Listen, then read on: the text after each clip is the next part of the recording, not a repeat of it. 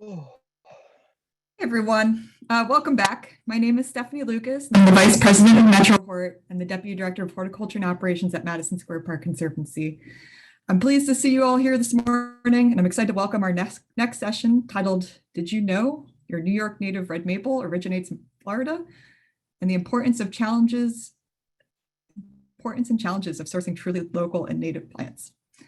And now to introduce our two speakers. Tom Christopher is author of more than a dozen gardening books and has written for the New York Times, the Journal of the Royal Horticultural Society, and Horticulture Magazine. Tune into his weekly podcast, Growing Greener. O Rama is the former curator of Brooklyn Botanic Gardens' Native Flora Garden and is now the Director of Horticulture for the Native Plant Trust in Massachusetts. Please type your Q&A in the chat so our speakers can answer them at the end of the session, and take it away, speakers. Well, maybe I'll begin, Uli. Yes. Okay, we're going to discuss this morning an issue that I'm concerned with, and which I know you've thought about a lot. We've actually talked about it on my podcast, Growing Greener. But the issue is the provenance of plants sold as natives in the American nursery trade. There's an exploding demand for native plants, but much of what is sold to us as natives commonly isn't local at all in origin. That is, the plants may belong to species native to the gardener's region, but they didn't originate locally. Often our native plants are clones of plants collected far away and from considerably different climates, like as in the title when we're talking about a red maple from Florida ending up in New York.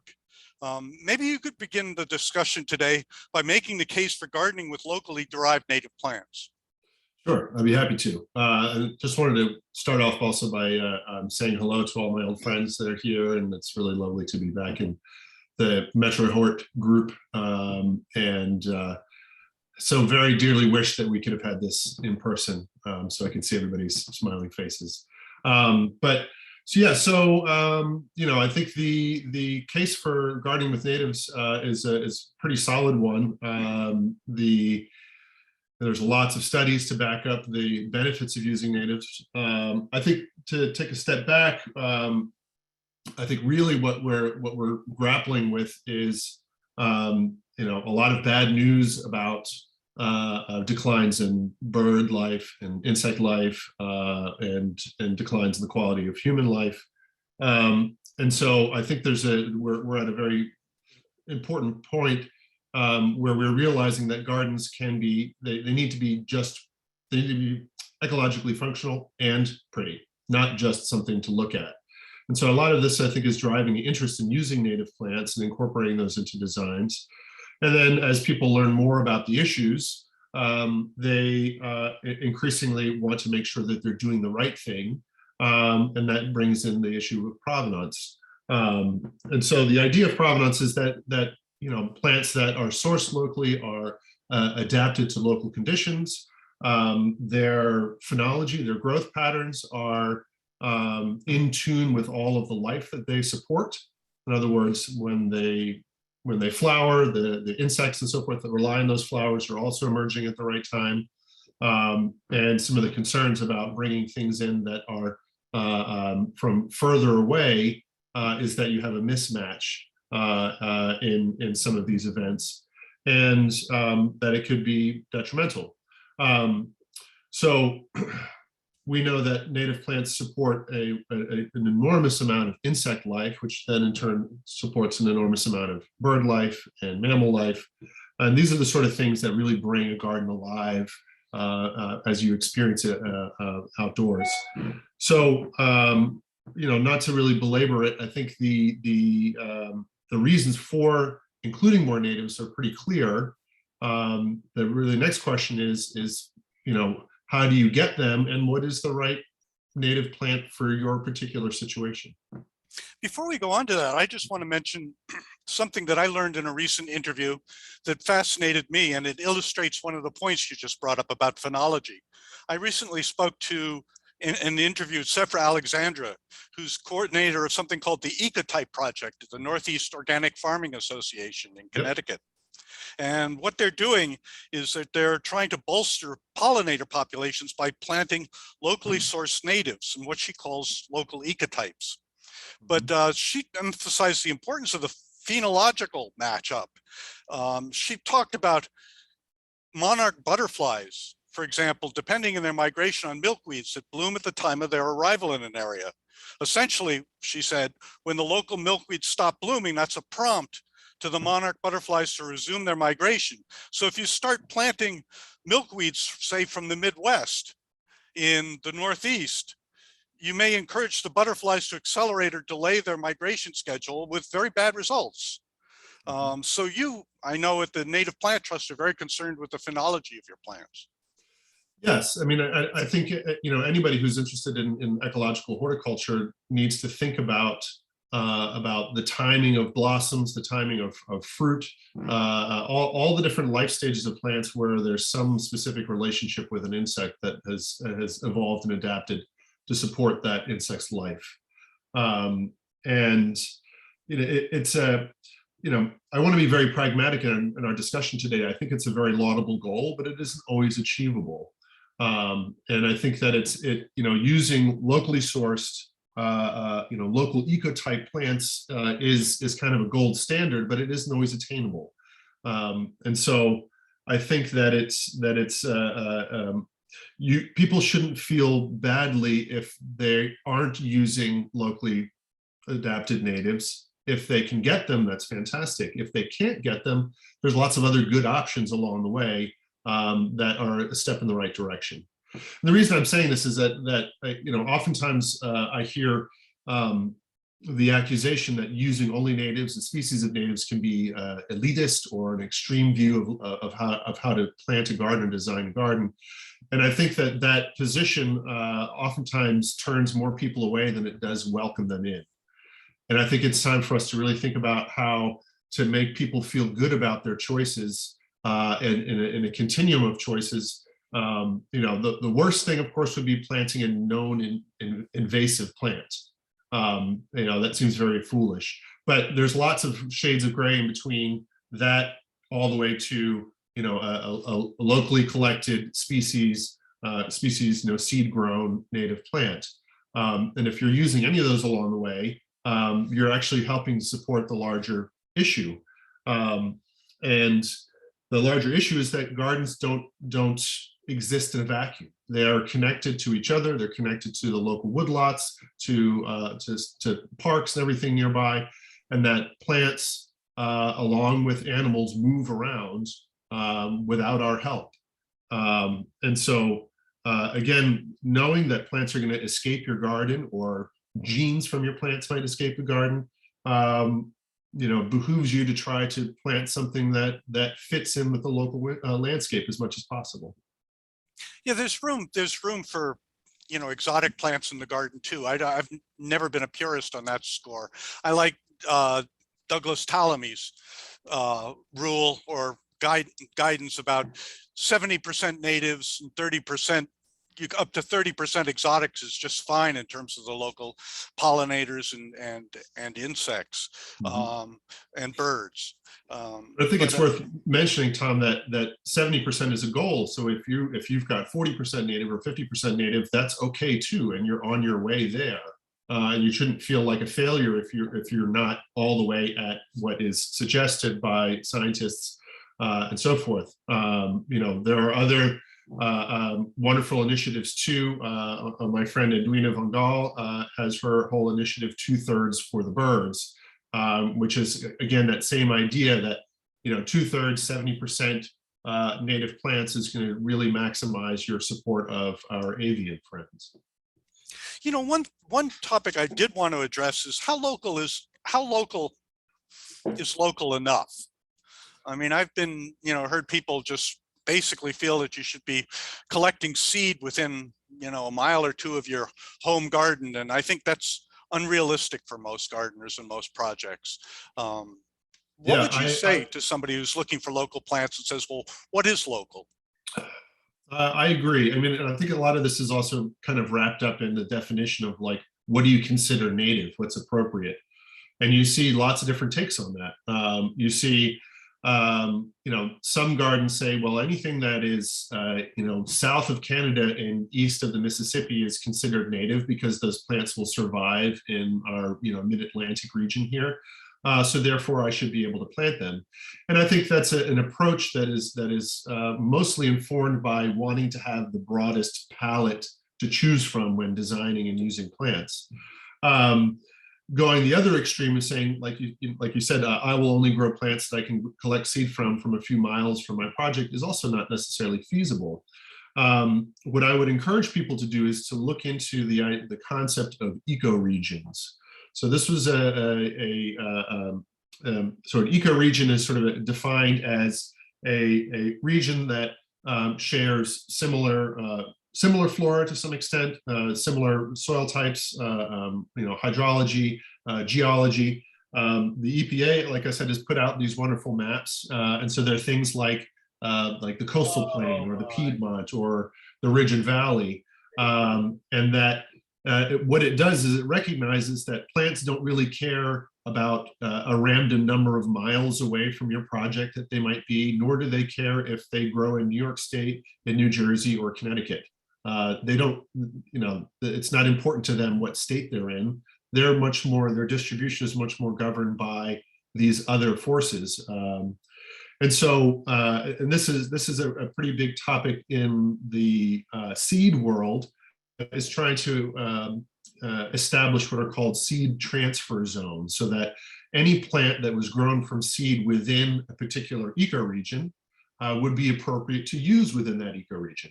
And some of them span multiple states, some of them are quite large, some are a little bit smaller. Sephra's example, the reason why it's ecotype 59 is because they're using all material that's sourced from ecoregion number 59 based on the EPA maps. So learning a little bit more about that, I think can help you decide what would be appropriately native or not. This was something that I struggled a lot with when I was at Brooklyn Botanic Gardens, that the local flora section, as it was first called, and the native flora later, was defined as plants within a 50-mile radius of New York City. And I often wondered, why 50 miles? Because it encompasses all of Long Island. It just seemed like a random number. And then anything that grew 51 miles outside of New York, of that range, was not appropriate for me to grow. It just didn't make any sense. So you have to really think about how plants distribute themselves rather than, a random mile distance or state boundary. I think you've also suggested too that how local is local enough depends partly on the type of the project, whether Indeed. it's an ecological restoration or a garden or design space, it might be quite different. Yeah. And then the more I've really thought about this issue too, the more I feel like, does it make sense in all particular contexts to impose the guidelines of an ecological restoration on, a garden design or an urban backyard, when it's meeting those requirements can be really difficult. If you're putting plants back out into wild spaces, then yes, it makes sense to source as close as possible and to only use the species and assemblages of species that are found on the site where your project is. But those parameters don't always work for everybody in every context. Furthermore, I think even if you wanted to use that, the real issue is good luck finding those plants. And then making sure that you know where they're from. There's a lot of challenges to trying to put together a garden using the rules and guidelines of an ecological restoration. So I do think we need to be flexible and accepting that some contexts it's just not appropriate. Yeah, one thing I wanted to add too is that local often translates into seed-grown plants, though that's not necessarily true. What are the ecological benefits of seed-grown natives? Well, I would say that when you as opposed to things that are selected or grown from cuttings, you have the possibility of welcoming in plants that are adapted to drought, adapted to disease. They have characters and qualities that are not immediately apparent just by looking at the plant. And when we select for a bigger flower or shorter stature or some aesthetic quality, we oftentimes don't embrace those different kinds of adaptations that could prove to be quite valuable, particularly in the face of climate change. The climate is irregular. It's changing faster than we have ever witnessed before. And the genetic diversity that these plants have is their lifeline, their ability to adapt to change.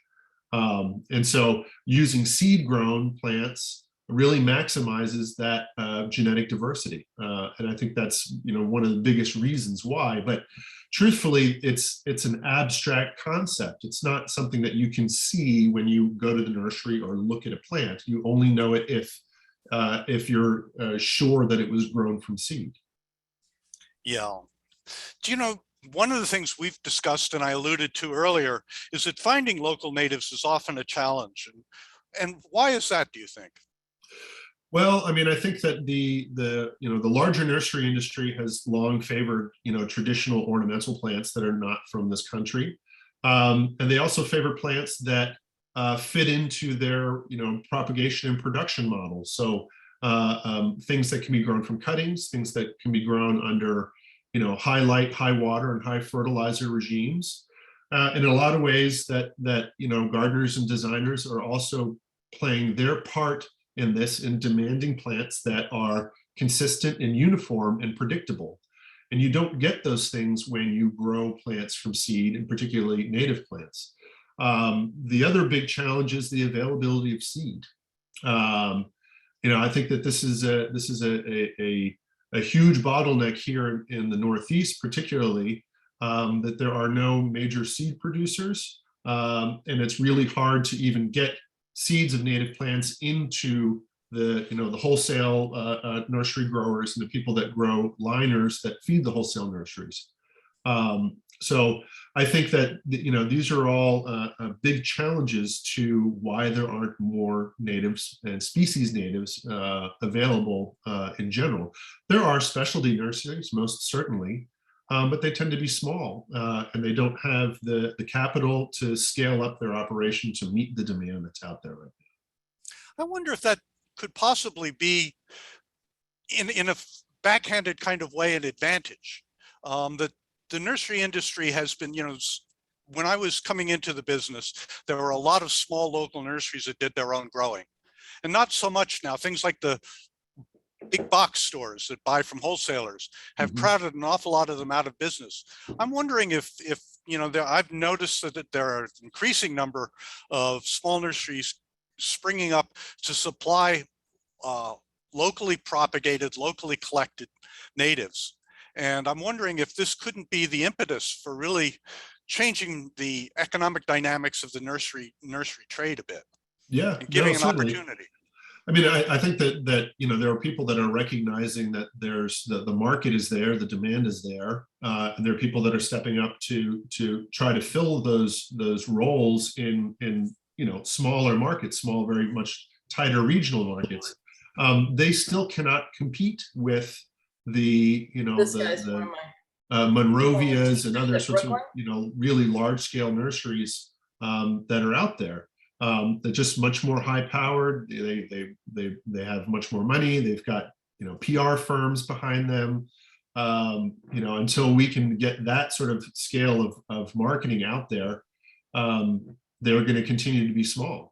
You could say it's very similar to organic food. Lots of great, wonderful small organic farms that are serving local markets, but it's still hard to find that food over a much broader, larger scale, and certainly making it accessible and economically available to all people is another huge challenge. I think there are some really hopeful signs, though. I mean, I know the Native Plants Trust has for a long time supplied gardeners with locally collected, locally propagated plants. Yep. I'm talking to more and more new nurseries, such as Blue Stem Natives in Norwell, Mass, and Kind Earth Growers in Ottsville, Pennsylvania, that have been established specifically to supply locally sourced plants. And they are able to charge a premium on their plants because they are such things. And so it makes them more competitive. I think part of what, and maybe you can address this, give your insight on this, part of what's going to be involved is really changing the way designers and gardeners look at their gardens and what they look for from the plants, so that maybe we don't want just uniform, all compact, utterly predictable plants, and maybe we want the kind of diversity that comes with a native plants garden. Maybe we need to Yeah. change how we look at gardens a bit. I mean, I agree 100%. I think that shifting the needle on what people, the aesthetic preferences that people have, I think is really difficult. And getting people to embrace what might be considered a wilder aesthetic, even though we know that it's more beneficial from the ecological standpoint, is difficult. Americans love tidy. Look at the landscapes that surround us, the tidy clipped hedges and straight lines, and the acres and acres of mulch that separate plants so they don't touch each other ever. That's not how nature operates. But it's also what people are confronted with, and what people think a beautiful garden is one that is tidy, and those two don't necessarily have to. They don't necessarily have to be together. You can have beautiful gardens that are not tidy. As a pet peeve, I absolutely detest when people determine something is overgrown. Who says it's overgrown? Why not say it's bursting with life? Look at how much this particular space can support. Just because it's messy or it's growing together in some way, doesn't mean that it needs to be hacked into within each of its life or beaten back into shape. I think it really it's a preference change that's primarily what's needed. So yeah, there's I think that's one of the biggest challenges that I find. Having moved up here to suburbia in Massachusetts, and spring is full of forsythia and tulips and non-native plants, and this is what everybody thinks spring looks like. And there's no ephemerals coming up in people's lawns, and there's just they don't have an idea of what spring could look like in a North American garden, let alone one that's a Northeastern garden. And how are they to know that there's a different choice out there if they're constantly surrounded by what their neighbors are doing? I don't know the answer to that. All right, fair enough. I don't want to close. I think we're running short on time. I don't want to close without offering people some guidance on how they could start researching sources of locally grown plants locally collected plants in their area. I know the Native Plants Trust offers some help in that. Yes, we do. I would also look at the Ecological Landscape Alliance as another great source for those kinds of growers. Greenbelt Native Plant Center is not open to retail, but if you are a landscape architect, or if you have that scale of project, they're more than happy to work with you there. There are lots of efforts, smaller efforts now at producing founder plots, and this is something that Greenbelt has been doing for a long time, but it basically is trying to address the lack of available seed in the trade by using agricultural techniques to bulk seed production, so that there's less pressure to collect from the wild. And there's efforts in Connecticut, there's efforts in New York. Our folks my friends out in Long Island Native Plant Initiative is another great resource for locally collected species out on Long Island. SEFRA, there's folks in Rhode Island that are getting into this business. We're going to be doing some founder plots fairly soon at Native Plant Trust as well.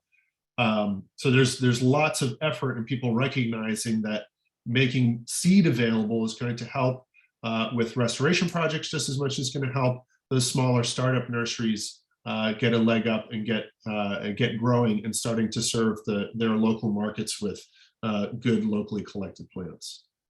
I think one organization I would like to add too is the Wild Ones, which is a great group that started in Wisconsin, but it's got local chapters around the country now. Mm-hmm. And they're people who are specifically interested in ecological restoration on their properties, and they often provide information. They're a great source of information about nurseries, small nurseries. I know that, for instance, Blue Stem Natives in Massachusetts, a great nursery up there, started specifically from a plant sale for the wild ones. So if you look up the wild ones online, you can find a local chapter and join that.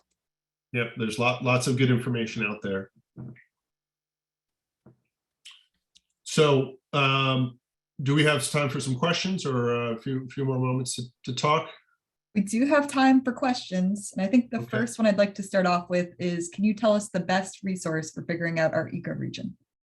Sure. So if you go to, if you just Google EPA ecoregion and then type in level 3, will give you a good broad overview. They have 4 different levels that become increasingly granular as you get into greater detail. Level 3, I think, gives a really good broad overview of the Northeast and the different ecoregions that fall into the political boundaries of the Northeast. So those are good places to go and take a look.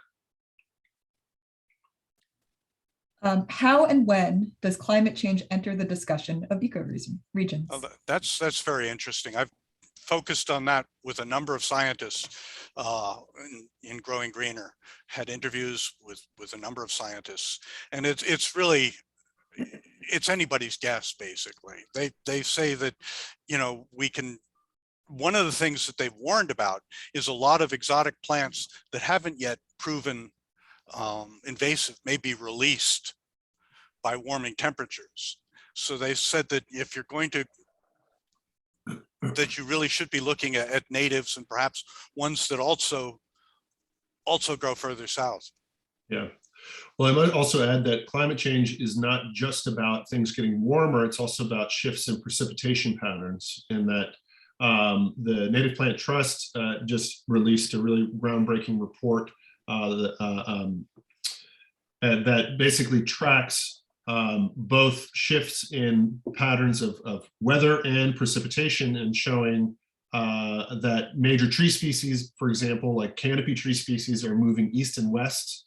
So it's not just a north and south movement of plants, but they're also moving in response to things being wetter or drier based on their preference. So that's sort of just something else. I know many people think climate change is just stuff from the south moving north, but there's also east and west happening as well.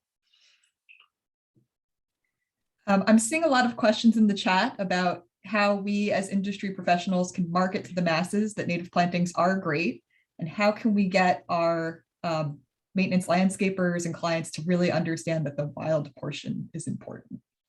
Yeah. Well, I mean, again, I think that you know, if you're using cultivars is fine.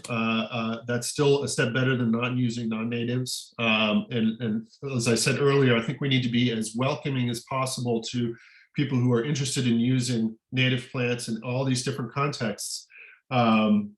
And you know, more education. I think oftentimes that you know, people that attend native plant conferences have already drunk the Kool-Aid, so to say. You know, we're kind of in an echo chamber where our message isn't really getting out further. I would suggest that we need to start speaking with, you know, nursery and landscape associations. We need to reach out to real estate groups, the people that are landscaping the new subdivisions that go in everywhere.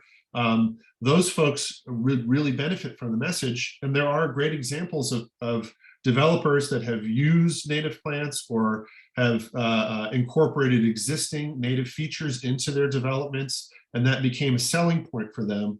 And the resulting communities are really wonderful and blend beautifully into the surrounding landscape. And that whole idea of being, you know, ecologically sustainable is a big selling point for them. So, you know, there's a lot to be gained from this message. We just need to do a better job of getting it outside of the normal channels of public horticulture, and in a smaller sense, the native plant movement really needs to message outside of what we normally do. I'd like to add that I think wildlife has been a great vehicle for reaching people, and people like Doug Tallamy or the pollinator pathways people, that it's easy to you talk to people in terms of butterflies and pollinators, and that really reaches, I think, a great way to reach the average person. And what the net effect can have, and I think Uli covered this a bit, is that I think it can make a high-end market for natives, which that's a way of reaching local maintenance people and landscape people, that just basically tell them that if they down the road, if they want to be working for the wealthier clients, this is something they have to come to terms with. Yeah. No, it's true. I would also say that, you know, the right to enjoy healthy ecosystems is something that everybody should enjoy, and shouldn't just be the purview of those who are privileged enough to afford it. And so that's another sort of facet to this discussion, is really making it the plants, the education, this whole idea as accessible as possible, so that everybody can enjoy the benefits of what we say these plants do, and it's very clear what they support. You know, the ecological equity people are very important. Yeah. Have you seen interpretation being used as a tool for accepting native plants in the suburbs? I mean, I think we do a pretty good job with education and interpretation at Garden in the Woods. I still think that there's, you know, the suburbs is a unique beast with tidy lawns and tidy landscapes. Even though I increasingly see more people with, you know, pollinator gardens or things that are, you know, a little bit wild or unkempt, if you'd like, in their front yard. And I think those sorts of things go a long way to convincing their neighbors that that this is actually an okay way for you to present your house. And so what I would love to see more of, and this is again slowly starting, is shopping malls and those sorts of things, so like corporate campuses, these very large landscapes that are part of the suburban experience, that they also become you know, designed with native plants and maintained by people who know what they're doing. I think all of those sort of visual cues are going to help bring people more over to accepting this kind of aesthetic. I think garden clubs are a great way of reaching local communities too. And they're often, particularly the Garden Club of America clubs, are very sympathetic to ecological concerns, and they can be real community leaders in getting these different types of gardens accepted locally. Yeah, we had a native plant design challenge with them 2 years ago, where the garden clubs got to design with the sort of same suite of native plants, and to see how creative they could be and put them into public spaces, and it was a great success. I'm going to combine two questions. We had a question about, will plants not locally sourced eventually adjust to the new environment? And how do birds that migrate influence like windborne seeds and ecoregions in terms of what's local based on what's brought in? Can you repeat the first part again? Sorry, I was thinking about birds. So do these new seedlings eventually adapt to their new environment? I mean, it's hard to say. You know, I think that the fact is that we need a lot more research specifically about what happens when we're putting you know, non-ecotypic native plants into a new you know, ecosystem. We don't really know. And frankly, you know, my analogy is that the horse is already out of the barn and like 4 fields over at this point. We've been out there doing it, but there isn't the research hasn't kept pace with what's happening on the ground. And I think that it would really be, you know, as a quick example, one of my co-workers here at Native Plant Trust investigated milkweed diversity. And she found that common milkweed across a very broad geographic range was not as diverse. And so if you were using this, it wouldn't really matter where you were, or, you know, the source becomes less of a concern. She contrasted it with swamp milkweed, which actually displayed a great deal of genetic diversity and was tied to specific geographic regions. And so, knowing that if you were going to use either of those plants, you would take that information and it would help you source those. But those are two species amongst the many thousands that are out there, and so the research just isn't there quite yet. And so, as another facet of this, we need to support more common garden studies. We need more people investigating what's happening with gene flow between non-ecotypic plants, between cultivars and wild plants. There's a lot that we still need to learn about. Well, I think we're about out of time, but Lily and Thomas, thank you so much for this interesting conversation. And I hope we can continue this conversation with nurseries and get more natives out there in the landscape. I would Absolutely. love to hear from anybody interested in this topic, and I'm going to include my podcast address in the chat. Yes, Fantastic. and I'm just putting my email address into the chat as well. That I'm very happy to follow up with anybody about some of these issues. There's a lot to unpack here, and we tried to squeeze it into 45 minutes. So really wonderful speaking to you, Tom. Look forward to our next great to hear from conversation. you again, Lily, as always is. All right. Well, thank you both, and I'm going to pass this over to Jason. All right. Good morning, everyone. Thank you so much for joining us here today. I'm going to now delve into the talk with Gwen and Will from the Brooklyn Grange. I'm going to quickly go over some overview. In 2021, Brooklyn Grange launched a rooftop farm on the roof of the Javits Center's new extension in Manhattan. In many ways, this rooftop farm is identical to the farms that Brooklyn Grange has built and operated in Brooklyn and Queens over the past decade, but given the unique purpose and ambitious sustainability goals of the Javits Center, the rooftop boasts several exciting features, including a water recycling system, a rooftop orchard, and massive mobile garden with over 100 planters full of native perennials. In addition to the Brooklyn Grange site, they also have a rooftop farm in Long Island City, in the Brooklyn Navy Yard, and also in Sunset Park. So, without further ado, let me introduce Gwen Shantz, who is the co-founder and chief creative officer of Brooklyn Grange, and Will Axelrod, who is a design and build project manager. I'm very happy you guys are here to present this information, and I'm going to turn it over to you.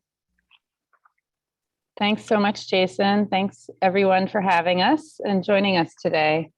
I'm going to jump right into a screen share so you all can see some visuals as we talk. And please tell me if you don't see the screen share.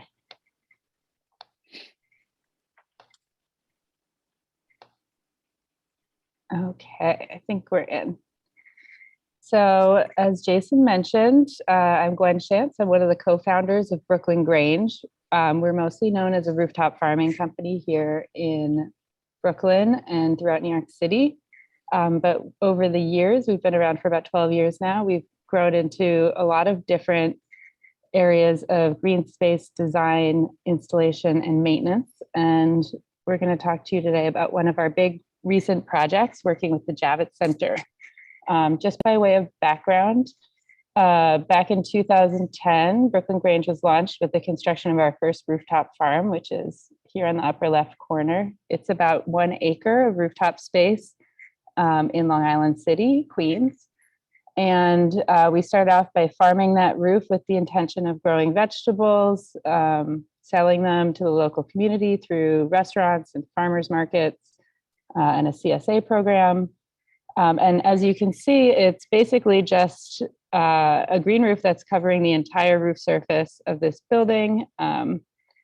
And we didn't do much different with this roof compared to most green roofs you see, only that we decided to use it productively to grow vegetables. And that was kind of our whole concept from the beginning.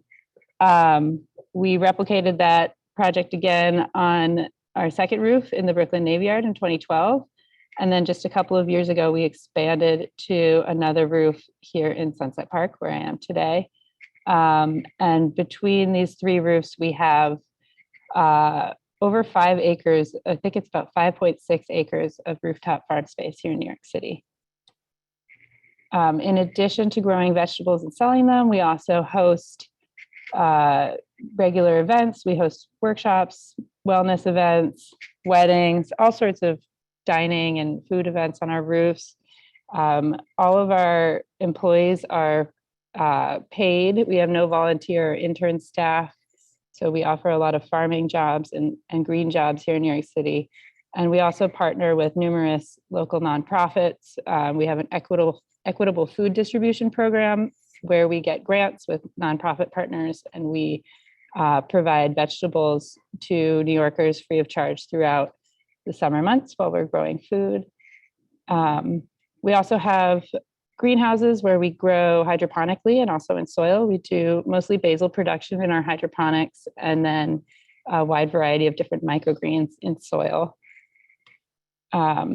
And here's just a quick look at some of the landscaping design build work that we've done over the years. While we specialize in edible and rooftop projects, we do a lot of ground level work as well. We'll do hardscaping, lots of permeable paving, native meadows, green roofs of all shapes and sizes, and also rooftop farms, like a new one that we just built in Staten Island last year.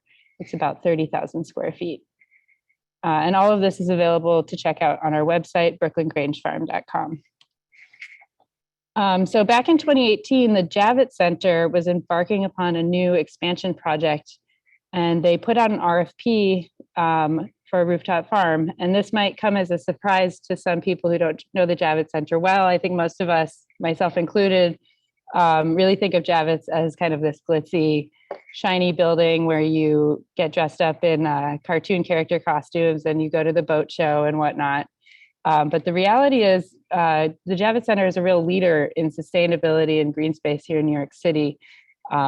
Their building has one of the largest green roofs in America. It's a 6.75 acre zero floor green roof, which is a shallow soil extensive green roof with sedum.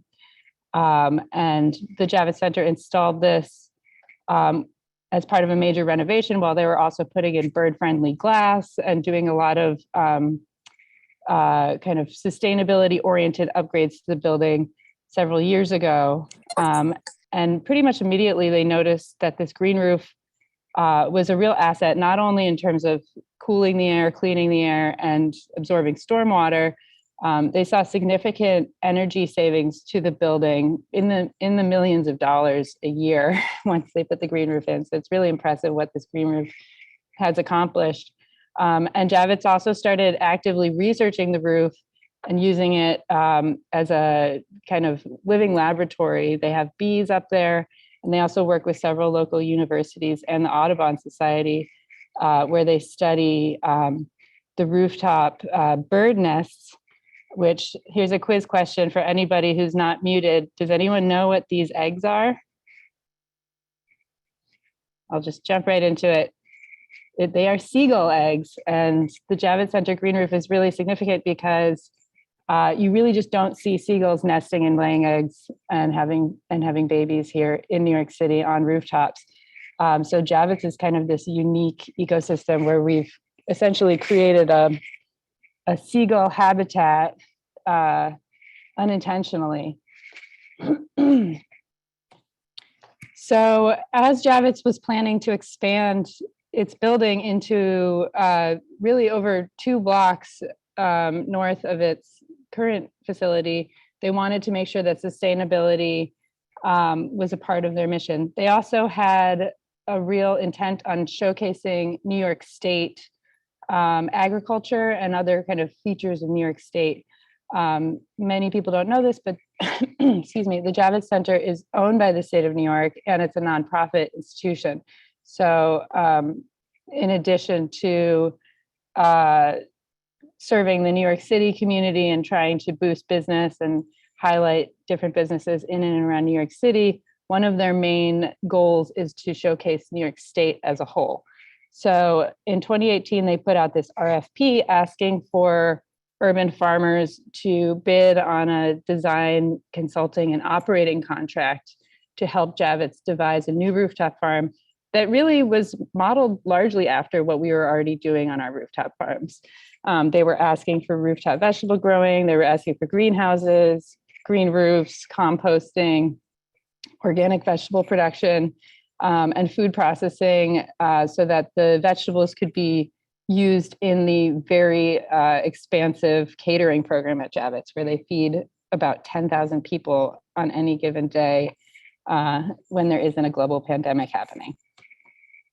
So over the course of we won the bid, I should say. We ended up winning the bid on this contract, and we were hired by Javits to work with their architectural team, which included WXY and Stantec and Lend-Lease Turner, to devise a rooftop farm for Javits. And so what we ended up coming up with was a 30,000 square foot rooftop farm, very similar to the green roofs that we have on our farms here in Brooklyn and Queens, a 3,500 square foot greenhouse, a 10,000 square foot rooftop orchard with 38 apple and fruit trees, which we'll be speaking about in a little while, and a large, I want to say 3,000 or 4,000 square foot meadow native planting area. Because this was a brand new building built from the ground up, it was a really great opportunity to put in structural capacity beyond what we had seen on our existing green roofs. This orchard, for example, is a very heavy installation, and it had to be supported all the way down from the foundation because we're dealing with very deep soil and big trees. We also were really excited to be working with Javits on this because from day one, even before we started working on the project, Javits had a plan to put in a subgrade or underground water recycling system. So basically all of the water that drains off of this roof after being filtered through and detained by the green roof systems flows down into a water tank under the building. It's 300,000 gallons of water that are stored down there. And then that water is then pumped back up to fuel the irrigation system for the roof. So it's really a wonderful thing that we haven't been able to see on many rooftops in New York City. And Javits had the wherewithal and the political will and the budget to make it happen. So it's a really exciting new development for us and for green roofs and just sustainable buildings as a whole. Last spring in 2021, I want to say March, it was still pretty cold and drizzly out. We put in the fruit trees, which came from a New York State orchard. The green roof itself was installed by our colleagues at Adaptive Green. The soil came from a soil green roof media blending company called Nature Cycle, which used a wide variety of inputs for the soil, but most notably, they used New York City Department of Sanitation compost. So if you were part of the New York City composting program prior to the pandemic, some of your food waste might have ended up on the roof at Javits. The greenhouse is still under development currently, but last fall, we were finally able to plant out the farm itself. And because it was such a warm fall and winter, we managed to get a pretty decent round of crops in, a lot of different brassicas, cabbages, some root vegetables, turnips, carrots, etc. And this new pavilion that you see here looks out over the farm, and it hasn't been activated yet for guests because of the pandemic, but everything is expected to launch and open up to the public as of this coming spring. So with that, I'm going to jump off of my screen share and pass the mic over to my colleague, Will. I think that worked. Thank you so much, Gwen. I'm just going to open up my part of the presentation.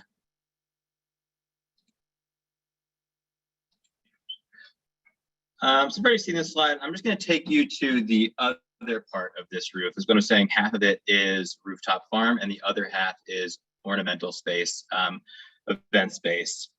And just to give like a scope, I hope this picture kind of personifies how large this roof actually is. It is a full city block. So on one side, it's the West Side Highway, and the other side is 11th Avenue. If you walk from one end to the other, you're just basically walking a full city block in Midtown Manhattan. And it really does feel that way when you're up there. Here's a rendering. I'm showing you a couple renderings, so the space isn't actually 100% built out yet. There are these cloud shade structures in the center that haven't been installed yet, but that did have some sort of influence on the types of plants we chose. All the plants are planted that are intended to be on the roof, so that's all planted out. And the events area consists of, as Gwen was saying, 4,000 square feet of rooftop meadow, a 10,000 square foot apple orchard, which contains 32 apples and 6 pear trees.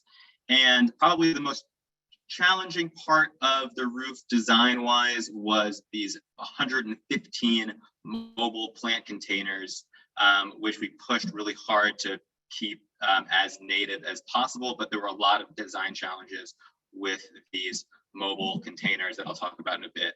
But now I'm gonna get in a little bit of detail about installing the orchard. So here's just another picture of the space. And to discuss the orchard, so there are 5 varieties of apples and 2 varieties of pear. Probably the biggest challenge with putting an orchard on the side of the West Side Highway is how noisy it gets. No, it's how absolutely windy that exposure can be. I mean, you're basically on the side of a cliff, and apples aren't typically planted in such windy locations. So right off the bat, that provided a planting challenge. As Gwen was saying, these trees, this orchard is actually in 3 feet of soil. So that's 10,000 square foot and 3 feet of soil on top of that, which is by far the most amount of soil I have ever heard on top of a rooftop.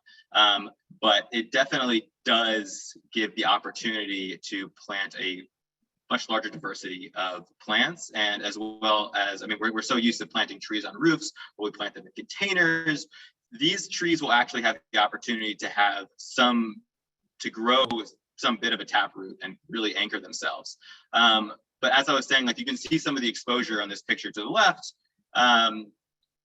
is, you know, it's really exposed and really windy. And the biggest concerns is that these trees will fall over and potentially fall over onto the West Side Highway. So we were instructed to use what it's called the platypus anchoring system.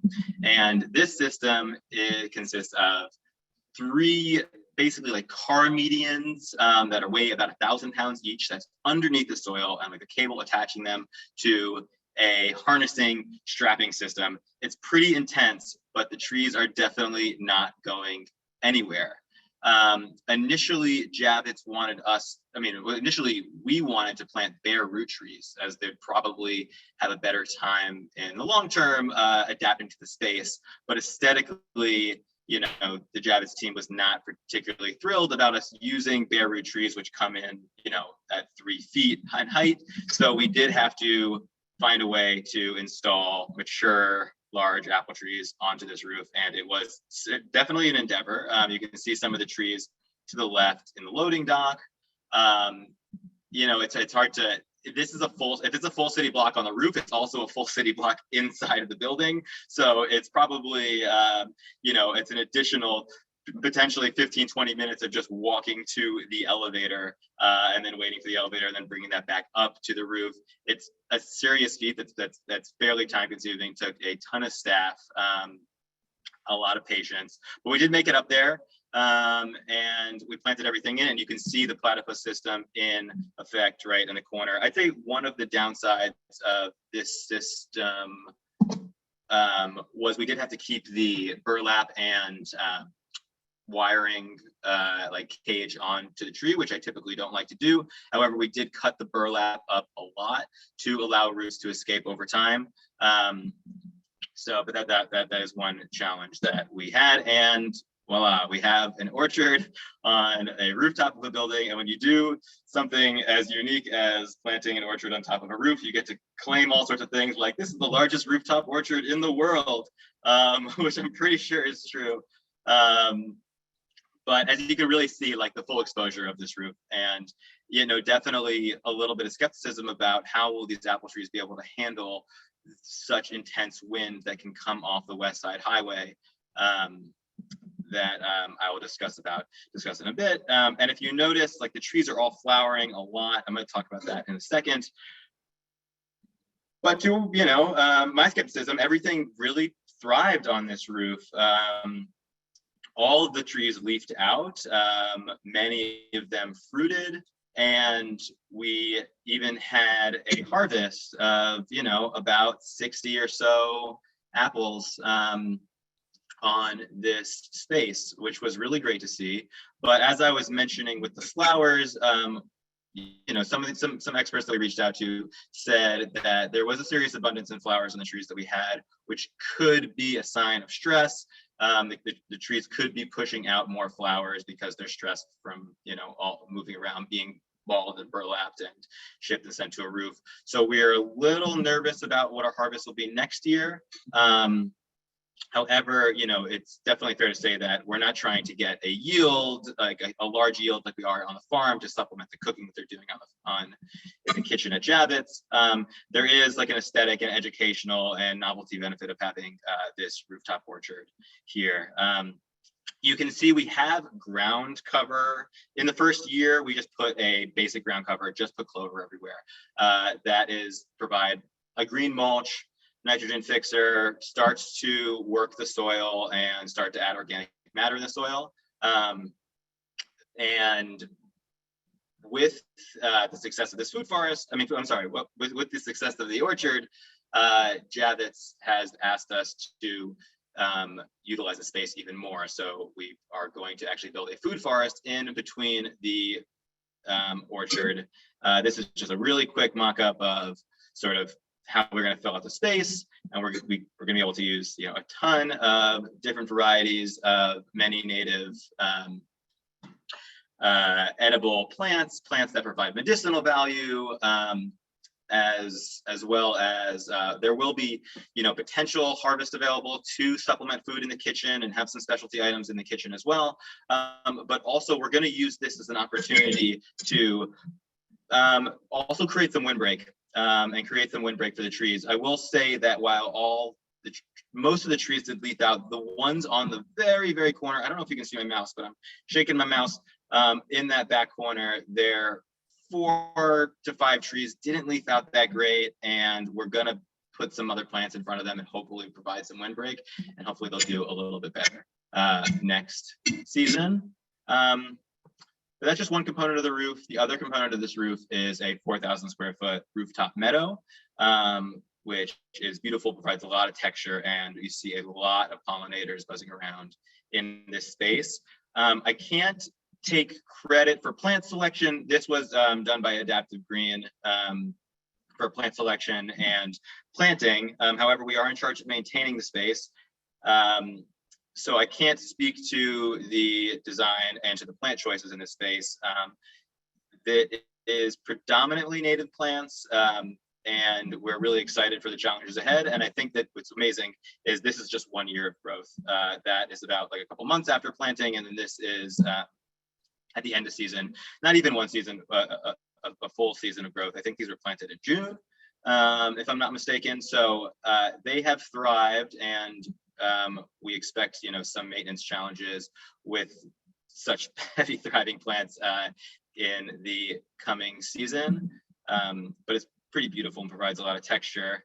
The last component on this roof, which was by far design wise the most challenging, were the containers that I mentioned. So they have 115 mobile containers, and the idea is that the containers are be able to move around to corral certain events and block off certain areas based on the many events that they're going to have on Javits. And being Brooklyn Grange and being environmentalists, use this as an opportunity, even though they're containers, even though there's really, really intense planting conditions here, to continue using native plants and diversify the palette that we use. Some of the issues that we had with this space, or at least I did, picking out the plants for it, were first and foremost the wind, really, really windy.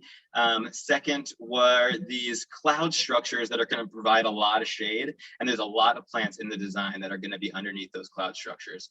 So I have to find plants that that can handle, that are wind tolerant and also shade tolerant. And I find that generally the shade tolerant things aren't exactly wind tolerant. A lot of the shade tolerant plants are plants that you find in the forest floor, whereas the wind tolerant things are the things that you find on the top of the mountain, and this is both.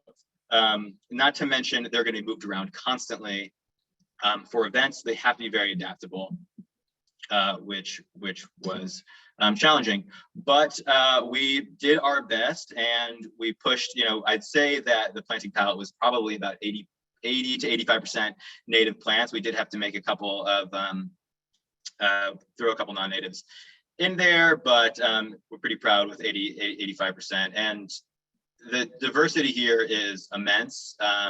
Of the 115 planters, there is over 45 different varieties of plants in here. And we took some extra steps, there's a couple, I picked such a large diversity of plants, not just because I want the diversity, but because, one, it provides an aesthetic value that's somewhat unmatched to have such diversity, but also because we're not really sure how the plants are going to respond to all of the different factors of this space.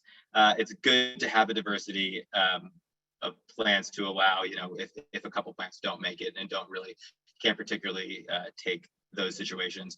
I'm also kind of proud of, a couple small things we added to this space, where we threw in a few pitch pines into the space. There was an area that is very exposed at high wind, high sun, and so we went with some Long Island coastal plants. It was surprisingly a little challenging to get pitch pines locally, and I think that when I was sourcing them, they always were I think pitch pines are always in their nature, feel kind of raggedy, but they are like the native tree of Long Island. And we felt that it was really important that in this space that is supposed to embody New York State and embody the plants of New York State, that we threw in a couple in there. And I'm really excited to see how they do and how they thrive. This is just the list of the plants that we used in the containers. Feel free to screenshot it and use them. We sourced the plants from Glover's out in the North Fork and Long Island Natives Nursery, which I believe is in West Hampton area. And they were super helpful in providing a mostly native palette for us. And we're really proud of it. But so this work was all done in October. So a lot of the plants we were planting were dormant or going dormant. So I'm really excited to see come June how everything looks and how everything takes and what survived the winter. But it certainly wasn't, okay, here's another space. There's really plants everywhere on this rooftop, despite how large it is. But there were definitely some challenges, and there continue to be some challenges that we're going to work on down the road. For one, because they're mobile containers, we can't hook them up to any kind of irrigation system. So everything has to be hand watered. 115 containers on a full city block is a lot of time. I think Brian over here in this photo is certainly really happy watering these containers, but I think these are just the first 3, and he's got 112 more to go. So it's pretty time consuming, and that is definitely a challenge. It's pretty labor intensive, plus the intense wind. We've had a few casualties where some plants have fallen over, which make for a good opportunity to create some beautiful art. But it is, we're excited to adapt and to take on a lot of these challenges. I think that, are used to in New York City, working with so many different environments and so many different spaces that we're pretty accustomed to adapting. I'd say one thing that's also exciting for everyone to know is that Javits will be having tours of this space. So you will be able to see it come, summer 2022. Other than that, I think that's it. So looking forward to hearing some of your questions. Thank you.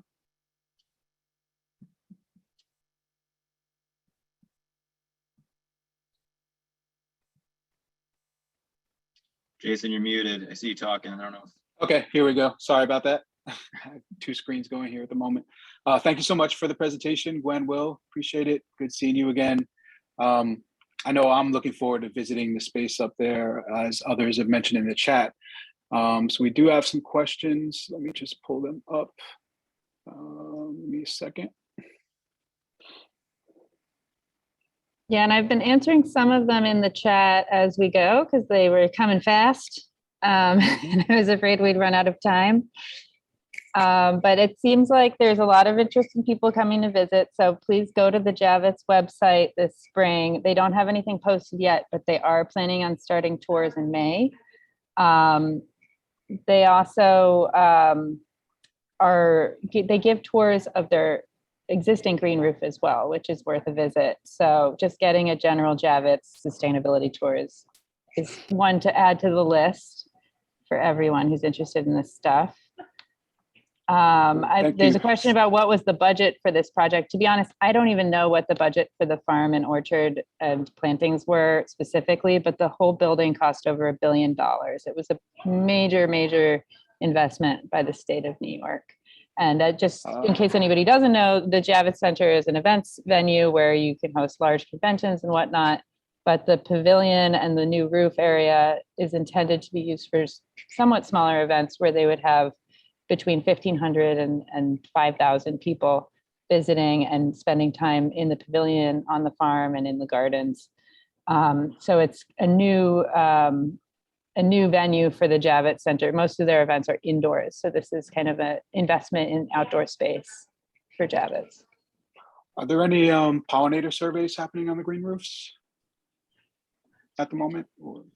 Not that I'm aware of, but that doesn't mean there aren't any happening. I know that definitely are some. Sorry, I do know that there are some on the green roof. They do a lot of surveying on the green roof, and I mean this was pre-pandemic, so I'm not really sure what is still functional. But 2019, I was at a conference where they are doing pretty extensive insect surveying for the sedum green roof, but there's been none on our side. Okay. How did you get the soil up there? The soil was installed by Downs Tree Service. We work with them a lot, and Adaptive Green worked with them on this install. They're based in New Jersey, and they have this amazing truck that pumps soil up to a roof and sprays it everywhere like a hose with water. Pretty majestic, and it's much faster than working with a crane. Sure. Why isn't there solar photovoltaics on the shade structures? Why not combine solar electric with green roof projects?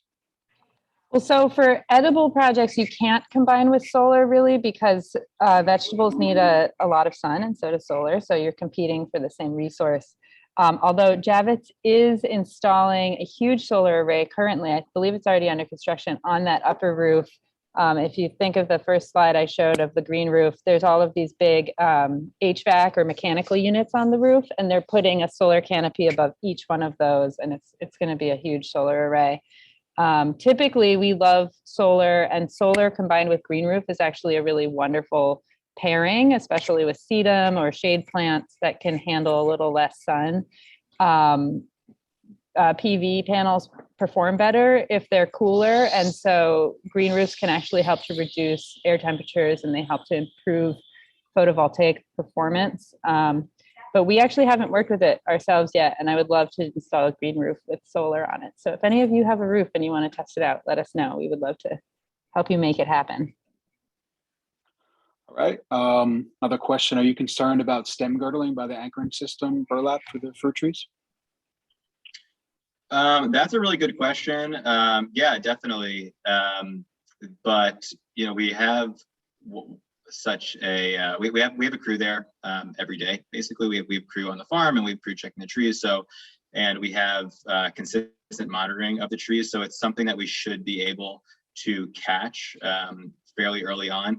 The trees are definitely not like pest free. There are certain that we did find a couple with some rust on them, which is always a challenge with fruit trees, and we're already trying to work through that. But even though with the platypus system kept the burlap and the cage on, we really did cut the burlap pretty good to provide a lot of cavities for roots to travel. So I think that if there is girdling and it's we don't detect it, it's something we're not going to notice for many years, then I think the majority of the trees should be okay. Another question, how do any of the trees get pollinated in the wind? That is a good question. I mean, I will say that if you're on these rooftops, they're really, really windy.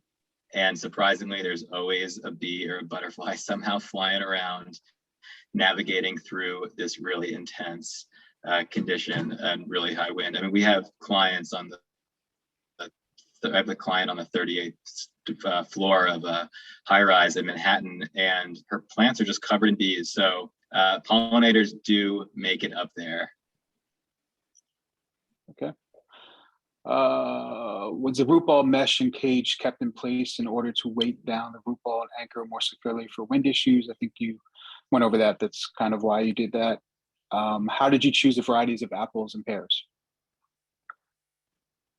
The tree selection was a combination of what was available at the nursery and what they had and the size we were looking for, and also really just rolling with this emphasis on highlighting New York State agriculture. So it was a variety of trees that were recommended by the grower because they do well in New York State, and they kind of reflect New York State's agricultural history and current trends. And I will say, I'm sorry, on the platypus system one more time, which is the silliest name. I always feel ridiculous saying it. But the one of the reasons we did, there are ways, and like you can take the burlap and cage off, and I've seen it been done, but the amount of labor and work and time it took to get just one of those trees upstairs, we didn't want to risk the platypus system crushing in to the clay root ball and breaking it up, potentially damaging the tree and putting it into shock so it dies, because of just the intensity of ordering the tree, getting it to site, getting it up on that roof. We had to make sure that when we planted it, it was going to survive 100%. So we did it to mitigate any risk there. Yeah, Gotcha. you crank, when you put the system in, you crank it down, and like Will said, it would have really smushed the root ball. And honestly, I was shocked by how well the trees did this year. I think the winter time will be the true test, because they're so exposed, and this is the time of year when we see the highest winds, and you'll see soil drying out and things like that. So we're keeping a close eye on everything. But they did remarkably well in that first season. The wind off the Hudson is also very salty because you have planted a windbreak. I think you addressed that during the presentation. You're planning on doing that. Yeah. How did you, or will you, I'm sorry, Will, go ahead. I would say, and we did choose several like salt tolerant varieties, such as like Miraca, Pennsylvanica, beach plum, a couple of mugo pines and things like that can handle that. Cool. How did you, or will you terminate the clover cover crop? Did you say you had clover in there, then you removed it, and now? It's in there, and it'll come back any day now, as soon as it warms up. So we will have to work around it. I don't think the plan is to weed it out, though, right, Will? I think we're going to leave it and let it intermingle and continue to do its job as a green mulch. Great. Who did the meadow planting plant design? So that was Stantec. Stantec's a landscape architecture firm, and they did all the kind of like hardscaping design, the planter boxes, and then an initial plant scheme or plant schedule. And then Adaptive Green, I believe, adapted that initial plant schedule because they were doing the installation. And like many of you know, sometimes when you're actually sourcing the plants and you're going to go ahead and do the installation, you have to change things a little bit because of plant availability. So I think they did make some adjustments along the way. Okay. Are there any how many full-time gardeners maintain the new space? And how long do you spend there weekly during peak season? I mean, I guess you haven't had a peak season yet, but I guess we haven't. I believe, so we just hired a greenhouse manager, which is really exciting. They're coming on this week. And then I think peak season, we have 5 or 6 full-time farmers up there. And then our landscape maintenance team is up there weekly as well. It varies depending on the season. There's at least one gardener up there 3 times a week for the watering, and as well, and they're supported by like a supervisor. It's supposed to be an additional 2 days a week. So there's gardeners there almost every day. And the water you're using is the recycled water source you mentioned earlier? Mm-hmm. Is that what you said? Okay, cool. What soil mix did you create for the planters? Soil mix for the planters. Oh, I'm sorry, for the green roof or the planters? The planters. Planters are just Metro Mix. Metro Mix. Okay. Yeah, we just used potting mix for the planters, but the green roof, I actually don't know what the mix was. When you are building the green roof medium, like you can design the soil for that, and I was not a part of those conversations. Okay. Another question: Did the planters have lightweight drainage on the bottom of the planters? Like, did you use like a geotextile or something, or? So one cool thing that we do is, I think like a lot of landscapers know, like you to make a planter more lightweight, cost effective, you put half of the planter, we use packing peanuts in the bottom of the container. Gotcha. We're tired of doing that. I'm tired of using all the extra foam, and just like, we don't need, there's plenty of recycled foam in the world. So we've actually, in our offices in the Brooklyn Navy Yard, there's a lot of logistics centers.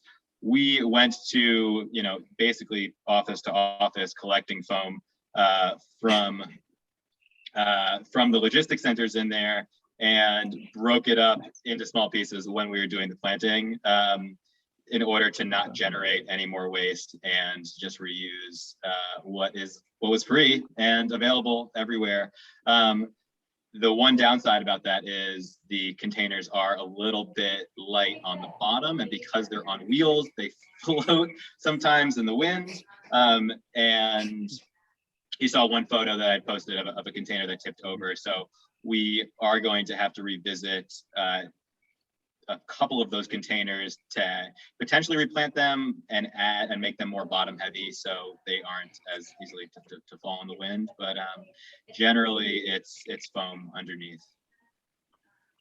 Cool.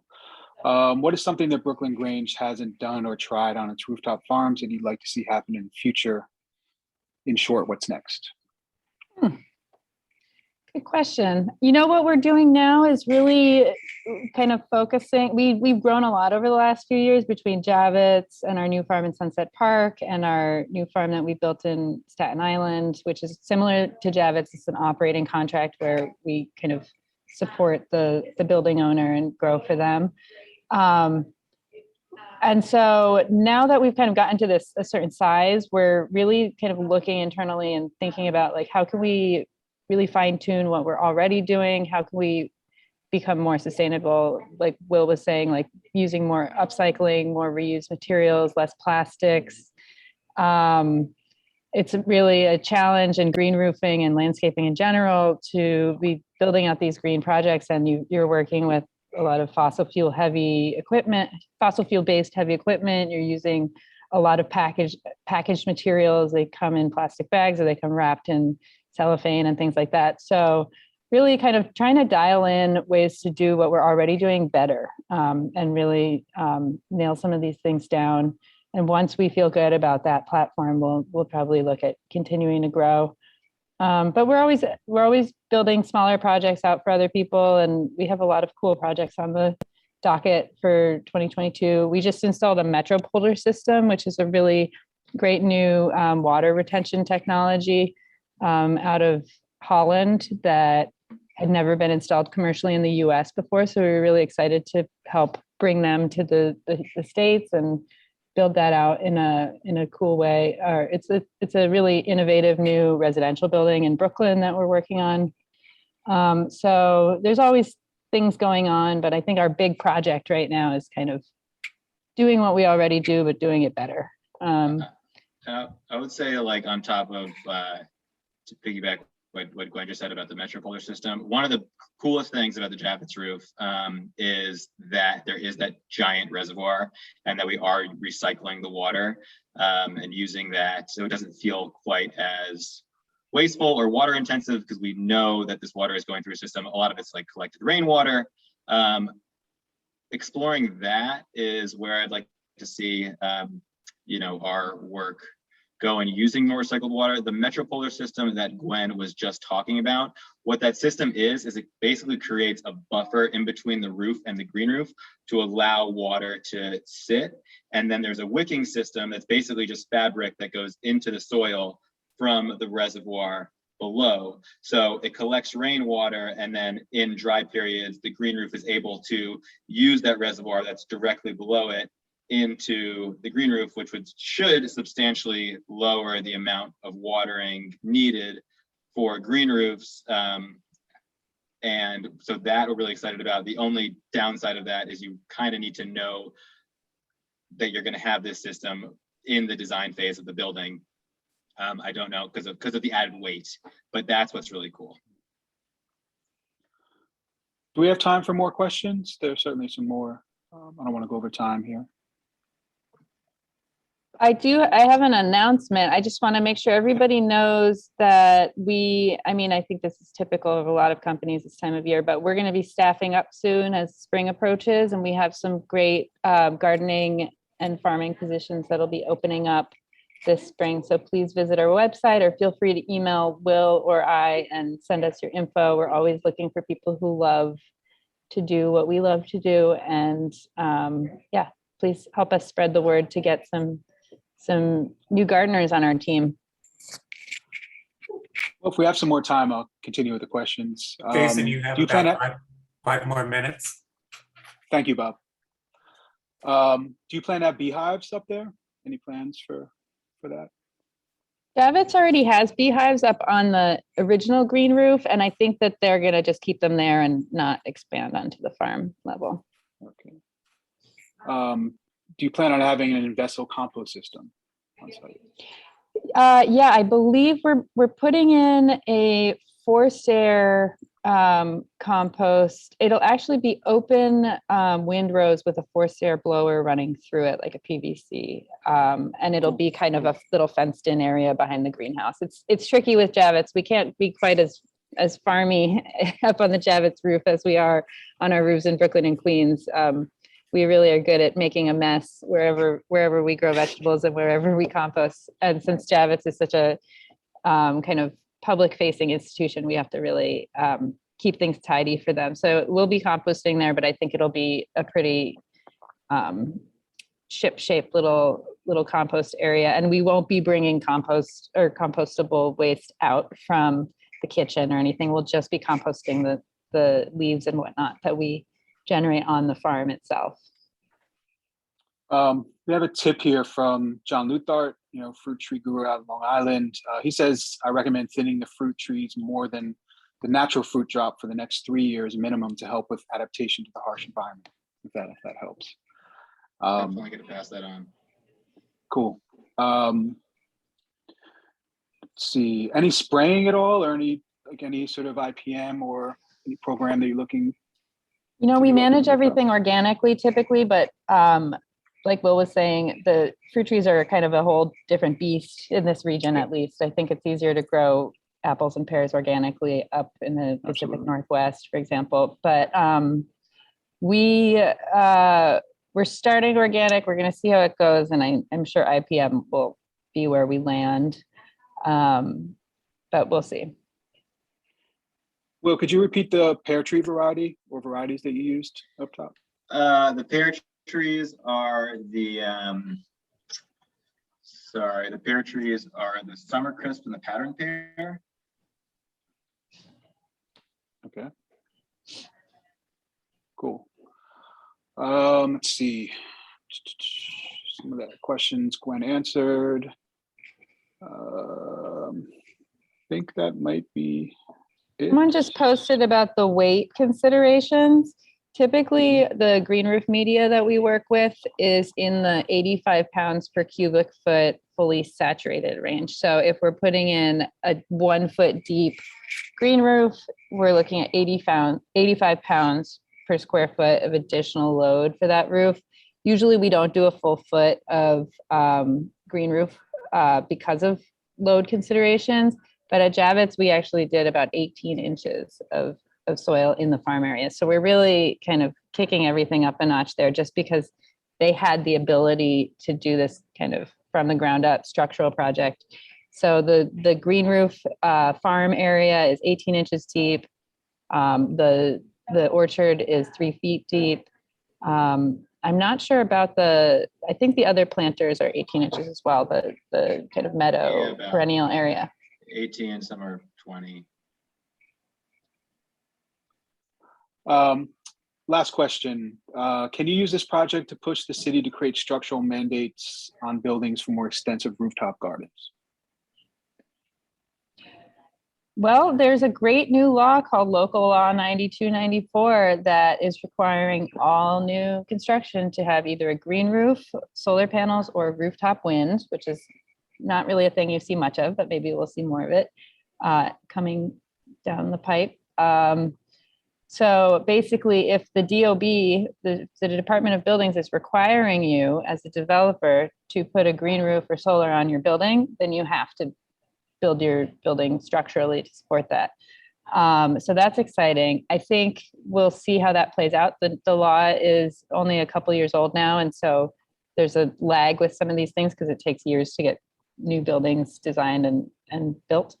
But there's also just a huge amount of buildings throughout the city that are already here and that don't have anything going on their roofs. So retrofitting can be very expensive, and I don't think we'll see a lot of that happening to improve the structure of rooftops.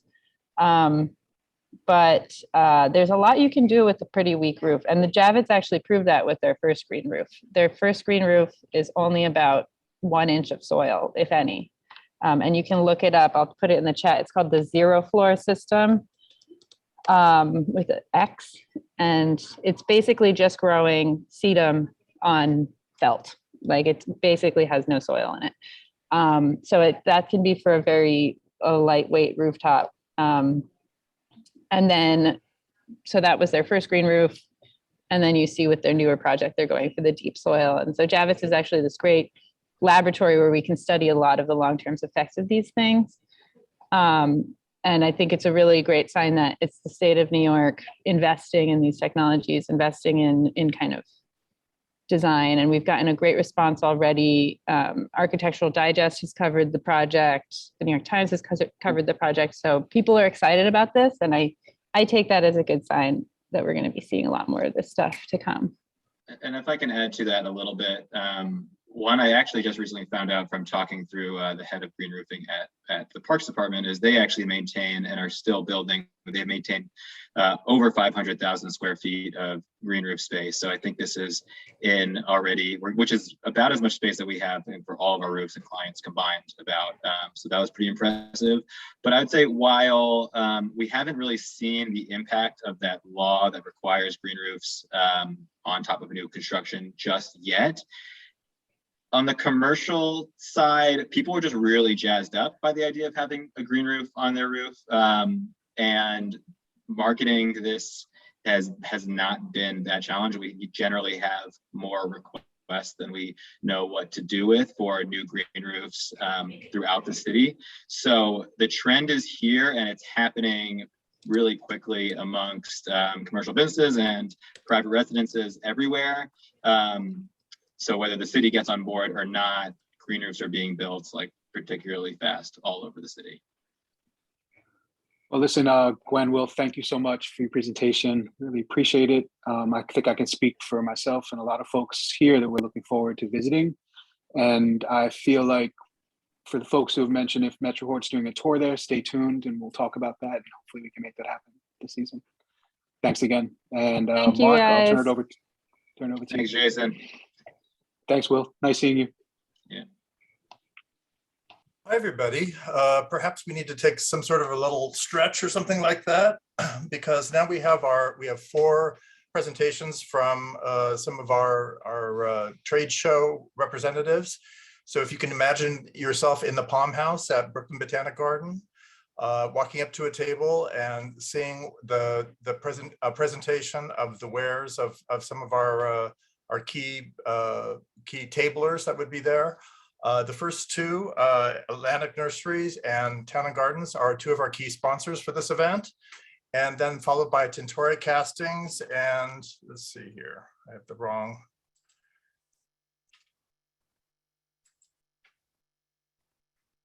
Sorry about that.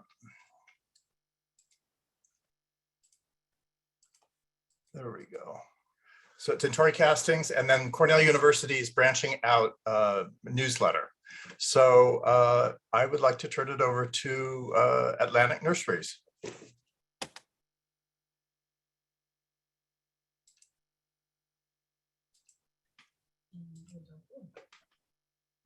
Hi, good morning. My name is Ken Duncan.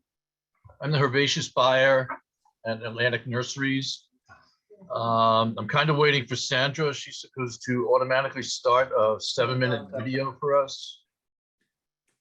I will do that in a moment. Just thought you wanted to say hello. Okay. Thank you, ma'am.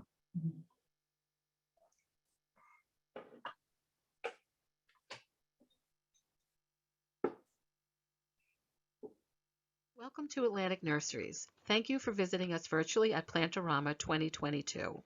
Here at Atlantic Nurseries, we have some new and exciting changes happening. Many of you know Ken. He has taken over as the buyer for perennials. Please also give a warm welcome to Tracy. She is our new annual buyer. Tracy comes with a strong background with visual merchandising and color trends, also a very accomplished floral designer. At the end of the video, Ken will talk about our website. Then you will have an opportunity to ask us any questions. Thanks again for coming. Good morning. This year in perennials, we have quite a few new offerings. One in particular that has caught my attention is Echinacea Pretty Parasols. It is an echinacea with bicolored flowers. It has dark, very dark pink centers and pure white petals. The flowers are nodding or pendulous. The plant itself, like most echinacea, really is a very low maintenance plant. It has great endurance in wind, cold, heat, and sun. The stems grow 36 to 40 inches and are very strong, preventing flopping of the plant. This echinacea is the longest of all the flowering echinaceas. It flowers from the beginning of July into November, or about 150 days. The flowers will appear one after another and at different heights on the stems. Also, there are multiple flowers on each individual stem. It's a very hardy plant. It's a zone 4. When massed in a perennial border, it gives the impression of scanning down the beach on a hot summer day and looking at all the beach umbrellas lined up. It's quite attractive. So, Echinacea Pretty Parasols. This is the plant of the year. We have 30 new annuals for spring of 2022. One plant that really stood out for me was Citrus Limon Eureka Pink Variegated. It is a medium-sized evergreen tree prized for its variegated foliage and round fruits. When young, the fruit is covered with green and creamy yellow stripes. When ripe, the stripes fade and the rind turns creamy yellow with distinct pink oil glands. It has fragrant flowers, and when they open, they turn from fuchsia to pink buds. The flowers and fruit appear throughout the year, most prolifically in late winter, spring, and early summer. It grows 12 to 15 feet tall and wide. It's best in full sun to partial shade. It's sensitive to cold, so grow indoors in a warm, sunny location. And it is generally disease-free. Hi, I've hunted the market, making sure we have represented the newest trends as well as the best basics we can offer you. Check out our Atlantic website for info on these containers grouped by material. Within the pages of these booklets, be sure to take note of the following trends. Bring the outdoors in with biophilic design, creating a calm environment, incorporating plants and making a visual connection with nature. Sustainable materials, bold patterns and colors, focusing on greens and blues. Planters on wooden or metal stands, tiered design and mixed media. Traditional details, as well as lasting style. Quality counts with less disposable items. And last, 3D art, items with texture and depth. I would like to take a moment to focus on this 3D art trend we see coming to the foreground this year. This trend can be seen in any number of different ways, from a simple trellis or arbor building depth into your space, to the texture applied to a planter's finish, such as the volcanic pots we sell, the scratched patterns shown in many of our novelty terracotta pots, or the organic patterns molded into our smaller novelty fiberglass pieces. We even covered the dimensional tile trend of today by bringing you an assortment of Spanish glazed planters and 3D hand-painted terracotta pots as shown here. No matter which trends your customer wants, we have you covered. Good morning. A fabulous new entry this year in woody plants is a native dogwood, Cornus Florida Raging Red. It is new to the market in 2022 and is a U.S. native cultivar. After flowering in early to mid-May, the new foliage emerges a bright red in spring, changing to a much darker burgundy in early to midsummer, and transitioning slowly to a much darker green. The flowers, as I said, appear in early May on naked branches, and they are a deep ruby red. And these are the flower bracts that we're talking about. The flowers resemble that, quite honestly, of a Cherokee chief, if you're familiar with that same deep dark red. The Raging Red has 4 seasons of interest: spring flowering, the summer foliage. As it transitions, it gives the impression of being airbrushed with a red paint. Fall color is fabulous once the foliage has transitioned to the dark green. As we reach autumn, the reds, purples, and oranges will slowly work their way back into the green canopy, really making a nice presentation. In the wintertime, the interest with Raging Red has typical alligator bark that's found on most native dogwoods as they get older. And there'll be residual hanging red fruit as well, which the birds will love. It's a great small tree for the landscape, typically 20 to 25 feet by about that same dimension. A very hardy dogwood for zone 5. Raging Red looks good as a specimen plant in your yard, or if you have a lot of space, if you were to mass these, it would make it really, really dynamic show in both spring, summer, fall, and winter. So Cornus Florida Raging Red, that's our woody plant go-to for this year.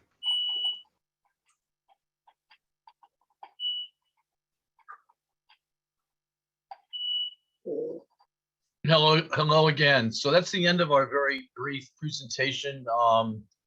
Just highlighted on a couple of new plants that we have for 2022. Those of you that know us know that we do have unique plant material, both woodies, perennials, and annuals. This year, again, we'll be bringing in literally dozens of more plants. So stay tuned for that. I'm going to attempt to share the screen at this point and to show you a little bit about our website. Let's see. Just bear with me a moment. I need to.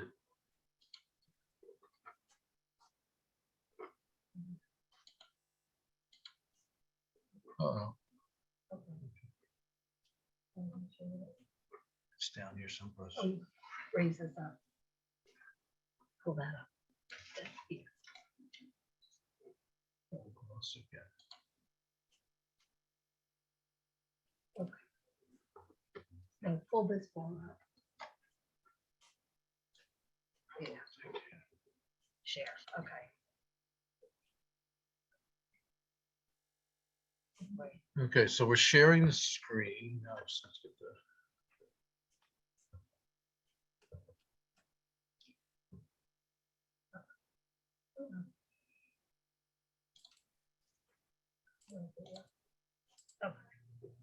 Can anybody or everybody see the Atlantic Nurseries homepage on your screen, hopefully? I cannot, but what I'll do is I'll navigate for you if you give me a moment. And while you do that, can you share about your availability of plants in general and what categories might be challenging to get this next season?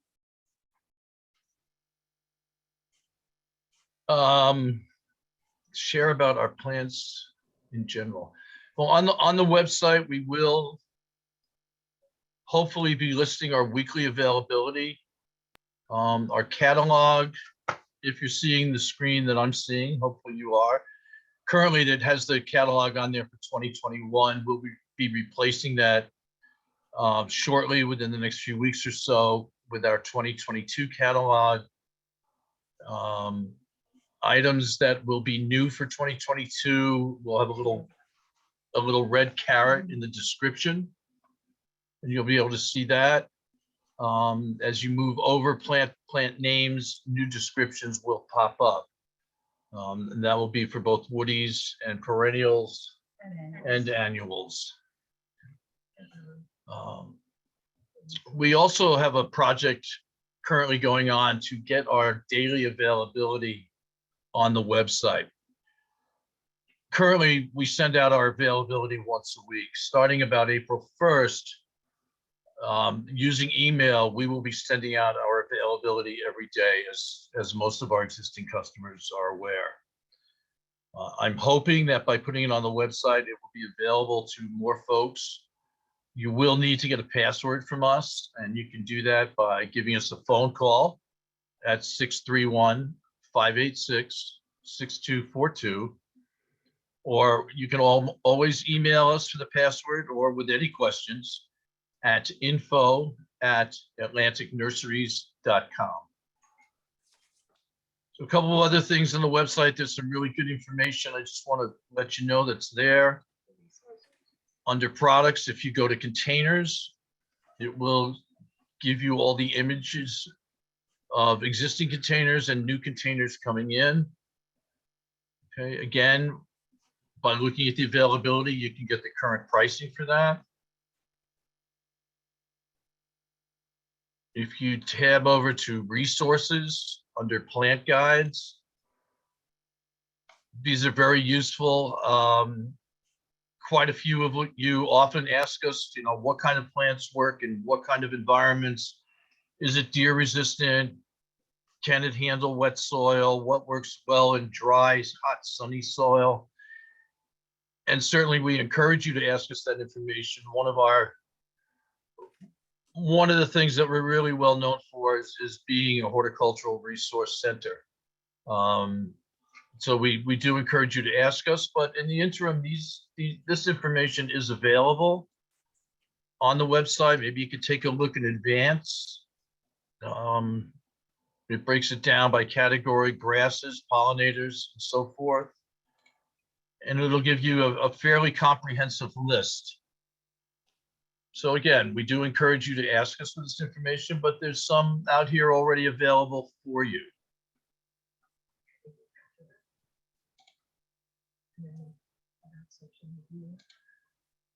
Okay. In addition to the website and all the new plant material that we have coming, We also are looking for folks with horticultural backgrounds. We have openings in our sales department. We have openings in the yard as far as running the actual nursery yard, maintaining the nursery yard. It's a varied position. It requires some horticultural knowledge. So we have many openings. Please send your information to us. Again, the website, the email address is info@atlanticnurseries.com.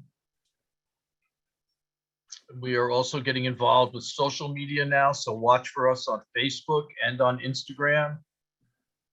We'll have really, really good stuff on there for you as we get new material in, especially brand new material for 2022. We'll be posting pictures of that.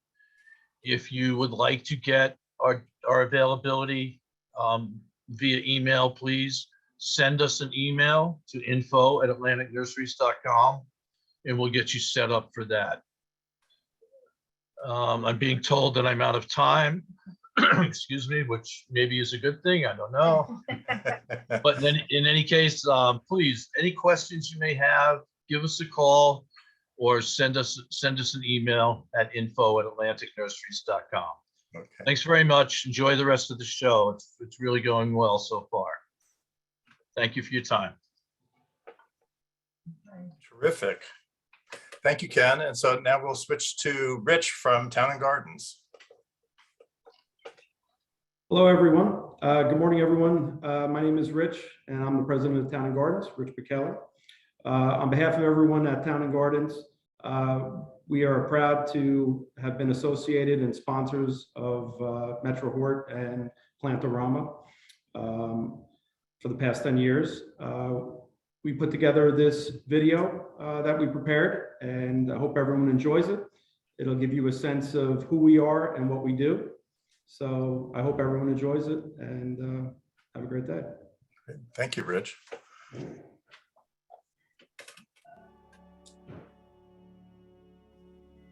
I have been working for Town and Gardens since more than 10 years, and we have also been supporting Metro Hort, Plant O Rama in all these years in various capacities. But it is important for us to give back to the industry, to show our support, to make this fantastic event happen that is so important for the people in the industry in the tri-state area. So every year we come together, unfortunately due to pandemic, only virtual right now, but at least we can come together. And Town and Garden wants to do their part to make it happen.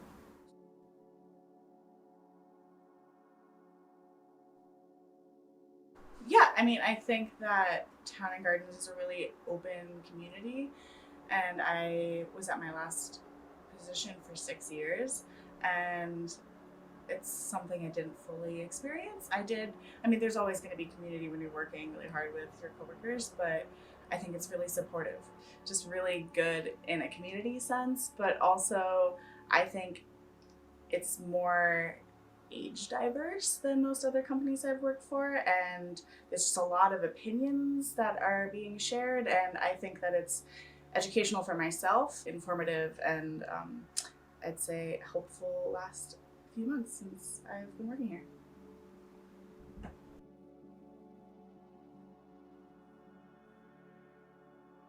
Well, I would say we are a mixed group, very open to all the individual talents that everybody brings to the table. It's not one special personality, it's many different ones, and together we make a team.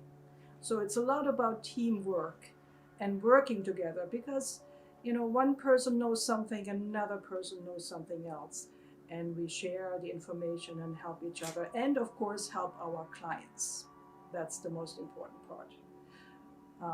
One thing I really like about working here is working with plants.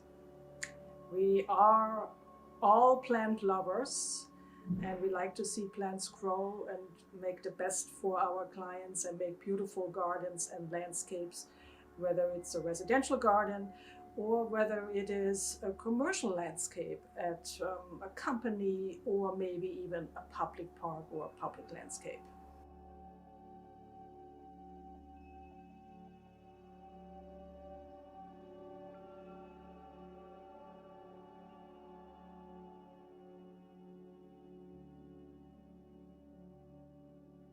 You know, working in New York City, and you'd think that that would limit the um, the design opportunities. You know, everyone wants just a dining space and a little bit of a living space, maybe a place to take in the views. But in reality, you work with a really exciting, vast variety of people in the city who have different goals and different expectations and different budgets. So that allows you to have, yes, sometimes you end up doing beautiful but traditional spaces, and then other times you get the opportunity to explore a new approach to the same kind of space.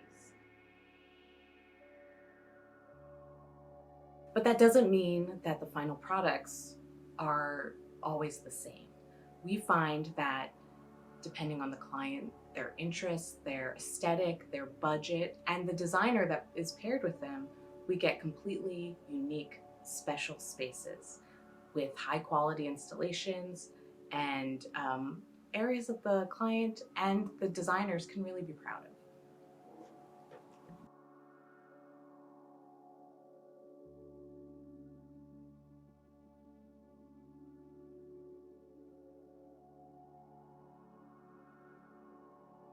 Great amount of care and passion goes into the design and installation of all the spaces that we work on at Town and Gardens. And that care continues on into maintenance as well.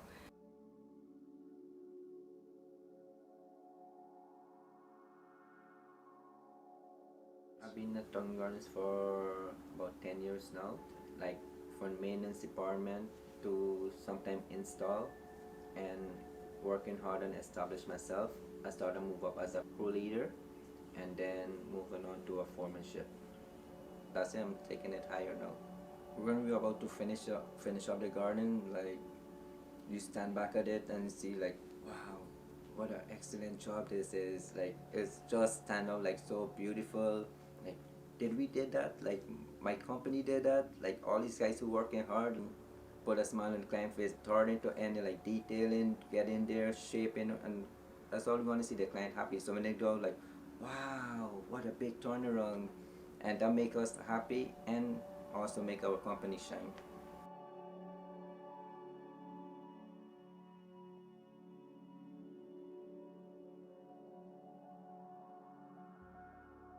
I think what drew me to this career, this field, is the ability to explore ideas in different types of media, whether it be 2D drawings, computer renderings,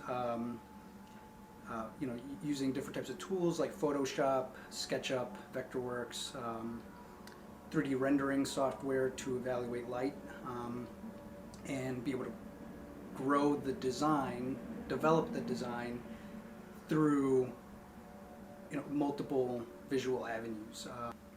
You know, the materiality, how it's being put together, how you expect the garden to grow over time, because we have to think, you know, the garden isn't going to stay static like it does, you know, in a computer, but how the garden will grow and then how it's going to be managed and maintained. Being that we are a design and build firm, you know, our goal is not to simply deliver the client with a design that they're happy with, but deliver the client with an installation that they'll be happy with.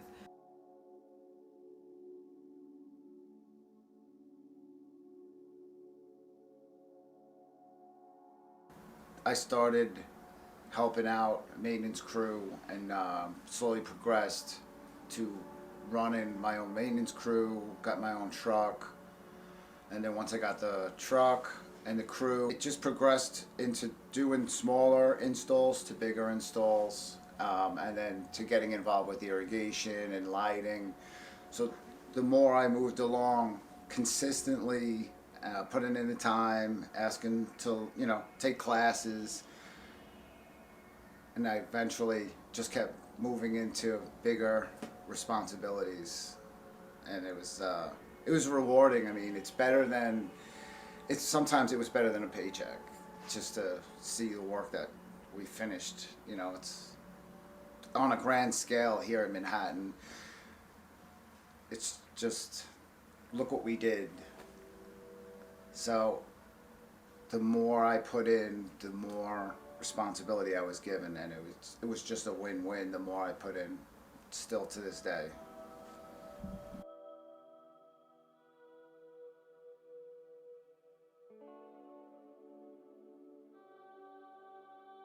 When I first walked through the doors of Town and Gardens, I immediately knew it was a different place, a different world from places that I've worked for in the past.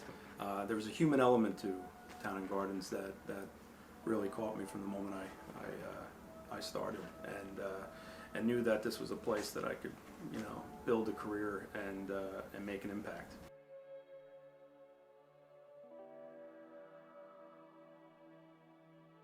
Compared to other places I've been in the industry, there are the similarities. Fast-paced work environment, the balance between residential and commercial installation and maintenance.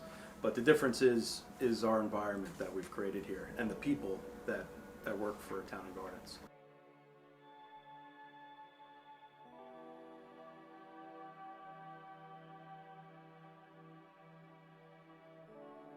Customer service. We excel at it. We structure our company around it. I think Ray Katina said it best, that if you think anything's more important than the customers, think again. And what I mean by structuring our company around it is our account manager to client ratio. What the ratio means to our clients is the special attention that they deserve and they're paying for.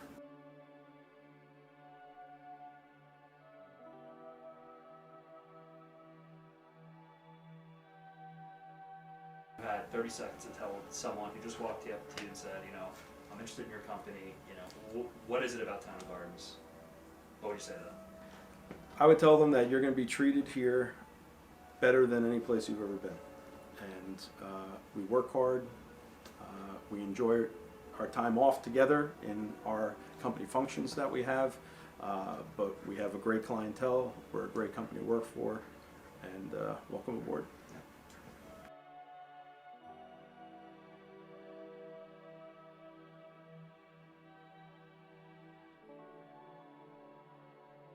If you're interested in joining our team, you can find more information at townandgardens.com, and feel free to check out our Instagram page. We put actually customers first, and that's pretty amazing.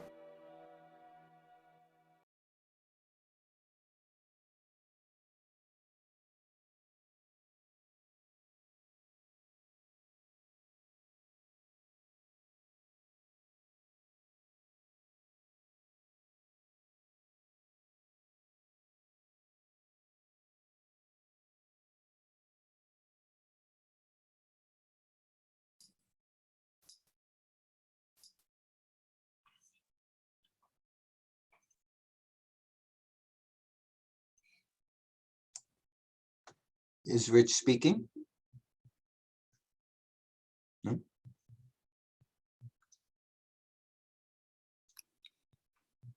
Mark Rayson would be next to announce the next group, I believe. Looks like Mark is muted.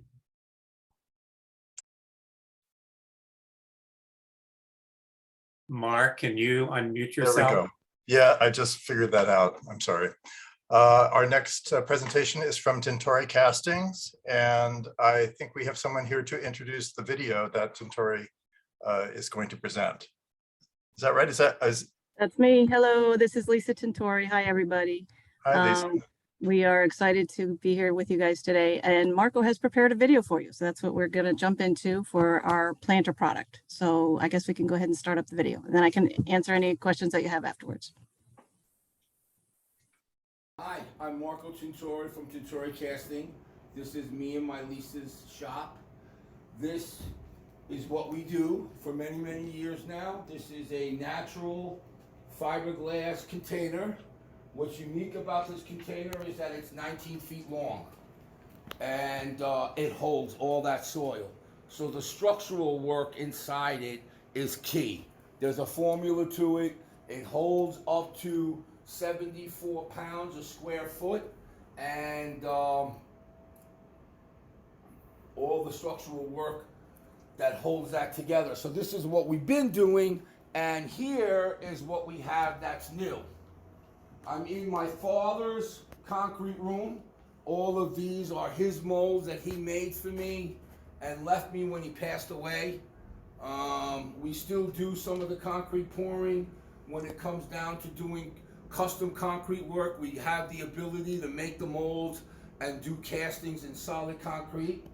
But this is our new matte black.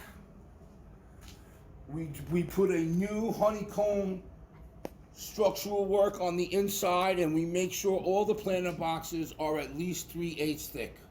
And the reason why is because the 3/8 thick planter box has a high R rating, which allows us to protect the plants that go in there. I mean, that is why we're making planter boxes, and who wants to change plants all the time? So this is our new matte black, which is hard to find. It holds, it holds up very well to UV. It doesn't turn haze white, and it's made out of gel coat. The other thing that we also do is that we started a few years back is we do all the woodwork. We have crews that go down to the city, and this is the taste of the work, the quality of the work. It's all screwed and fastened, and the whole box is hidden. The whole container has everything hidden. You can't see any of the fastening. This is a cedar box. This is our awesome liner that we put in it.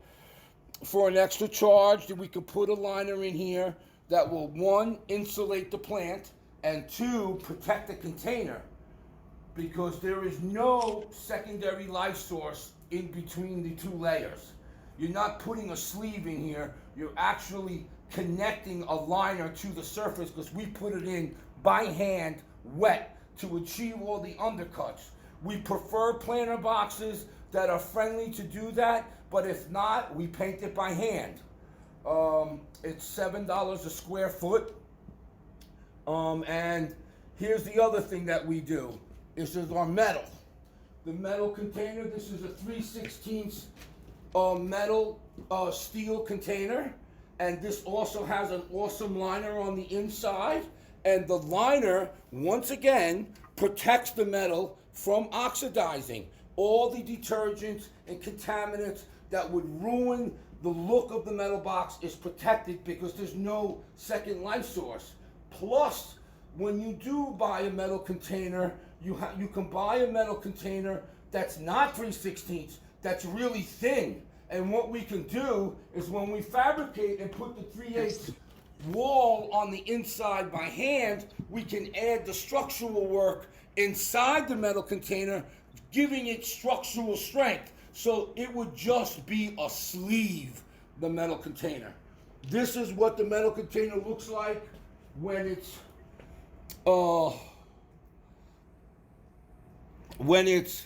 painted. It's powder coated. This is a powder coat matte black.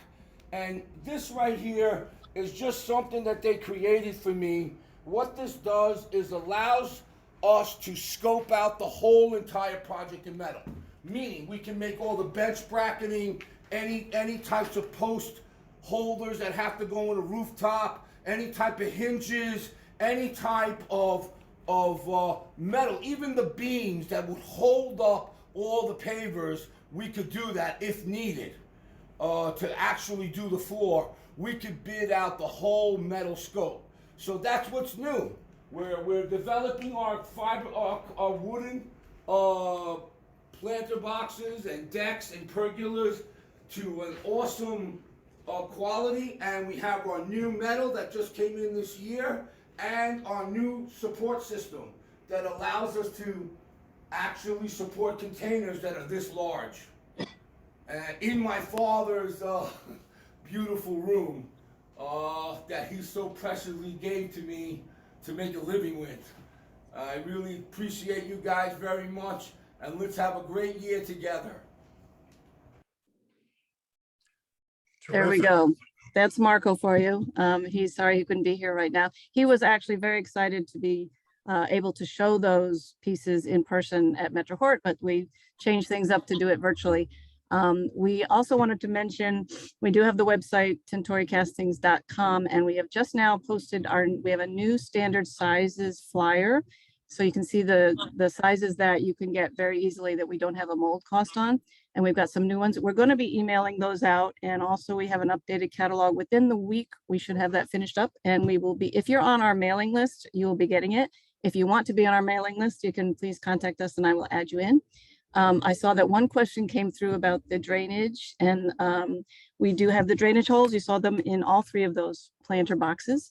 The liners is something new. We've been really getting some activity on, so we can do that either with a existing box that you have, or we can make the box, or we can have an insert liner. Those have been happening too. So there's a lot of new things that we've been designing around your questions. So when a client comes to us and says, hey, can we do this? We love that part. We love to be able to do custom work.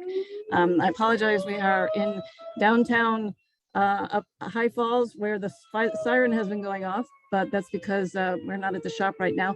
If you have any questions, please do contact us, info@tintoricastings.com.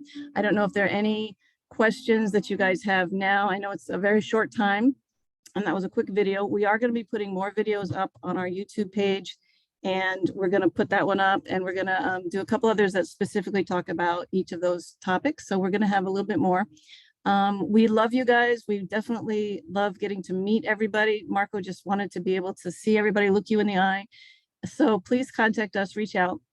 I don't know how much time I have left. Are there any other questions? You can put them on the chat. You have a few minutes. Okay, so I have a few more minutes. A couple other things I was going to mention is that on the standard sizes list, we've added a couple new sizes. One of them is 100 inches by 15 inches wide by 15 inches tall. Marco calls that his planter, window box planter on steroids. So he also wanted to use that one as an example of, if you have one of our standard sizes, the 100 by 15 by 15, and you don't want it to be 100 inches long, you want it to be 92.5 inches long, we can do that. So take any of our standard sizes in the lengths and the rectangles and bring it to the length that you want, as long as you can keep the width and the height the same. We've actually seen a lot of people use that creatively to fit some of their specifications that otherwise they'd have to pay for a custom mold. So we can work with you on your designs, on your plans. We actually really have done a lot of custom work and a lot of been able to cut corners and help people to fit what we can do in there. We've done crazy things like S planters, and we've done triangles and trapezoids and extra heights and all sorts of things. So the question is, do we keep sizes in inventory? We make everything to order, but we're very fast. So we have that standard size list. If you come to us and say, hey, I need, 5 skinnies, then we can definitely put that in production. Right now we have 2 custom projects in house. You saw the giant planter in there. That's a 19-foot by 6 foot wide, and I think it's 42 inches high. So there's definitely big projects that we get, but we also love when some guys say, hey, I just need 3 more planters, I need this, and so we work you in. We've definitely been known to pick up our speed on the production lately. So give us your specs. We love to see whatever your project is, and we can help you brainstorm it. And I think that's basically the question.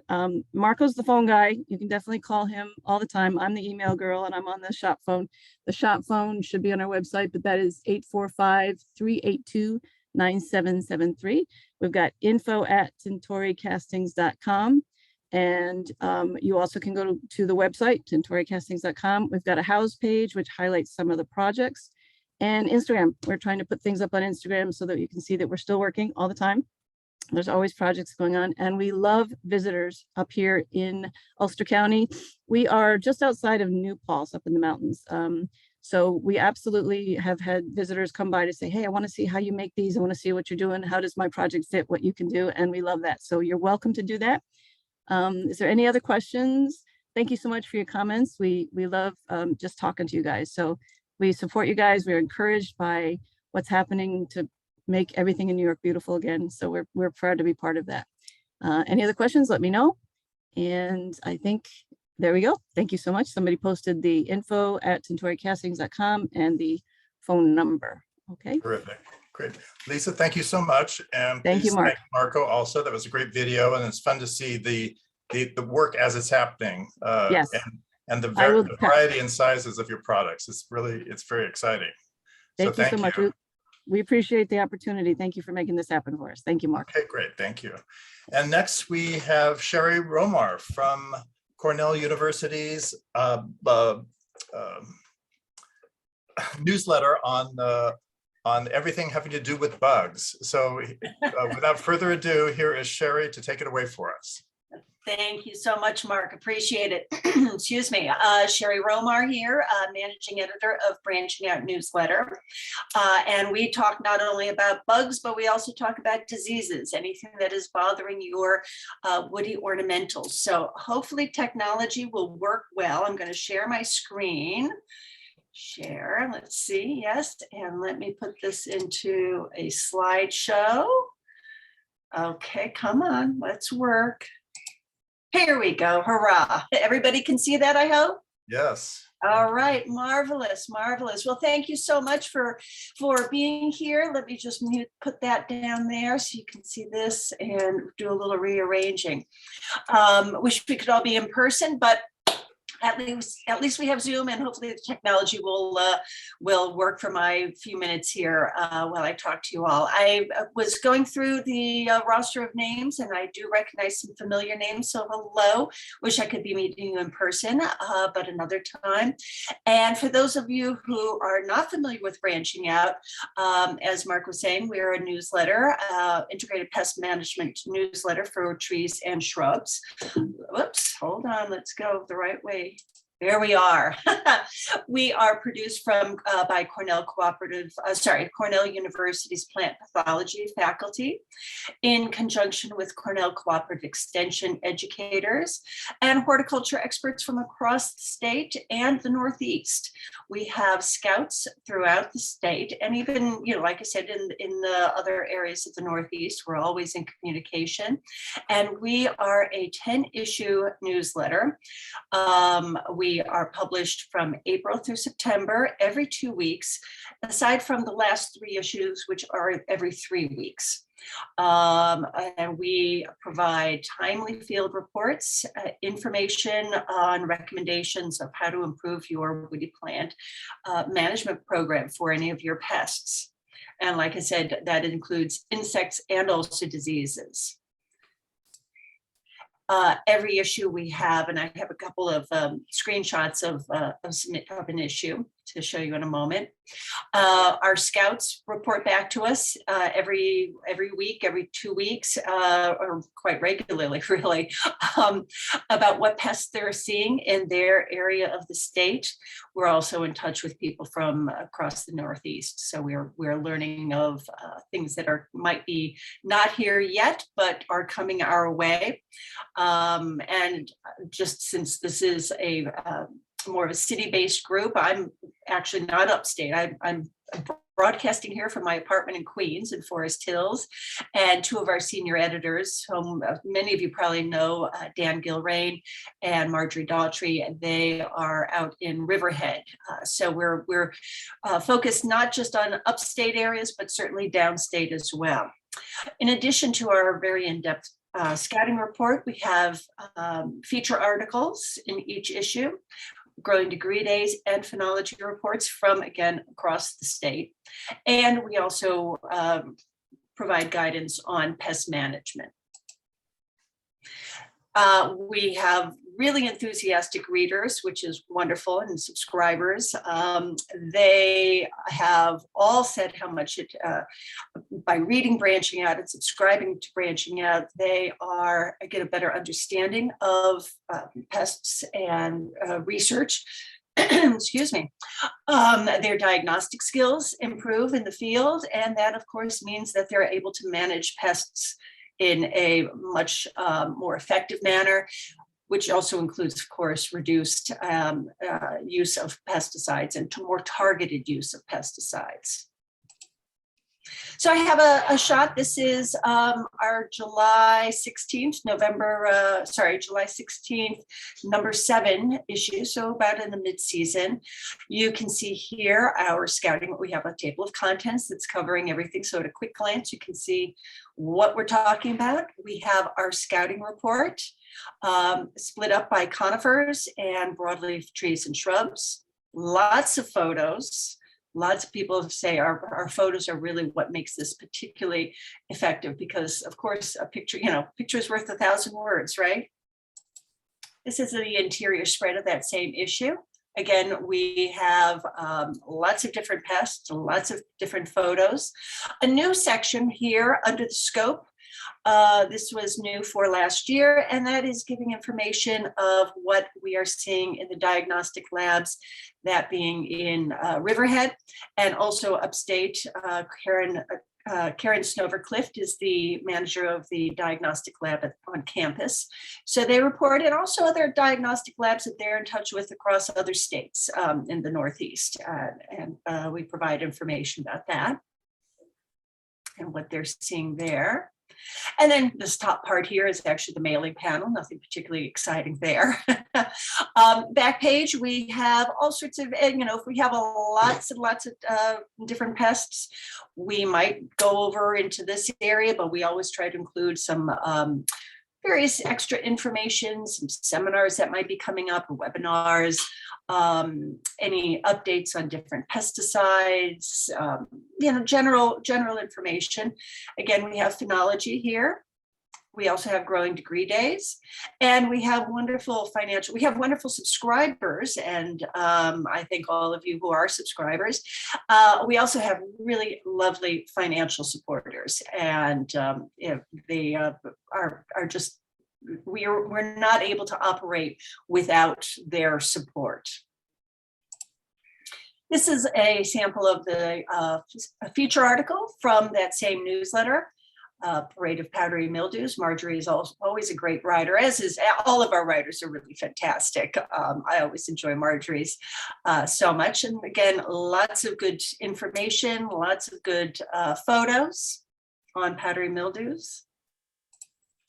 And then another marvelous thing about our newsletter is at the end of the season, so that's in issue 10, we provide an index of everything we've reported on. So if it's the end of the season and or getting towards the end of the season and you're trying to remember something from, the first issue, you could certainly find that first issue, but we have it all right here on the index page. We include also a list of all the features. So that's just a little summary of branching out. A couple other things to mention. Our normal subscription price is $65 for those 10 issues. We're running an early bird special, and that is $60 instead of $65. So you can go out and get yourself a fancy cup of coffee, and possibly a snack, depending on what kind of coffee you get. And that is running until a payment must be made by March 1st. You can sign up. I have the website listed right here. That's a new feature from last year when I began. We got our online payment up and running. You can also, let me move this out of the way. Whoops, I think I did something wrong. There we go. Let me just move this so you can see my email address. You can reach me if you have any comments, questions, need more information. My email is down there, sr369@cornell.edu. Kind of easy to remember. I'm not a math person, but when I started the job and they gave me 369, I thought, oh, everything's divisible by 3. So I was impressed. I remembered that from math class all those years ago. We have a couple of neat things happening for the coming year or this coming season. We have a new website. We've done a soft launch of our website. It's wonderful. I'm really so happy with it. It is going to be growing with many more resources than we've had in the past. With your subscription, you get the print version, but you also get online access to each issue that's listed as on the website as a PDF. And like I said, we're going to be having many, many more resources coming up, updates to our very outdated YouTube page, and some other social media. And I recently did a little survey of our readers about their interest in online classes. And we had an incredible response, so many people interested. And so we're going to be tapping into our experts at the lab and in the field, and we'll be offering some online training and so some exciting things coming for this season and certainly next. Would love to have everyone subscribing. Like I said, many of you already are. Just reach out to me if you have any questions. And that's about all I have. I'm going to stop sharing. Stop share. Here we go. Okay, Marvelous. are there any questions for Sherry? I actually have one question. I know that having used your newsletter for the past, I don't know, 15 years or so, I'm just wondering if, do you still send out an email with the newsletter in addition to having this website now? We send out the, each issue comes out, as each issue is printed and sent in the mail, you'll receive, any subscriber receives an email saying your mailed, your snail mail will be coming to you shortly, and here's online access with your passcode to see the PDF online immediately. Gotcha. Okay, great. Very efficient. Marvelous. Thank you so much. Yeah, terrific. If there are no other questions, then I think the information for reaching Sherry is in our chat, and we now get a lunch break. We are meeting back at 1 o'clock. We're meeting back here for our afternoon sessions, and the afternoon sessions start with announcements at 1 o'clock, and then the first speaker, Adam Dooling, is at 1:05. All right, thank you, everybody. We'll see you then. Have a good lunch. Tacos, Taco Tuesday.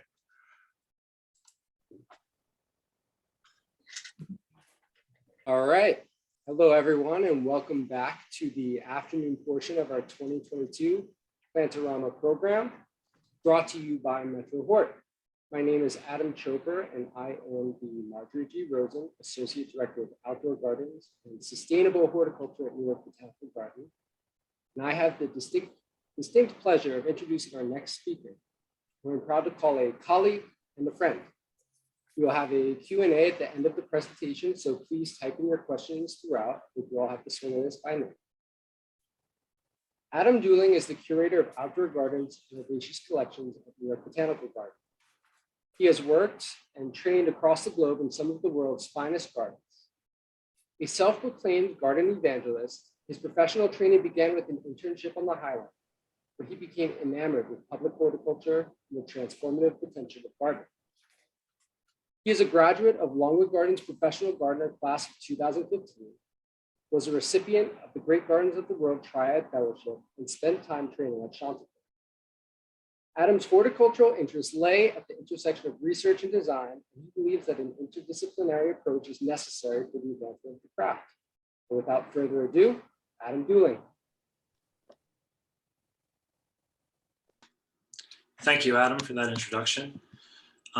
Thank you, Metro Hort, for having me. Let me just make sure I have screen sharing set up. You can all see that. Yep. It's loading right now. There we go. We've got it. All right, great. When I was approached to do this plant-centered talk, given that would take place at the end of January, the thick of winter having settled in, and spring a mere 53 days away. A depressing and anxious winter for many, if not most of us. I thought, well, we could all use a little daydream, a little glance at better days ahead. There's a lot to be said about the beauty and the aesthetics of the winter garden. There's a lot that's been said recently. For this talk, I wanted to focus specifically on flowers.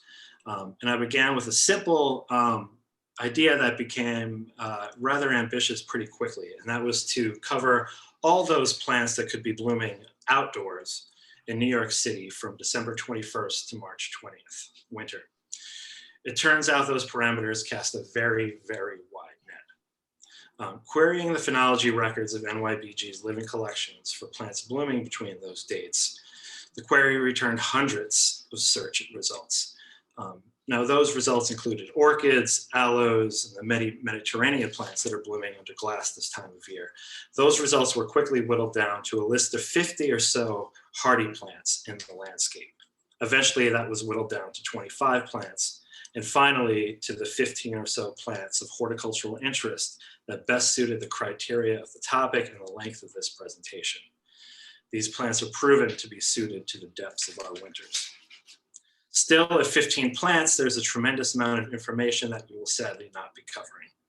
Most, if not all, of these plants have a wealth of historical and cultural importance, not to mention endless descriptions, characteristics, interactions with their environment, local pollinators, foreign pollinators, and so on and so forth. I cannot reasonably cover all of that here, so I tried to distill it down to the basics, what a gardener would want to know.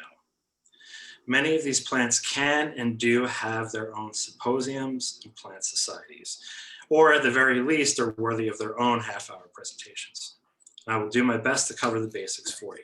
For many of you, this will be a primer, but I also hope that for many of you, something new may be learned. At the very least, it is an opportunity to look at some beautiful garden photography. And for that, I must give a huge shout out to my colleague, Marlon Coe, staff photographer at NYBG. Marlon and I started at the garden around the same time, and he has quickly become one of my favorite garden photographers. His photographs and the photographs of Ivo Vermeulen carry this presentation. Without them, this presentation would be a bunch of less enthusiastic iPhone photos. So again, thank you.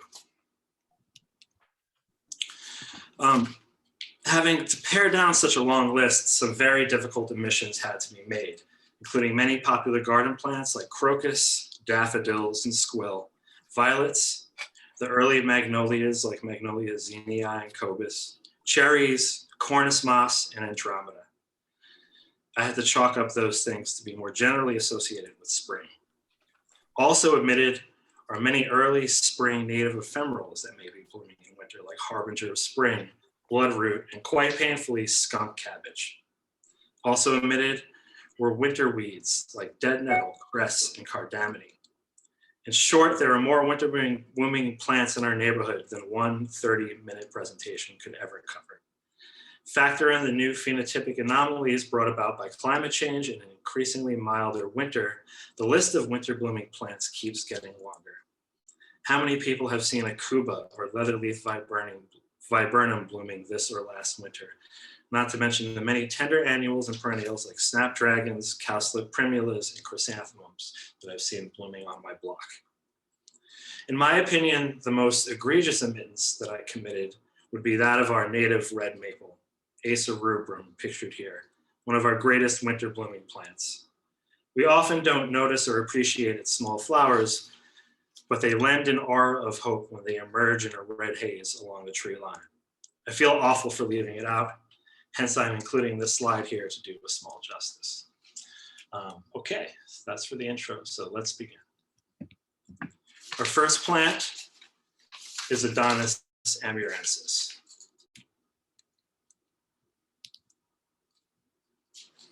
Adonis amurensis is an herbaceous rhizomatous perennial that grows from 6 to 8 inches tall, will slowly form wider clumps over the time, very slowly.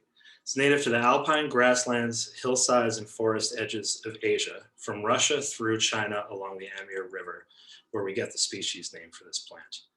Also, it goes into Japan, where it is called fukujuso, meaning fortune longevity plant. Named for the Greek god of death and rebirth, it blooms around the first week of February. Tough outer sheaths and waxy flowers protect it from the frosts and light snow. Later, after the flowers have opened, finely divided foliage emerges beneath the flowers, growing slightly larger until the plant begins dormancy, before fully disappearing by summer. Grow them in a spot where they will receive full sun in spring, but some shade later in the season. Keep the soil reasonably moist year-round. Try to keep it dry while it's dormant. Try to pair it with a spreading ground cover, something shallow rooted that can grow over to protect it while it's dormant. And don't forget where you planted it. Adonis has few pests and diseases other than slugs and compaction. We have a few magnificent clumps of Adonis along the ladies' border at the New York Botanical Garden. I'm going to keep revisiting this area throughout the presentation because many of these amazing winter blooming plants are suited for that location. Closely related to Adonis, having similar form, but much larger and coarser and evergreen, is the hellebore. Hellebores are herbaceous perennial evergreen plants, growing 1 to 2 feet high and up to 2 feet wide, of which there is 20 species, numerous hybrids, and countless cultivars, with origins from Europe across into Asia, with most of the species diversity occurring near the Balkans. This is another plant we could have an entire presentation about. Gardeners are probably most familiar with Helleborus orientalis, most of which are now filed under Helleborus hybridus. Also Helleborus niger, the Christmas rose, Helleborus fetidus, and Helleborus argudifolius. All bloom from winter into early spring. Some plants like the Christmas rose, Helleborus niger, and related hybrids begin blooming as early as late December or early January, with most other hybrids like orientalis and hybridus blooming from February into March. Pictured here is one of those Christmas rose hybrids, a very strong one for us at the garden, Maximus. Despite only blooming for a few weeks, hellebores hold their colorful sepals for much longer, giving the impression that the plant is blooming for much longer than it actually is. Frost resistant with multiple seasons of interest, low maintenance, and coming in many colors, hellebores have been increasing their presence on the market thanks to advances in breeding and micropropagation. Previously, hellebores were primarily propagated by crossing seed of different seed groups. And in order to keep the characteristics, you had to keep that group closed. Now we can propagate from micropropagation, so we can make crosses and grow them quickly and release them to market, from growing from a little portion of stem and then growing it in culture. Best grown in organically rich, humusy, well-drained soils in part shade to full shade, but able to withstand a variety of tougher conditions. Locate plants in areas protected from the coldest winter winds. There's some debate on how much of the old leaves to cut back in February. Here, we tend to cut them back all the way before the flowers emerge. This reduces instances of disease like leaf spot and crown rot, and it also allows the flowers to stand on their own. I like to leave some foliage behind. I like to cut back the worst of the diseased or the browning foliage and leaving the younger, fresher foliage. This, I think, looks a little bit better in the garden and keeps people and gardeners from possibly stepping on the crowns of the plant. But also it allows for a bit more of presence in the garden. Our next plant, another plant worthy of its own symposium, and a plant that I love very much because I work closely with it. At NYBG, we have an amazing Galanthus collection located throughout the garden, but with a concentration in the azalea garden and then the rock garden. Galanthus consists of a genus of roughly 23 species, including the newly named Galanthus bursanus. All are diminutive, herbaceous, bulbous perennials growing 6 to 10 inches tall, sometimes smaller, sometimes taller, that will form small clumps over time.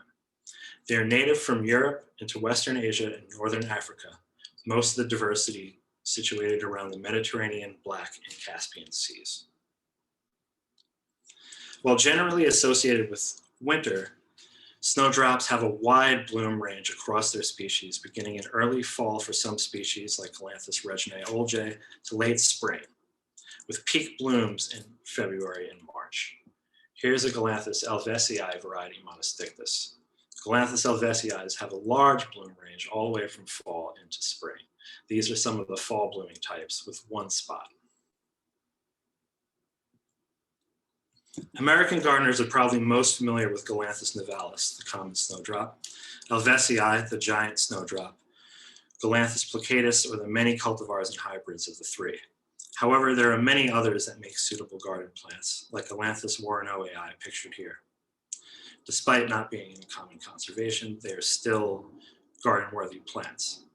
Some flowers can be mildly fragrant and have been observed to attract solitary bees, gnats, and flies, and may find themselves out in the cold months.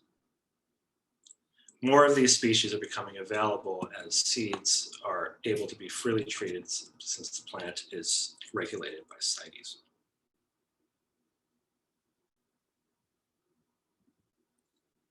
Few pests and diseases bother them, though some viruses may cause discoloration, and other discoloration may occur from winter extremes or physical stressors. The plants can be divided in spring, in the green from bulbs planted in late summer or early fall, more delicately propagated by chipping, which is dividing the bulb along the basal plate to produce new offset bulbs. That basal plate is meristematic growth, so when you divide it, put it in culture, it will make offsets, smaller bulbs that are identical to the parent bulb. And this is one of the more popular ways to propagate a lot of these selected cultivars. Now, they all may seem to be the same from a distance, small little white flowers, but snowdrops are actually quite diverse and are easy to grow despite their small size. Many variations in flower form, such as doubles pictured here on ballerina, gold forms like this Galanthus nivalis, Loic, or gold and double forms like Lady Elphinstone. Many of these forms are sought after, which has led to a collector's frenzy aptly dubbed galanthophilia. At NYBG, we have a great collection that represents the diversity of the species. With about half of the species of the genera, with about half of the species accounted for and hundreds of cultivars represented. Our next plant is the hardy cyclamen.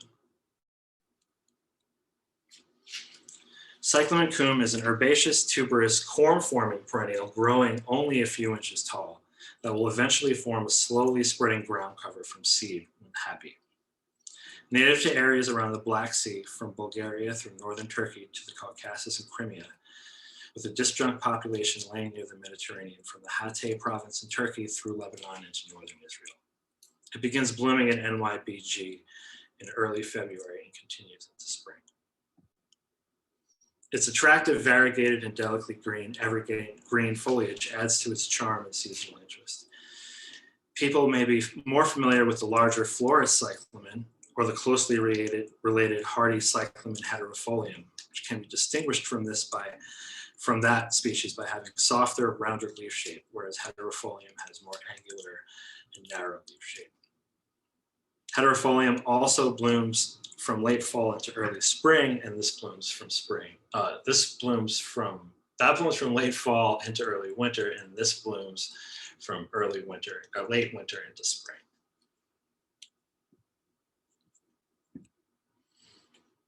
Cyclamen coum make an excellent ground cover planting around rocks and the roots of trees. Diverse and interesting foliage makes for multiple seasons of interest, but are best if not burdened by the heaviest of snows, which seems to happen less and less these days in New York anyway. The corms like to sit at the interface of the soil, halfway at the soil line. Cyclamen prefers even to moist, well-draining soils with a bit of aggregate, do very well in rock gardens, and will benefit from some afternoon shade and additional protection from the elements. They also do well in pots with some know-how and are easy to grow from seed.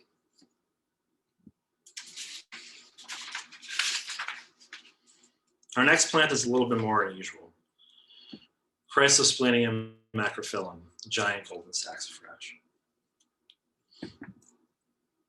In total, there are about 57 species of golden saxifrage, an herbaceous stoloniferous perennial growing 10 inches tall in spring to form a weed-suppressed ground cover. This species is native to China, whereas most species can be found across the northern hemisphere. It begins flowering for us in mid-February at NYBG, with unusual flowers typical of Saxifrageaceae emerging first before being followed by Bergenia-like mats of foliage growing from stolons along the soil. Not often seen in cultivation, yet easy to grow, golden saxifrage enjoys moist soil, dappled shade, where it works best as a ground cover beneath deciduous shrubs like hydrangea and stem dogwood. No need to cut it back as it blends well with the leaf litter and detritus left behind in winter. Hamamelis. No presentation on winter blooming plants would be complete without the witch hazels, one of our most venerable understory shrubs or trees. I'm going to spend a bit more time talking about them here just because we have an extensive collection at NYPG that's quite amazing. The venerable witch hazel, deciduous and spreading shrubs growing from 10 to 15 feet tall and upwards of 30 feet, like a small tree, and with a common spread of 10 to 15 feet.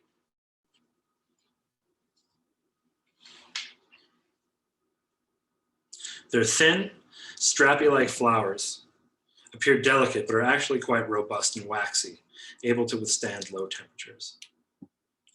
There are about 5 species of witch hazel in total, 3 from North America, Hamamelis virginiana, Hamamelis vernalis, and Hamamelis ovalis, and 2 from Asia, Hamamelis japonica and Hamamelis malus.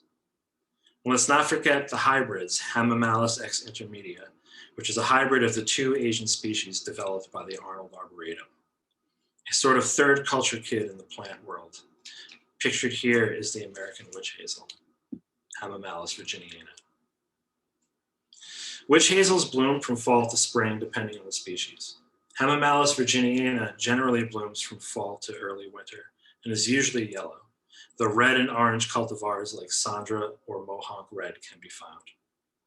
Hamamelis vernalis, pictured here, usually blooms from late winter into February and then on to early spring, December and March in the wild. Flowers are usually a deeper orange and red. Hamamelis japonica, of which the fabulous cultivar Shibamachi red is pictured here, begins flowering in January. As does Hamamelis malus. Here is the famed cultivar Wisley Supreme, named for the famed RHS garden. It also begins blooming in January. Hybrids like the stunning gingerbread run the gamut in terms of color. They generally bloom in the spring and can be found in different tones of orange, red, and purple. Early spring, I should say. Witch hazels are botanically and culturally rich plants that provide multiple seasons of interest beyond their unique skill of blooming in the dead of winter. They provide beautiful fall color, as well as providing an important source of food for many native insects. They can be easily grown in average medium moisture, well-drained soils, and full sun to part shade. Most prefer acidic, organically rich soils. They require little maintenance and pruning, save from removing suckers. Many cultivars have good form when young and can be used to great effect in container displays like we use at NYPG. The garden has an incredible extensive collection of witch hazels, which do wonderfully beneath the deciduous hardwood canopy of the azalea garden.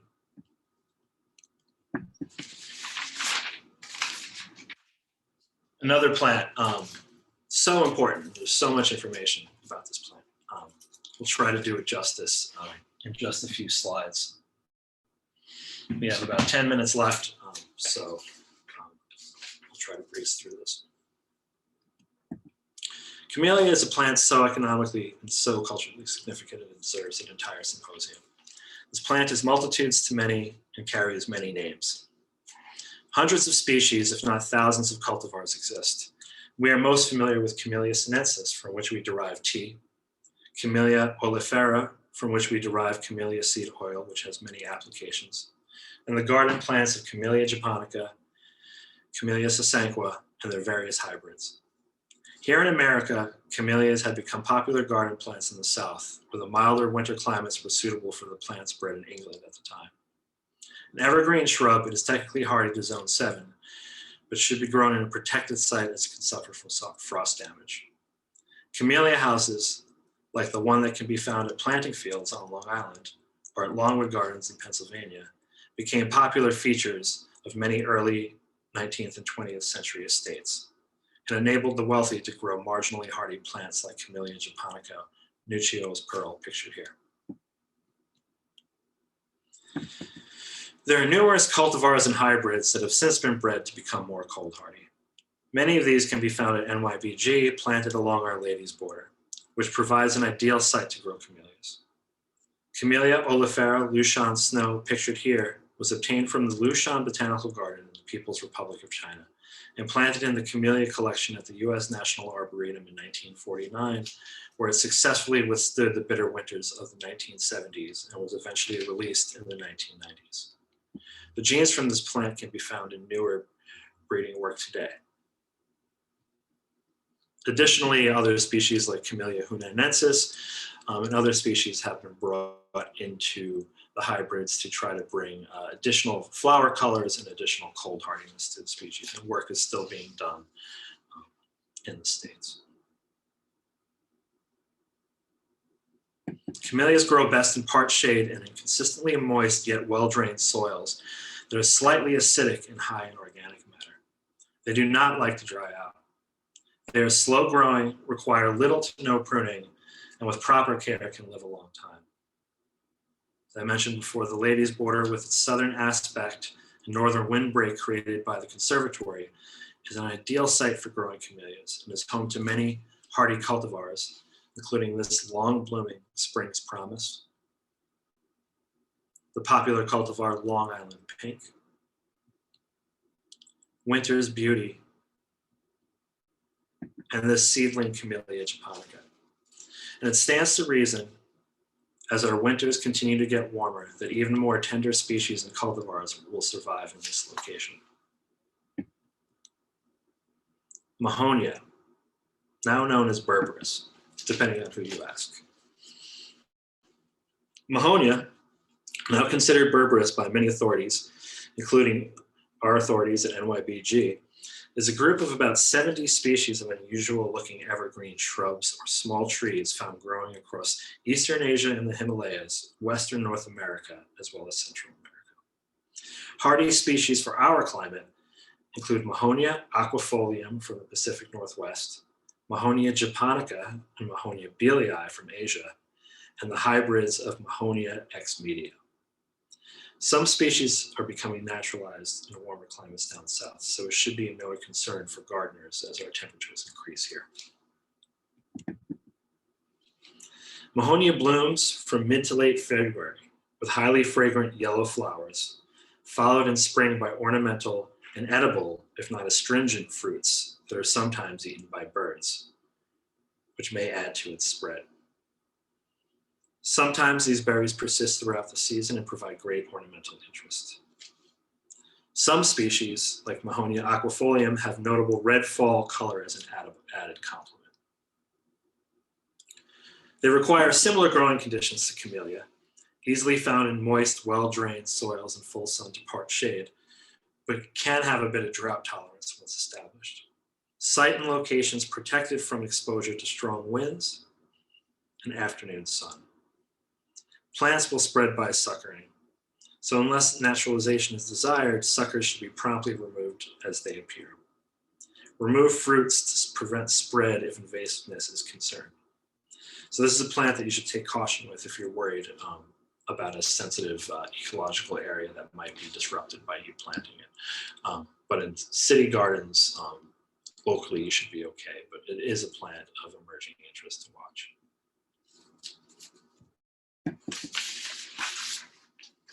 Hymenanthus praecox. Fragrant wintersweet is a deciduous shrub native to China with a gangly habit and the potential to grow up to 12 feet by 12 feet. It'll bloom as early as December for us, up until the last week of January. Fragrant wintersweet is one of the few plants to flower dead in the winter. Its yellow, waxy blooms are small, but highly fragrant. When not in flower, wintersweet is nondescript and may fade into a busy garden. Has a shrubby habit, dark green leaves that will turn yellow in the fall. Nonetheless, it should be planted where its fragrance and unusual blooms can be appreciated. Hardy to zone 6, fragrant winter sweet prefers moist, fertile, and well-drained soils in full sun to part shade.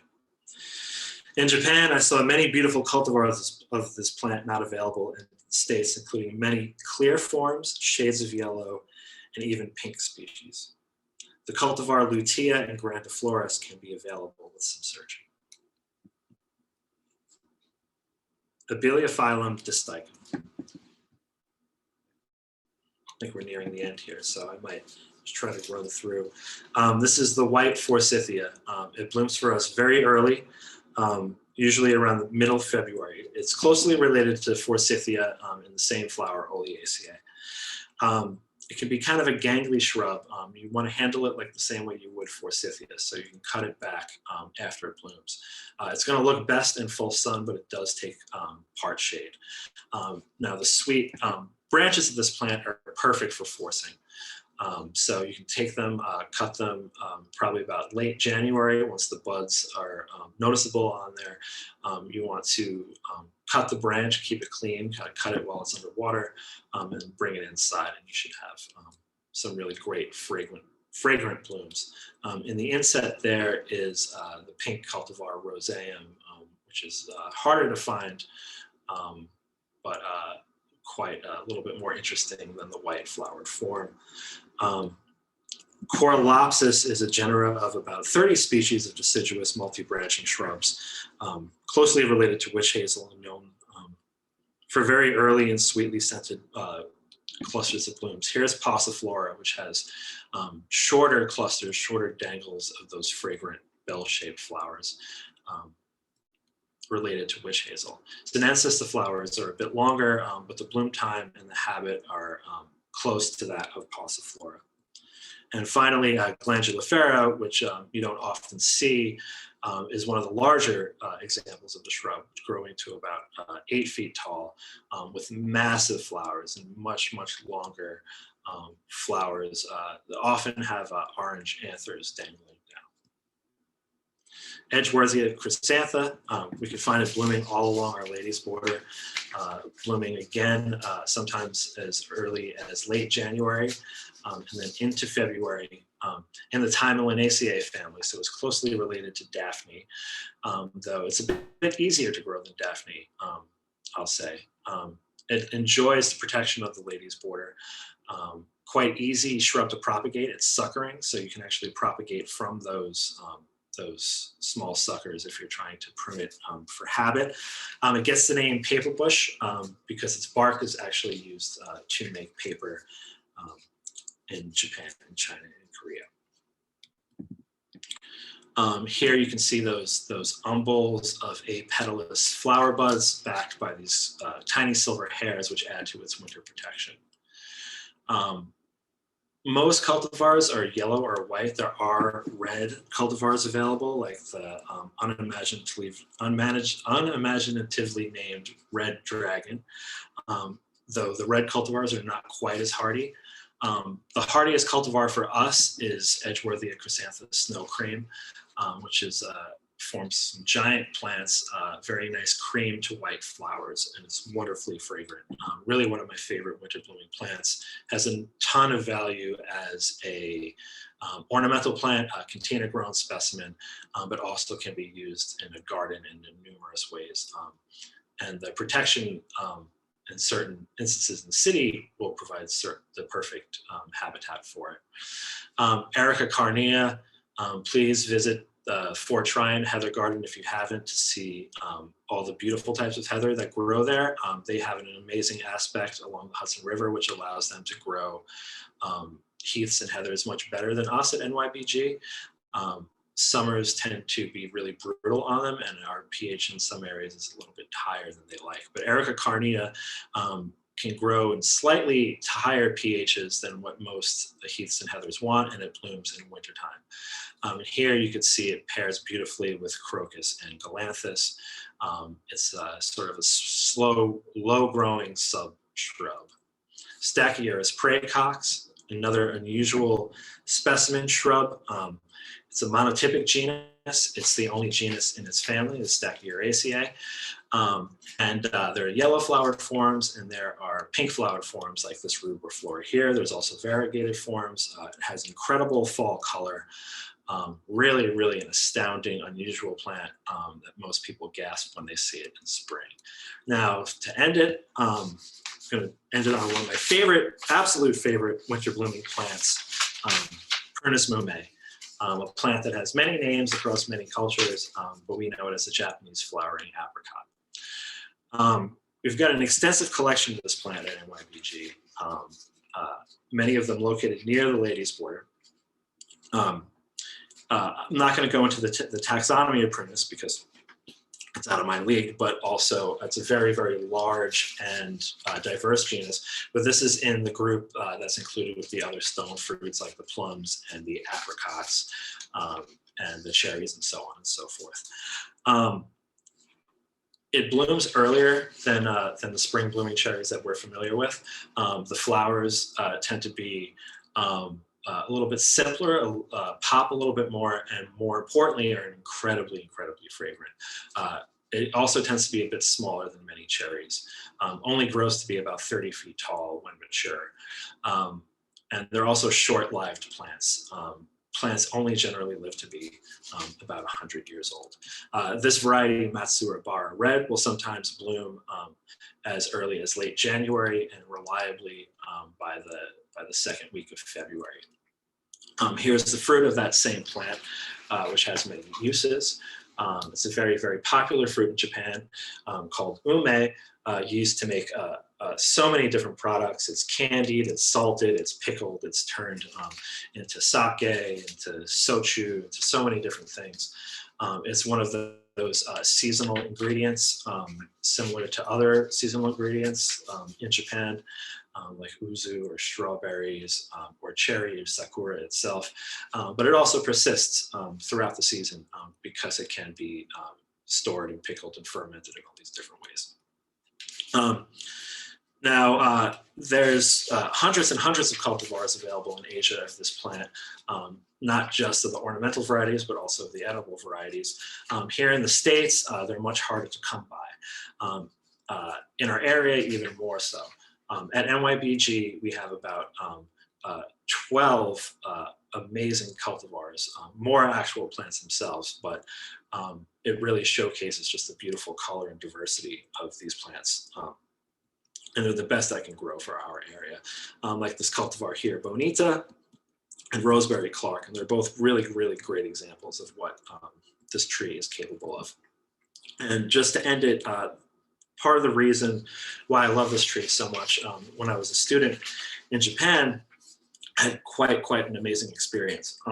I was a student on the island of Wajishima, which is off the main island, Honshu. And on the southern end of Wajishima lived a farmer who grew this enormous pendulous form of Prunus mume, which is a massive, massive tree for the size that it's purportedly is supposed to get, and also it's a really, really old tree for its age. I said these things can only really live to be 100 years old. This one is at least purportedly 60 years old. What was really, really astounding about going to see this tree was that people were going to see it from far and wide. I met a couple who had traveled there from Russia. There were people there from Korea, from China. There were tour buses, all in a very, very rural area off the beaten path on southern Wajishima. Now, the fact that this tree, which was really, this was sort of the beginning of Hanami for me there, which is the larger celebration of flowers through the cherry blossoms and the sakura blossoms. So this was almost like a religious experience to see just how important and how amazing this plant was, and to be in awe of its fragrance. So just the sheer amount of hope that this tree gives people makes it worthy of mentioning. And with our winter's getting milder, there's more and more opportunities for us to grow this great plant. And with that, I'm sorry I went a little bit over. I will conclude my presentation. Thank you again to Metro Hort. Thank you to Adam. Thank you for all of you for sitting through this. Thank you to Marlon and Ivo for their beautiful photos. And enjoy the rest of the conference. Thank you so much, Adam. That was fantastic. You are a seamless, endless supply of plant knowledge. So thank you. If anybody has additional questions, feel free to type them in. I'm going to get started. We've got time for just a couple. Okay, other than Hamamelis, are there other native / local winter blooming shrubs? Lindera benzoin was already brought up in the chat. Do you have any others that you would recommend, Adam? Yes, there are. Many that I didn't include because the flowers are sort of insignificant. We mentioned maples before, but there's many birches, hazels, plants, a lot of the catkin growing plants. I'm sure there's more that I'm forgetting or I'm not aware of. But to answer your question, yes. That's great. Another question in chat, if I can find it. Wondering if any of these can outcompete lesser celandine. Can you repeat that? From Dan, wondering if any of these plants can outcompete lesser celandine. Now that's difficult because lesser celandine occupies like a niche in a moment, and its mechanisms are just, it's one of those triple threats. It spreads from those little bulbils at the bottom. It's hard to find anything that grows at the rate that lesser celandine grows in the moment that it does grow. And it's a shame because you'll notice that the time that it does grow, there's a lot of many beautiful ephemerals growing at the same time, like our native erythronium and like harbinger of spring, and to a lesser extent, bluebells that like it a bit drier. But I can't think of anything that would directly outcompete it plant for plant, but with added cultural interventions, working on removing the plant, you can probably get something else to establish. But that plant is a very, very successful. It's really good at its job. So off the top of my head, it's hard. And we're always looking for something that can outcompete it, but really, it's a difficult plant to control. Yes, Vicaria is a rascal. So this question is from Lily. Any advice for young horticulturists entering the field? Yeah, a ton. Definitely, stay interested, stay inspired would be sort of like a catch-all thing. Try to network. Generally, everybody, as a student growing up, I was kind of blown away by the generosity of almost everybody I've met in this field. So don't be afraid to ask questions. Don't be afraid to look for opportunities. And best of luck to you. All right. Next question from Tessa, my former boss. How far north can witch hazels grow, particularly japonica? That's a good question. I don't have the specific answers. I believe it's hardy to zone 6, so I wouldn't think it can go too much farther north. It may be a little bit hardier, but I don't think it's as hardy as like a zone 3 like Hamamelis virginiana. That's a good question. I don't have the answer for you. Somebody said it can grow to zone 5. All right, crowdsourcing. So if anyone has any other questions, that was fantastic. These are some of my favorite plants in the garden. I love the garden in winter. And I think we'll just pass it on a few minutes early. I'm going to pass it off to Charles.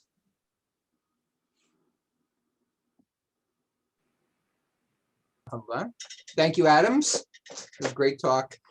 And people found it very interesting. So next up is it's my great pleasure to introduce our next speaker. And this person has been involved with Plantorama since the beginning. So I learned recently that he's a native of Long Island. Somewhere along his moves from one coast to the other, he lost his Long Island accent, but maybe he'll reveal part of it during his talk. He's worked at Longwood Gardens, and then he's moved to the West Coast to work at San Francisco Botanical Garden in Golden Gate Park, and then back east to Brooklyn Botanic Garden here in the city, where his last position was as vice president for horticulture.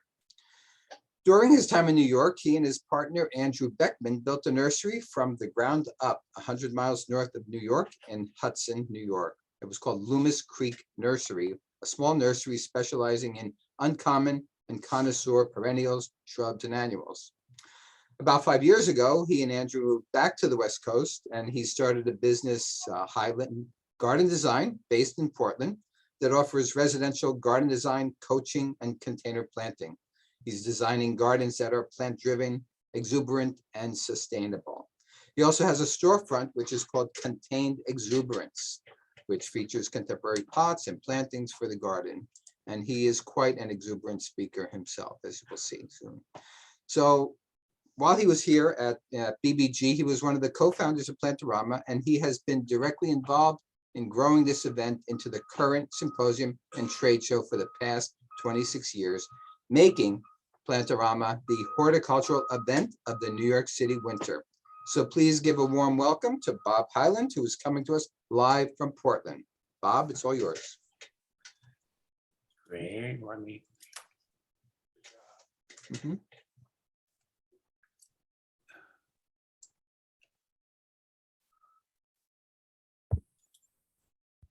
Here we go. I'm just getting my program, sorry.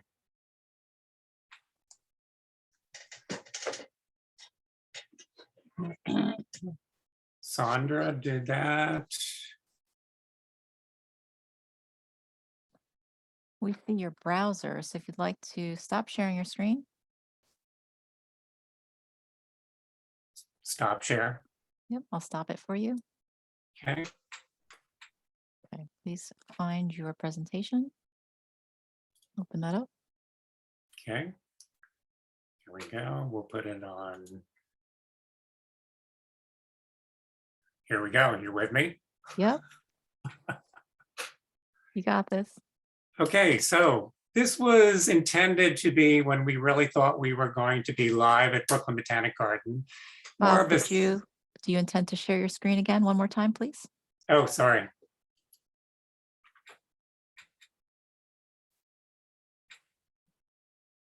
Okay, too many. Now are we good?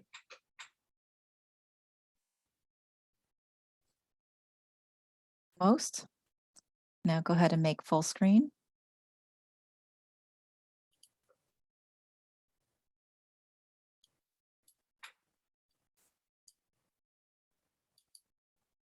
Okay. But now let's go back to the beginning. Great. Here we go.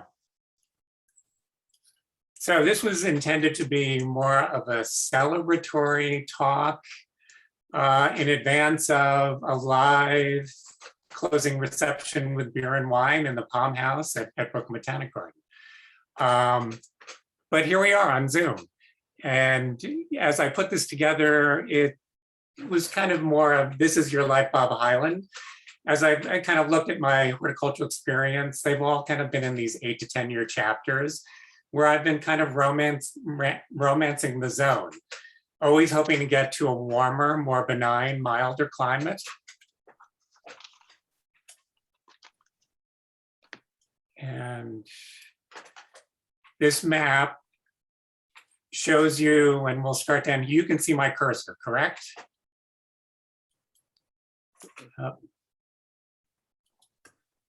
Yes. You can. So really my horticultural, grew up on Long Island. I'm a Long Island boy, New York metro region. Went to school in Ohio, but my horticultural gardening experiences really started in subtropical Florida. South Miami, Coral Gables, way down here in this orange zone on the map. And from there I went further north into North Carolina, where I did graduate work at North Carolina State University under the guidance of J.C. Ralston, who was really my mentor in all of this in my life experiences. My first horticultural job was further to the west in Winston-Salem, North Carolina, where I was horticulturist at Old Salem. From there, I went up to Delaware and southeastern Pennsylvania to Longwood Gardens, the Longwood graduate program, and 8 years working on the staff at Longwood. And from there, I started my bi-coastal back and forth. I went out to San Francisco and just fell in love with the San Francisco Bay Area and the ability to grow so many plants that I got to know in the conservatories, protected in the grand conservatories at Longwood Gardens, could actually grow them in the ground. After 5-6 years at the San Francisco Botanical Garden, when I was there, it was still known as Striving Arboretum, I had this wonderful opportunity to travel back across the country to Brooklyn, where I became vice president of Brooklyn Botanic Garden and the start of Plantorama, and getting to know all of you in the room tonight. You know, you're still my colleagues, we're still very much connected. From there, as Charles said, after 8, almost 9 years as vice president at Brooklyn Botanic Garden, my partner, Andrew Beckman, and I had bought property up in Columbia County, 100 miles north of New York City, along the Hudson River. And we started a nursery. We were very enamored of places like Plant Delights and influenced by Heronswood Nursery and many regional nurseries of that caliber. And we wanted to try our hands at that. So in 5B, 10 years ago, Charles, you said 5, it's already 10 years in Portland, Oregon, traveled back across the country to Portland, Oregon, where I've been for quite some time now. So Longwood Gardens really was the starting place to really where I gathered, really learned about horticultural display and really the art of growing plants and displaying them in the best possible way. I spent 8 years at Longwood Gardens on the staff, and then traveled out to the San Francisco Bay Area and worked at San Francisco Botanical Gardens, as I said. And really, this is where I learned, and this is really ingrained in me now, really learned about the Mediterranean climate regions of the world with the wet and dry cycle of weather, which I'll tell you a little bit more about in my remarks about Portland's climate. But certainly coastal California, the whole Mediterranean basin, Portugal, much of Spain, and Cape Province in South Africa, this whole coast of Chile, which I had the great fortune of leading a tour to in 2018 with the Pack Court Society. Let me get back here. And then in Australia, 2 parts of that continent, Southwest Australia and Southern Australia, having Mediterranean climates with that distinct wet, dry cycle. Traveling back across the country, again, the bi-coastal back and forth, in 1994, landed at Brooklyn Botanic Garden, seized the opportunity to become vice president of horticulture. And over the course of my time at Brooklyn Botanic Garden, I was vice president of education, as well as facilities and operations, and a chunk of that time, security as well. The in-joke at Botanic Garden, I was vice president for almost everything,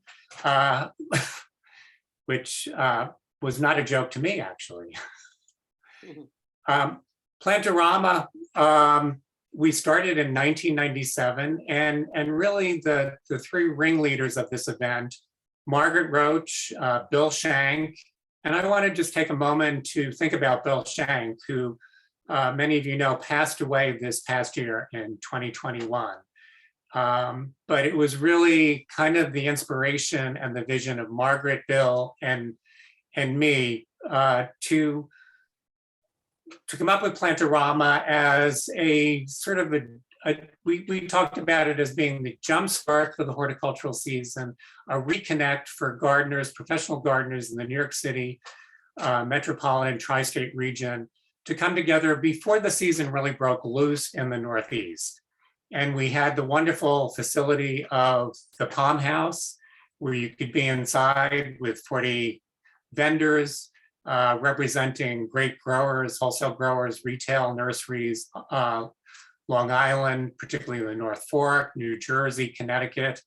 And inside this, we'd see wonderful, marvelous plants. I thought it was interesting that Jimmy Blake opened his program last night with talking about Hamamelis Barnstead Gold, which was blooming in his garden, one of the first Hamamelis. And here it is on a table that we were seeing. I think this might have been 5 years ago. And the other joy of Plant-O-Rama was you could spill out of the Palm House and you could be in the 52 acres of Brooklyn Botanic Garden, seeing many of these plants, depending on how the season was sort of unveiling itself in the Northeast.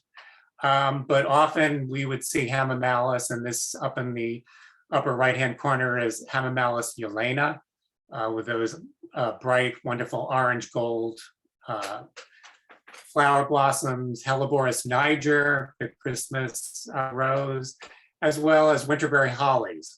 So this really this encapsulates what really Plant-O-Rama is all about. Indoors, outdoors, a reconnect, a jumpstart for the season.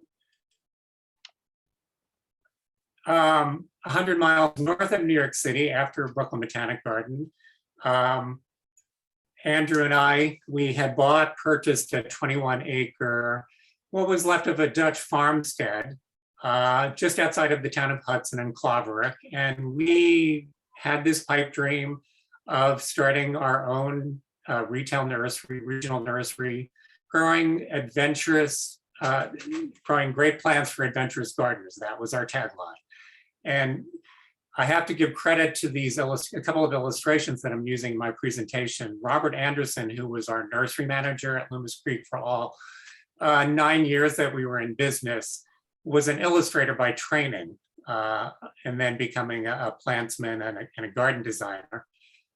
Did these wonderful illustrations of where we were, and you'll see some more coming up. For those of you who had the opportunity to visit Loomis Creek, this was the scene. We had 21 acres, really only 1 acre of that we carved out of these hayed fields, and several big greenhouses for production. So we grew our own plants, mostly from plugs and liners. We did a lot of things from seed and did a lot of trial and evaluation. I've lost you.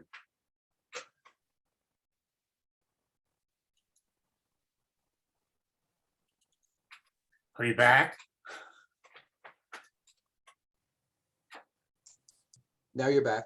You're back. Okay, sorry, I think I'm having Wi-Fi issues here, but from Hudson, New York, an opportunity came up 10 years ago. Andrew, many of you know, worked for Martha Stewart. He was her head gardener on her estates in Westport, Connecticut, and then as she moved into Westchester County at her Bedford property, oversaw the development of those gardens there. An opportunity for Andrew came up 10 years ago at Timber Press to become publisher and editorial director for Timber Press. And that's what really led us to our cross-country move again back to, and we were trading up 3 hardiness zones, so it was very attractive to us. Portland, Oregon certainly has been,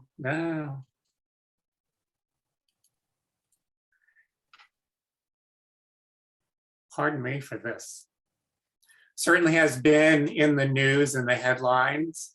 It's a town, and I use this banner up here. This is long live the wild cards, the misfits, and the dabblers.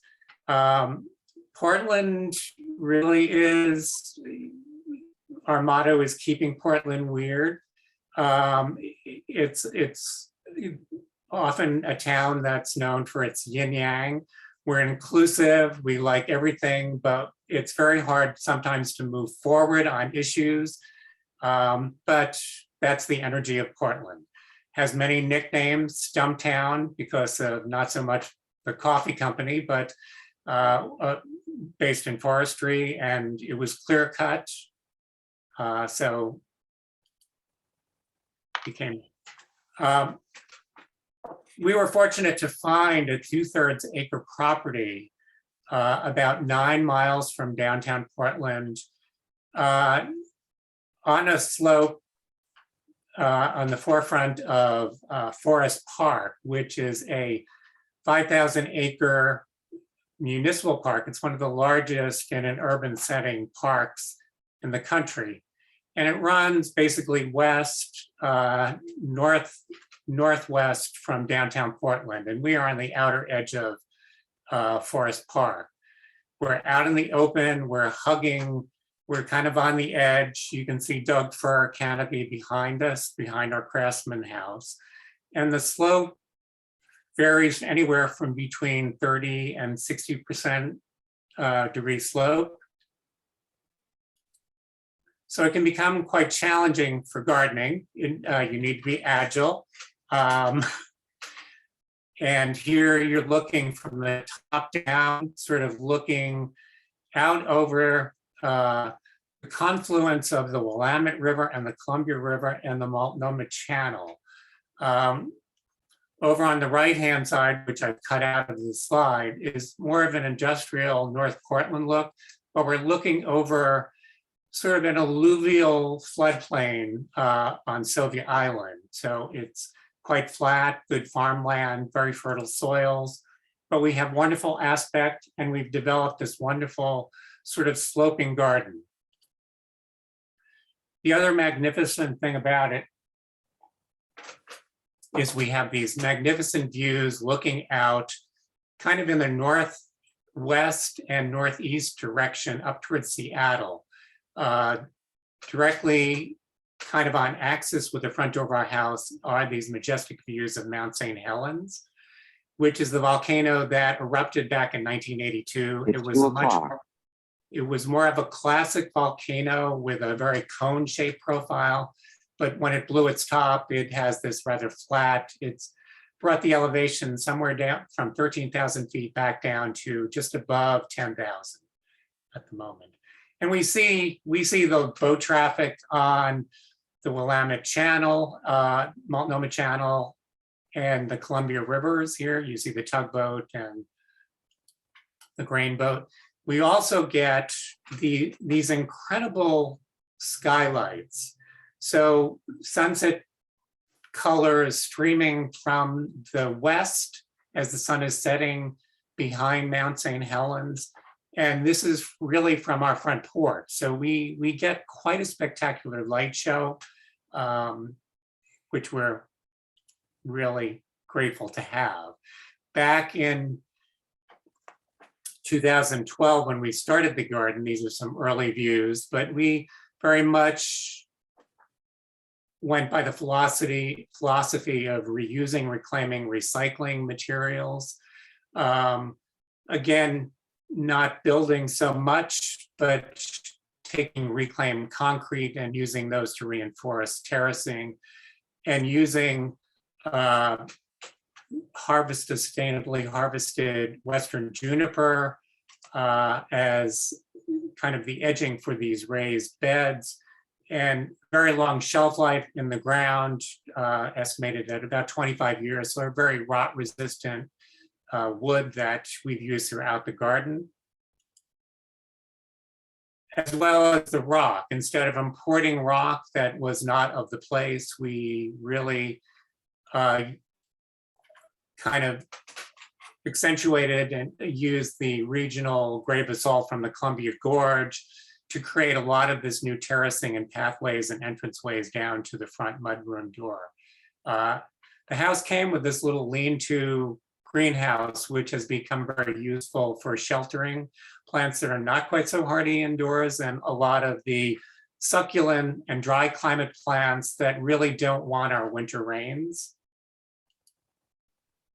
And here's just a representative. So this is the planting now that after 8 years. My planting design is, some people would call it blousy, very layered, kind of busy. But here I've been able to, because of our climate, our benign climate, have been able to meld, it's a melting pot of plants from so many of those Mediterranean climate regions.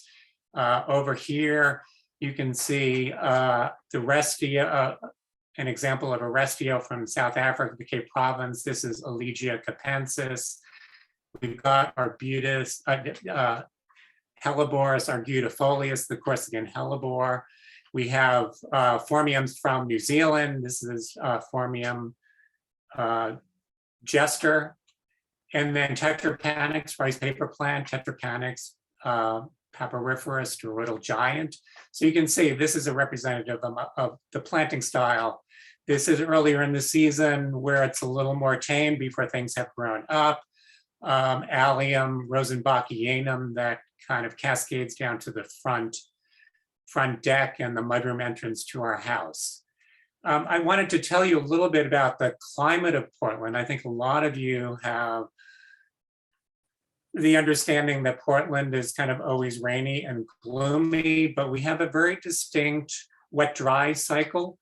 Our water year really is from October 1st through the end of September.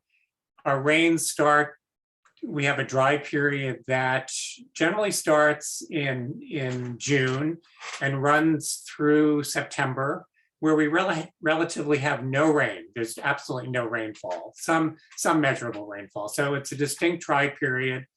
The rest of the year, our rains come and they really, our rainiest month is November. So our rains are November, December, January, and then we continue through the early spring months, but our dry period really starts in June. And that the window for those wet dry cycles has really been narrowing with climate change. I just wanted to show you in Portland, so Charles mentioned I do have, I sell pottery, I do have a container design business as well as residential design business. My shop is really in a garage next to a specialty nursery. So rather than having a nursery where we're growing plants now, I can just, my neighbors grow the plants, I sell the pottery, I have the dry goods, I can close the garage door, go home feeling good, not worrying about what plants need to be watered. And here's just a look into the garage space. Some more views just inside. I've used, again, Western juniper for a lot of the shelving. And we do some fun things, changing around the interior display. Still standing in the shop is this chicken wire burlap tree that I fashioned to kind of stretch throughout the shop. And this is just a chicken wire frame around a wooden post, a central post, support post, where I've woven in a burlap sacks that came on pottery. I work with clients really, so I sell pottery, I help clients with container design, and this is just a representation of my style of design. I love placing pots, not so much as a collection of plants, but using them as art pieces, movable art.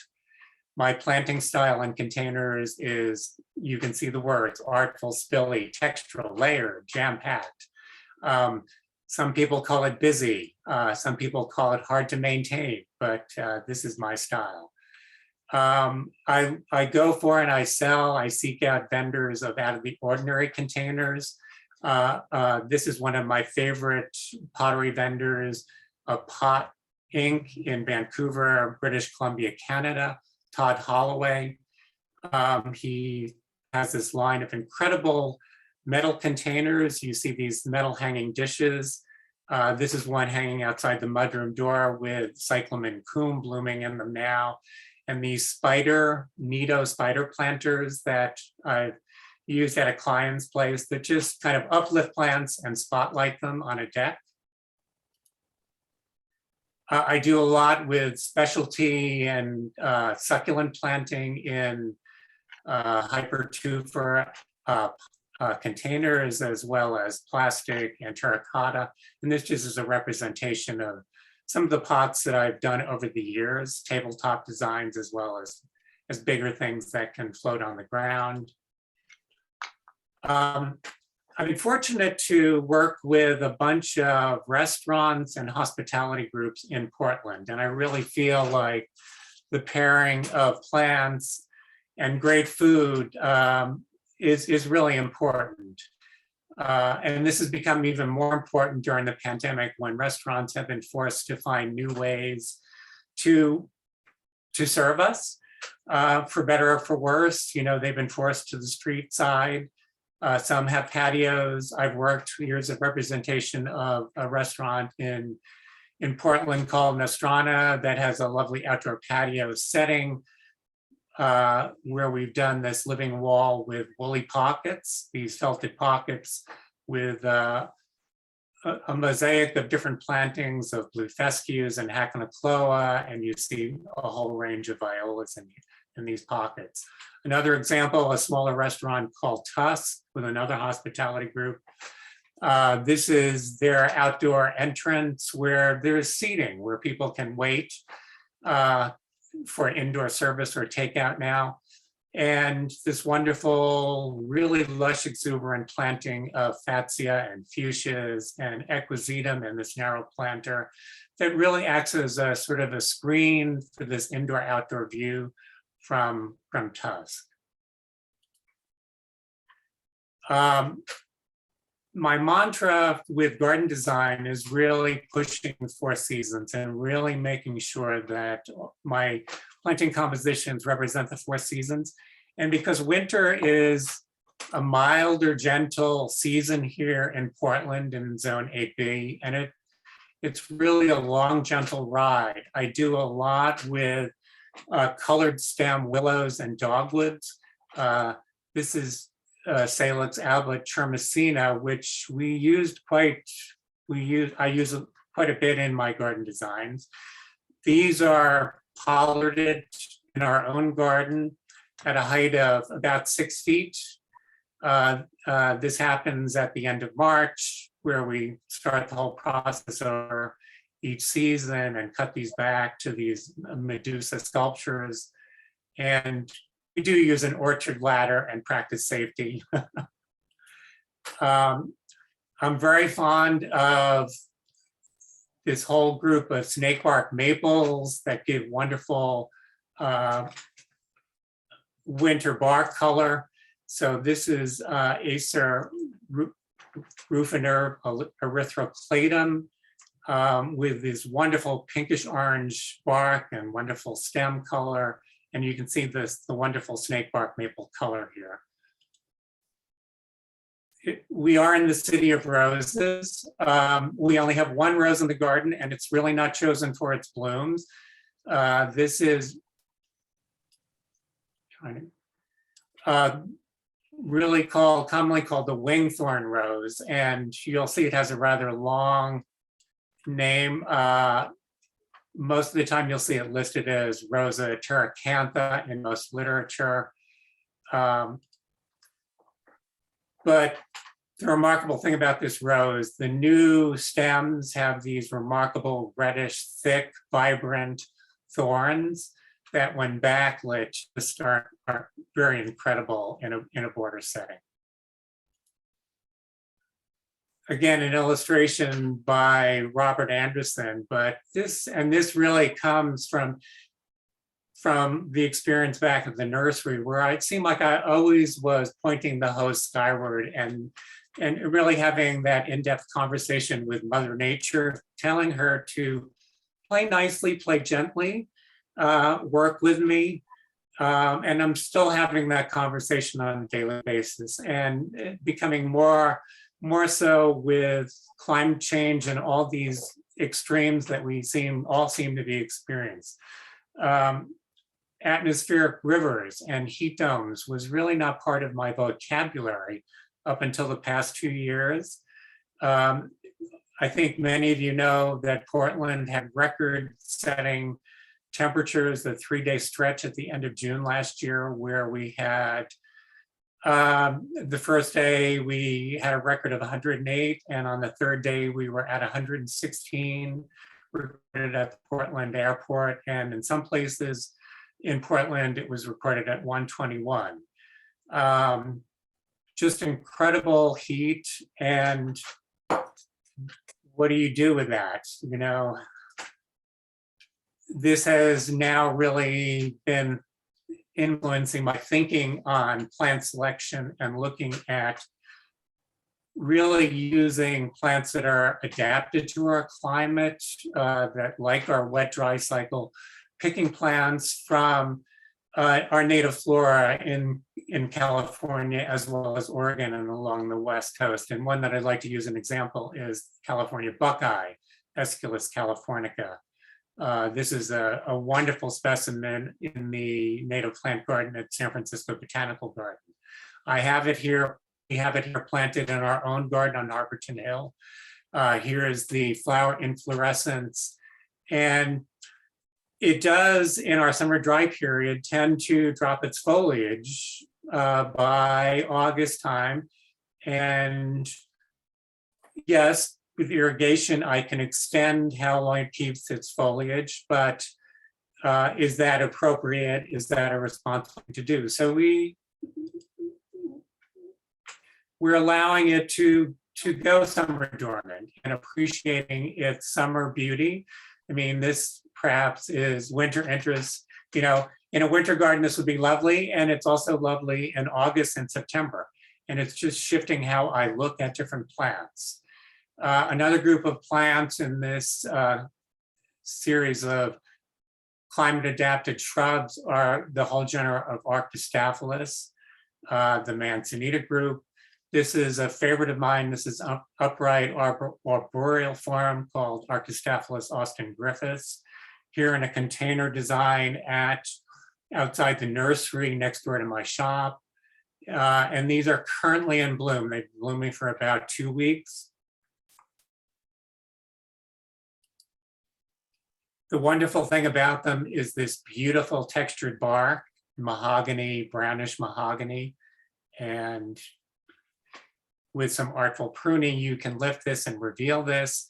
In container designs, because they bloom in the wintertime here in Portland, this is in a container, a standard form of that same selection, Austin Griffiths, that's blooming in January. And they go through this once a year bark shed in the summertime, where they peel off that outer exfoliating layer of bark, and you get this wonderful play of color and texture and papery substance. Mahonias, or now we're calling them berberis, but I'll continue to call them Mahonias, but this whole group of more Oregon grapes. And these are all in bloom in Christmas, the month of December, around Christmas time. And depending on the selections, you can let them ride through the month of January, but they bloom, great winter interest. The hummingbirds love them. Our resident Anna's hummingbirds are particularly fond of them. And then these new introductions with softer foliage that aren't as thorny and prickly, lower in stature, but this is Mahonia eurybracteatus soft caress in our garden here at Arborton Hill. Another group of climate adapted shrubs, the callistemons, the bottle brushes, which I got so familiar with in the San Francisco Bay Area as street trees. We can grow the shrubby forms of them. This is Callistemum woodlander's hardy red. On the hillside here in my own garden with this wonderful mosaic ball. The green bottle brush, again on the hillside, blooming at the end of May through the early part of June, but the Callistemon viridiflorus. And they really do like that summer dry period. Hydrangea corsifolia continues to ride on my list of top 5 plants. So it's followed me around in these cross-country adventures. Still used. I still use it freely here in my garden designs. Other hydrangeas, hydrangea aspera, plum passion, wants a little bit more summer water and irrigation. This is an introduction through Monrovia Nursery. Actually, Dan Hinckley found this plant in a nursery in his travels in Japan and got Monrovia to introduce it through their plant selection. Rock roses, Cistus obtusifolius, again, another range of these summer climate adapted shrubs that I use freely. The yellow rock roses, Helimium, Lasianthum sandling is just an example of one. And then in perennials, I continued, and I'm not going to show you a whole range of these, but hellebores. We're in hellebore country here. Northwest Garden Nurseries, and this whole series of garden jewels. This is Hellebore's cherry blossom that was bred for this fully double flower that does remind you somewhat of a cherry blossom. Of course, at Loomis Creek Nursery back in the East, we really pushed the Brandywine series of hellebores bred by David Culp. Epimediums continue being an old standby because, again, these, once established, really are very sturdy during our summer dry period, are very drought tolerant. Epimedium rubrum, other hellebores, epimediums that I use are Epimedium versicolor sulphurium on the left, and then this really more statured and textured Epimedium wushanense, spiny leaf form, which actually rises to about 15 to 18 inches tall and has this wonderful sort of cluster of flowers. I get torn by cutting whether or not to cut back the Epimedium foliage and when. I'm now actually just wholesale cutting it back before our growing season starts to allow the flowers for better display. Baptisias is another perennial group that we were playing with at Loomis Creek Nursery. I still use them here because of their long tap roots and their ability to withstand our dry periods. This is Baptisia Twilight Prairie Blues out of the Chicagoland series pushed by the Chicago Botanic Garden and the Morton Arboretum. Taking our cues from our forest park and our natural surround here, Camassia meadows that come into bloom in April here. We use these freely in our garden designs and on Harborton Hill. And pollinator plants, certainly this is what people are looking for. Pollinator plants have been pushed. What are good nectar sources? What are good sources for bee plants? And the monarch has become, the poster butterfly for pollinators, and it's become much of a buzzword. We do grow Asclepias speciosa, the showing milkweed here in our garden, and it's a great pollinator plant, as well as the alliums that are good bee pollinators. And also this I threw in because last year we had a bee swarm actually come out of Forest Park, and it actually lodged in a buddleia actually growing our neighbor's property. And we called the rescue, and this swarm was actually relocated to a hive in downtown Portland.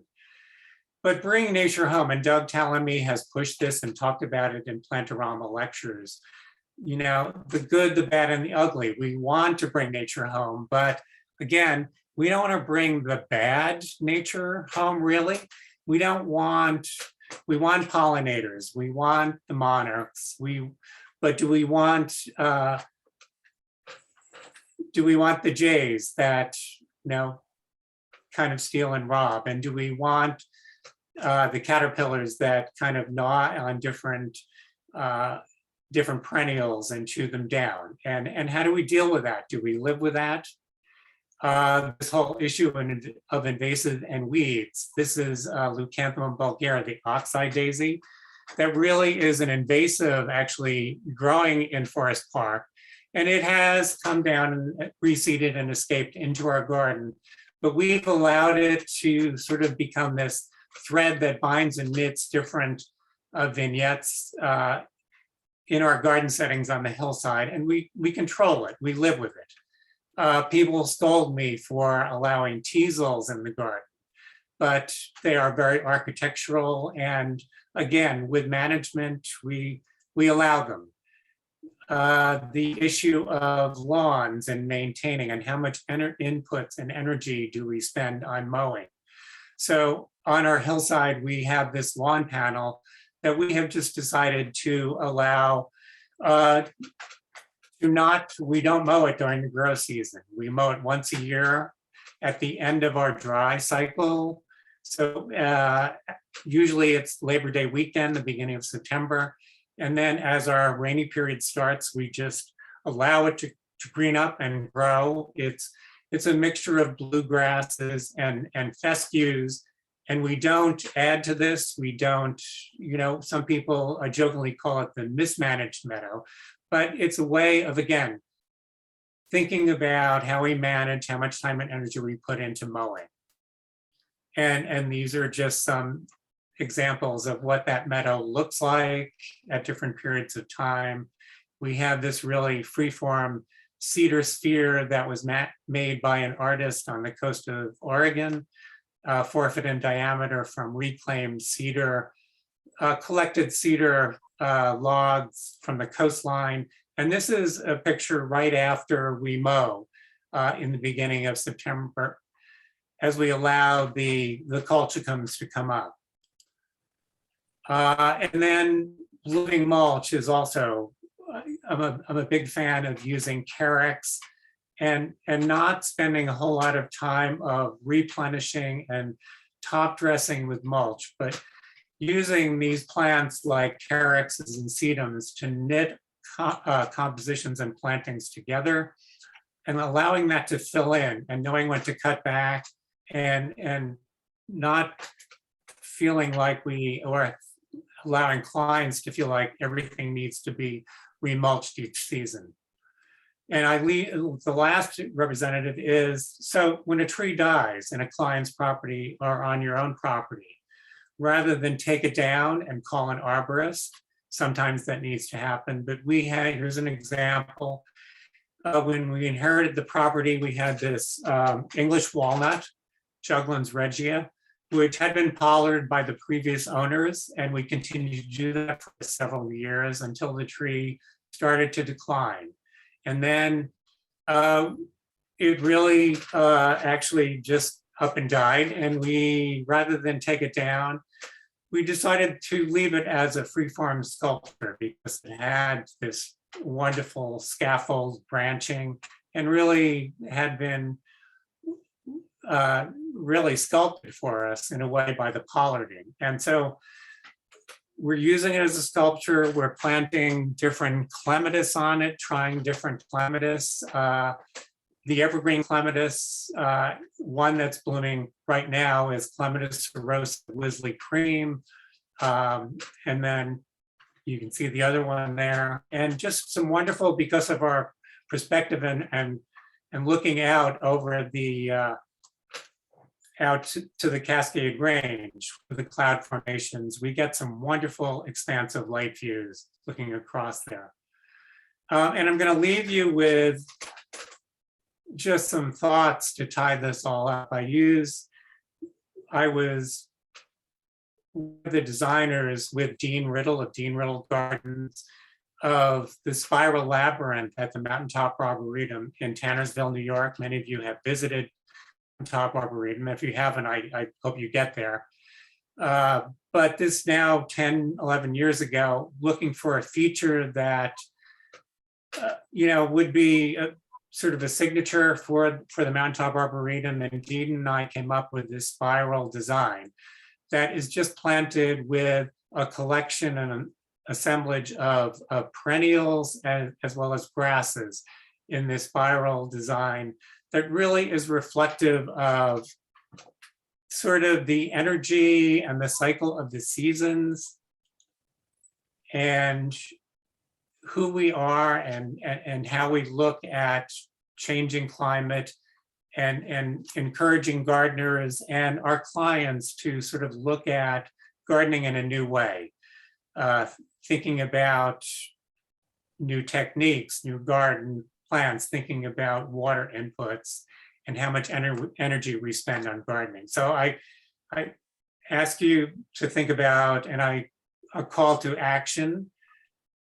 Whoops, where did let's go back here. Sorry that this dropped out, but really I look to all of you to help and shape and practice new ways to garden in a challenging environment. And our garden was one of 36 gardens featured in a new book by Jennifer Jewell and the photographer Caitlin Atkinson. Jennifer spoke last year at Plant O Rama and just gave a wonderful talk. So we're very pleased and honored to be in this book, really showcasing gardens that practice this new way and new looking gardens in our changing world. Thanks. Bob, that was excellent. Thank you. One initial comment I have is tomorrow we have 10 new students enrolling in this school, and many of them are here. And I hope they take heed to what you just said about the challenges that they face and part of their education that they will be learning. So thank you for that. Let's open it up to questions. Please type in your questions, or we have time if anyone would like to personally ask Bob a question. One from Ilona, the name of the exfoliating tree that you showed, I think it was with a container. So that exfoliating, that specimen, the standard, that was Arctostaphylos Austin Griffiths. So it's one of the manzanitas, more upright arboreal forms that in the ground would grow 8 to 12 feet here in time. But it's just a good one for, particularly if you wanted to train it to a standard form, in one that, you know, kind of allows that kind of practice. And Okay. From Moby Weinstein, what was the pink plant with the Camassia? So that was rosy plectritis, Plectritis congesta, which grows together with the Camassia in those lovely meadow designs. So if you go out in the fields when the Camassia meadows are in bloom, you'll see that sort of dynamic duo, that blue and soft pink, those little buttons of Plectritis. And so it's a wonderful play of colors. Its last, you know, that display will ride for 2 weeks and then goes dormant. And it's one that, again, in the cycle of in the garden season, you know, you can depend on it. You know, come April, you'll see it again. Great, great. From Santiago Fernandez, he's one of our new students enrolling tomorrow, and he just relocated from Mexico City. But Santiago asks, do you have any wish list plants that you're still looking for or haven't been able to grow successfully? So my wish list plants, I'm really I've come back around to really focusing on that whole list of the genera, the shrub genera that I called out in so the manzanitas, the ceanothus, the California lilacs, which I didn't, you know, put into the presentation. The mahonies, the berberis, the shrubs that really ride for a long time in our season, off-season color, are good for structure, form, for evergreen foliage. I'll still always play with the salix, that whole genera, even though they generally require, you know, if you think of willows, they're moisture loving, right? They're water hogs, they want moisture. But I've come to find that, you know, they will gladly tolerate our summer dry periods. We don't give them a lot of extra water, and you know, maybe they would grow more vigorously with a higher water regime, but the way we treat them in pollarding and cutting them back to the ground, coppicing them, it's really all about that energy that goes into the new growth in our wet season. So understanding the wet dry cycle and when energy comes, when moisture comes and is up uptaken by the plants.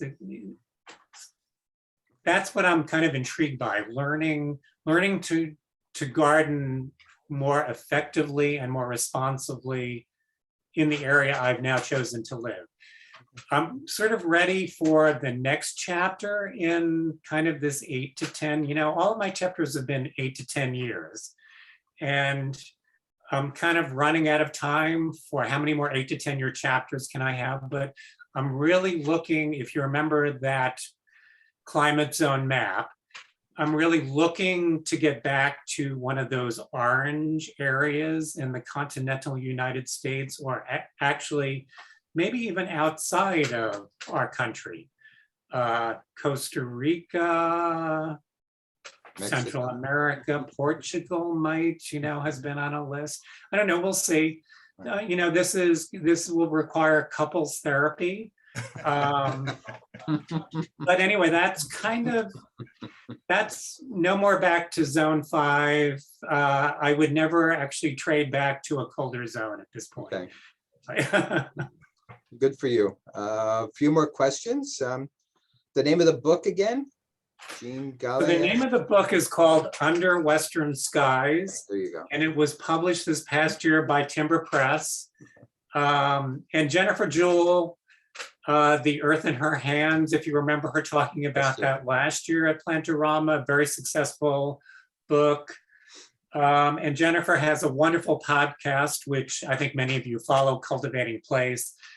But she really is very thoughtful and went through, selecting gardens that represent anywhere, the whole sort of West Coast from California through the desert Southwest up into the Pacific Northwest, that really think and have practiced, chosen plants from this sort of summer wet, winter dry climate that we, and that's plagued by earthquakes and fires and kind of living on the edge. What gardeners have done with those opportunities. 2 more questions before we turn it over to Mark. From Nancy Crumley, can you talk a bit about the dry summers? Do the plants manage, or does everyone water? I know you talked about plants you're not watering. So that's generally people water here. We're trying to get people to understand, and this is what gardeners, because we live in this benign climate, kind of this melting pot where so many different things from all of those Mediterranean climate zones and beyond Asia will grow here in Portland. It doesn't mean that we should grow them. And so actually I get confused sometimes driving around Portland by the variety of styles of and I think beginning gardeners can get confused by that. What is the style? How do I develop my own personal style?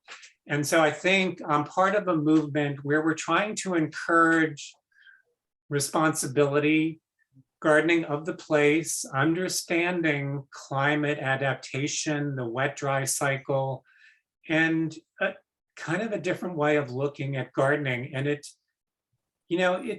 may mean that you don't automatically have the Japanese maples and the cherry blossoms and all the things that kind of are in our psyche that kind of go with springtime. But that's really, that's the movement I'm behind now, and really I'm trying to push. Right. Very good. Okay. And I think that holds no matter where you are in the country. I think all of those issues, we've been talking about them. Everybody today has been talking in and around all of those issues. It's kind of time we do in a very serious way. Okay, last question, and then there are a few others we could get to later. But from Mark Peterson, what other willows do you use? So the only other willow that we currently have is Salix Flame. And again, it has that corally orange bark, and we actually coppice these. We cut them. I can't show you an example, but we just cut them every year to the ground. We've got kind of a thicket of them, and so the new growth, the new stems from the ground, will grow 6 to 8 feet before the dry season. And, they're kind of nondescript foliage, kind of gray-green leaves, willow-like. They kind of fall into the background of the borders on our hillside.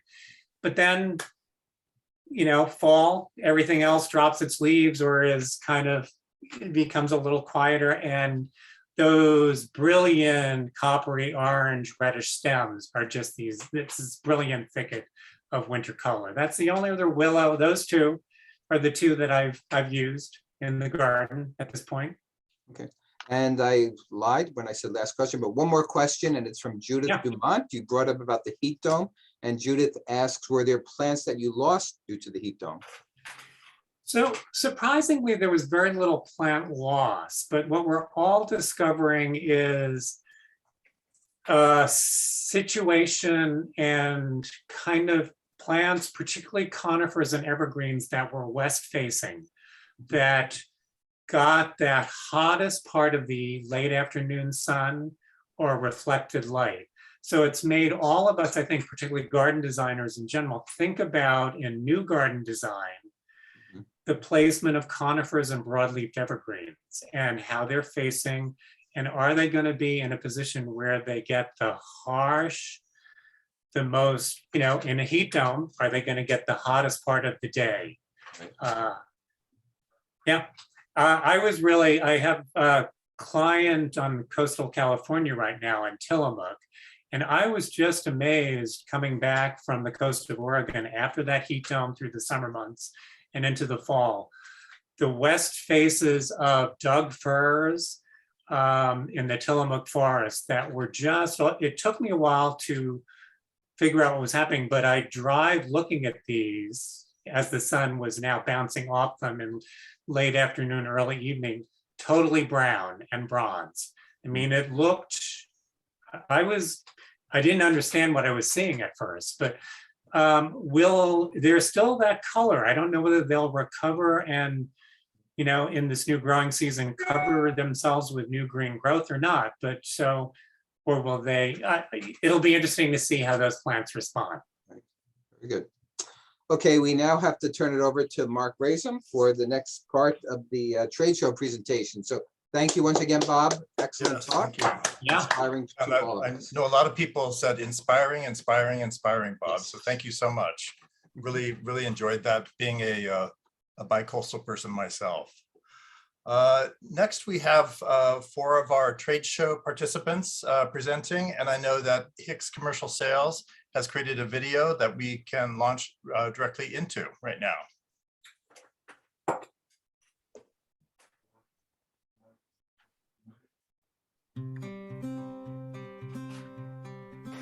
Hi all, Pat Donahue here at Hicks Commercial Sales. Welcome to Plantorama 2022. I'm speaking to you from our greenhouses located in the heart of Nassau County, Long Island. Our address is 100 Jericho Turnpike, Westbury. We are conveniently located 2.5 miles off the Long Island Expressway at exit 39 South. Since we are not able to meet in person, I thought I might take you on a quick video tour of our greenhouses. Hicks Commercial Sales is a full-service, year-round wholesale distributor servicing all of Long Island and the 5 boroughs. In addition to foliage and flowering, we also have the largest selection of quality woody and perennial plants in one combined location. We have all seasonal and holiday color programs, including spring, summer, annuals, and tropicals, fall, and Christmas. The convenience for many bag goods such as soils, fertilizers, lawn products, insect control, and rocks and stones. For both interior and exterior pottery needs, we stock plastic terracotta, clay, and ceramic, along with other pottery types as well. We are entering our 14th year in business and have some exciting changes coming for 2022 season, which I will share with you at the end of the video.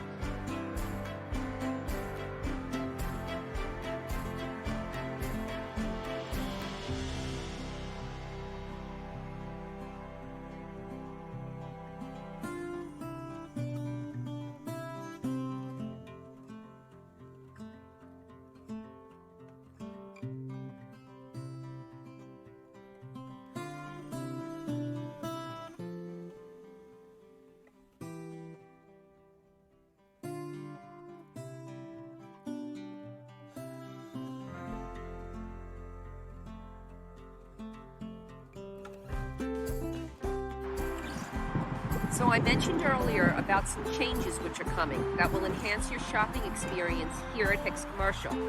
First, we are relocating our receiving greenhouse to the back southwest corner of the property, where we are now.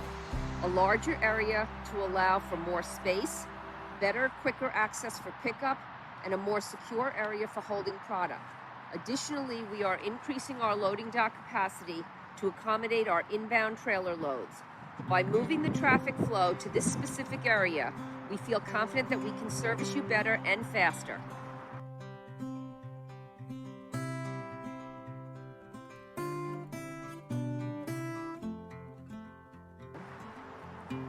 In an effort to support our get in, get out experience, we will also introduce many new Scan and Go personnel.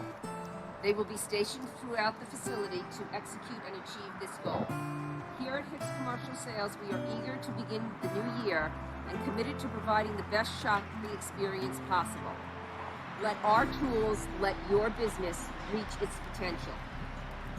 I appreciate your attention and hope this video has inspired you to come visit and experience the Hicks difference.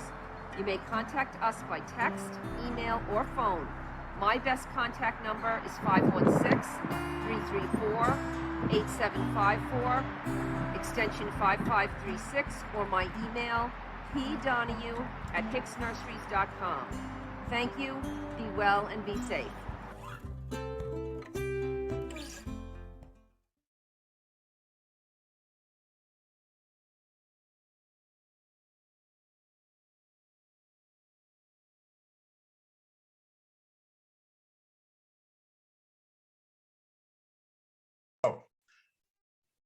Our next presenter is Kristen from Rooftop Drops, and we're right on time now also. So oh, great. Okay, perfect. Thanks everybody. Wishing that we could all be meeting in person, but you know, obviously not this year, but hopefully next year. So I am from Rooftop Drops Irrigation. We are a New York City provider of irrigation and landscape lighting. We work all over the city. I have a few things I wanted to talk about today. In the interest of just expediency and sticking to the clock, I thought I'd talk a couple things about irrigation and a couple things about landscape lighting, and then we can open it up to some questions. So obviously a big theme is, you know, use of outdoor space, everyone being home, looking to green spaces as peaceful refuges. What that means from an irrigation standpoint is that a few different things. So we've heard a lot about trends in bringing in color, wild plantings, native plants, that kind of thing. And what that means from an irrigation standpoint is that it's very important if you're planning a new garden and planning to do irrigation to really work with your irrigation provider to plan out and zone your irrigation system based on the plantings you have to kind of maximize your plant health. So, you know, one of the things that people really like these days are herb and vegetable gardens in close proximity to their kitchen. So kind of kitchen gardens. A lot of times because they're so small versus a boxwood or a tree, you need a separate irrigation system due to their delicate nature. So just kind of thinking about it in advance before putting irrigation and thinking about what's going to be planted, things that are big, things that are small, is very important, obviously, from the irrigation standpoint. More of the interesting sort of news, as I'd say, is about lighting and outdoor lighting. As people continue to use their outdoor spaces as extensions of their homes, and use their enjoy their outdoor lighting areas from the inside as well. So, you know, much of you, I'm sure, are seeing, you know, requests for outdoor kitchens, pizza ovens, custom grills, you know, really getting a lot of punch into a small amount of space. And while they're doing that, one of the things that people are often doing is asking for layered lighting. So this is a term, you know, you might have heard a lot, the concept of kind of combining multiple lighting types to create a balanced and well-lit space. So that would be ambient lights, task lights, and accent lights. Obviously, the important thing is you don't want your outdoor space to look like a stadium. But on the other hand, you want people to be able to see and to be able to enjoy the outdoor light. So really using multiple lighting spaces to create a balanced and well-lit space is very important. And again, less is more, I'd say. We were very lucky to have a fantastic year last year. We felt very grateful for that. I think we were just benefited in the fact that people really, wanted to invest in their homes and invest in the enjoyment of their outdoor spaces. And I'd say there wasn't a single installation that we did last year of irrigation where people were not interested in landscape lighting as well. So we have a little presentation that we can have the Plantorama team send along later about kind of the new trends in landscape lighting, if that's of interest to people. But I'd say, consider how the space is used, how a feature will be used, and choose fixtures and fixture placement to avoid kind of either stumbling in the dark, but also making your outdoor space look like a stadium. I'd say every time, we are consulting on landscape lighting, we always take away probably 20% of the lights that people initially think that they want, because it's just too much. You can always add later. So it looks like there's a few questions that I'd be happy to respond, unless people want to just use the raise hand function. I don't know how you guys have been doing it in terms of asking questions. Mark, what have you? Yeah, I think it's easy to do it when people can present their question in the chat area. Sure. Peggy Amster asks, how effective are irrigation controllers that respond to the weather? Wi-Fi controllers, I assume, Peggy, that you're talking about. We're definitely putting those in. They're a little bit particular, I'd say, due to a couple of things. I mean, one is that every terrace in New York City is its own little microclimate. I mean, you've got, depends on how high it is, you've got wind, you've got sun, you have shading. So a lot of the Wi-Fi controllers are really based on weather forecasts and sort of general weather in the area. I see Bob's nodding his head. I don't know, Bob, if you want to chime in, but it tends to be a little bit particular. I'd say they're unfortunately not as plug and play as we would like them to be yet. We're still using them. There's still clients that definitely want them, but they do require a bit of monitoring as well. They're not, just go away for the summer and expect everything to work as well. But we're continuing to work on those and to try to iterate to make them as effective as possible. And it occurs to me that Peggy perhaps also means, like, with moisture sensors, rain gauges, all those types of things, anything that responds to the weather. Do you have a lot of experience in dealing with those and how to moderate the watering schemes and zones and things like that? Yeah, I mean, that's definitely a better way to go. And I think, one of the sort of the basic questions that when people call, they have a hard time, and this is more client driven, is just understanding the need for that plan up front and really tweaking that. So if suddenly there's a kitchen garden, it can't be on the same zone as a tree, for instance. So I think that the gauges are better. Sorry, I misunderstood. I thought you were asking about the Wi-Fi controllers. What are there other questions on irrigation or landscape lighting?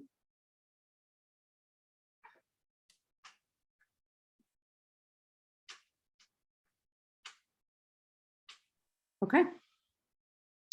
Oh, I have one comment about lighting. I know that as in a former role, as clients would get older, they would tend to need more lighting on their terraces. So that might be something that you who manage terraces think about, how to present the fact that it's a safer environment for their aging clients to have more lighting, perhaps more sources of lighting, and it can always be dimmed down to make it more comfortable, but at least it's available for those who need it and their guests who would need it also. Yeah, that's a good point. I'd say, we always bring up the notion of lighting. So for those out there that are working directly with clients, I do recommend just asking the question.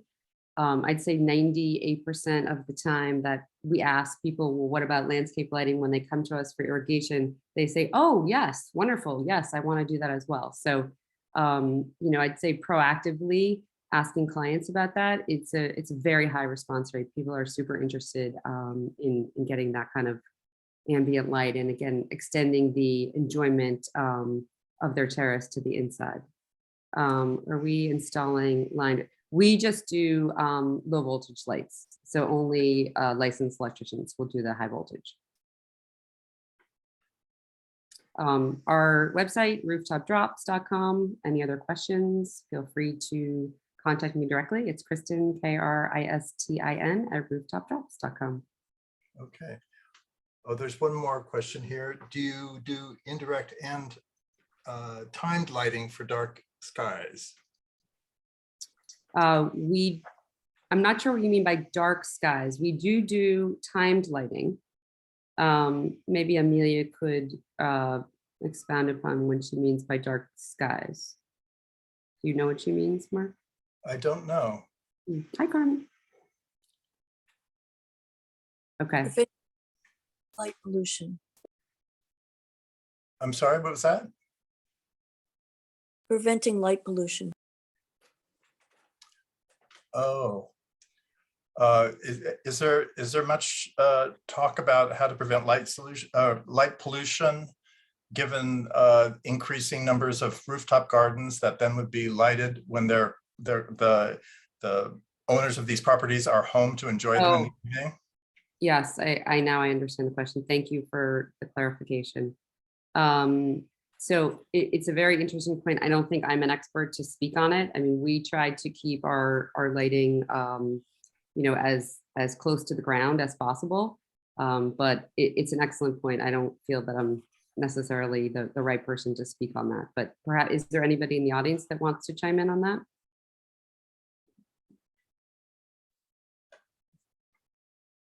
Okay. Okay. Well, Kristin, thank you so much. Everybody. Appreciate it. Yeah, thank Take you care. for being part of Plantorama. Okay. Bye-bye. Okay, next up we have New Growth Designs. It's a little bit early. We're a few minutes early, but if Douglas is ready to go ahead, we can do that. Otherwise, we can take a deep physical stretch. There's Douglas. Hello, everyone. Welcome, Douglas. Welcome to Plantorama. Our pleasure.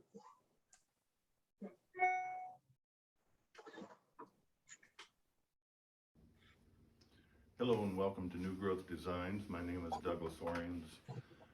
For those of you who are not familiar with New Growth Designs, just wanted to give you a quick overview of who we are and show you some of our product. Keep in mind that our complete catalog is on our website, so please come and register your business. You will then receive a link so that you can create your own password and view wholesale pricing. Or feel free to give us a call with questions and a formal quote. Just a little bit about New Growth Designs. We are a supplier of artificial greenery, which is UV rated for outdoor use. About 6-7 years ago, we developed this engineered compound. This compound is similar to what is used in the dashboard of your car. However, with the additives that we have in the compound, it makes it pliable so we can work with various molds and create the details needed for the botanical details of all of our greenery. So let me just start a little bit with what we have to offer. Again, this is just a small sampling. Please come to our website and view the complete offering. Once we created this compound, it's a matter of different molds. So the molds then it's the same compound that is used throughout the Enduraleaf collection. For example, this is one of our cypress trees. We have these in multiple sizes, all the way up to 9.5 feet tall. We have a variety of wallscapes, different foliages. This happens to be peperomia. Most popular is boxwood, They come in 4x8 rolls, very easy to work with. You can then add components to the walls, such as grasses, petunias, garlands, anything that you would like to do. You can get as creative as you like. We have a large selection of simple boxwood balls, 6 different sizes that are round. We also have a lantern shaped, as well as a pumpkin shaped, a variety of different garlands, boxwoods, our nucleus, different ivies, Japanese maple. The ivy is one of our most popular. A variety of different endureleaf stems, boxwoods, different succulents, various grasses, onion grasses, liriope, orchard grasses, all components that you can get as creative as you like with. We also do a lot in the way of hedges. During COVID, these became very popular as dividers in the hospitality industry. Folks wanted separations in between their customers. We can build these custom to fit existing planters. We can also make them various heights. And we'll scan up here quickly to the various wall coverings that we offer. Again, the most popular being boxwood, pachysandra, our newest peperomia, and then we can get into some of the more denser versions, such as the sedums in various colors. Next, if you would follow me on out back, I want to show you a few more new products.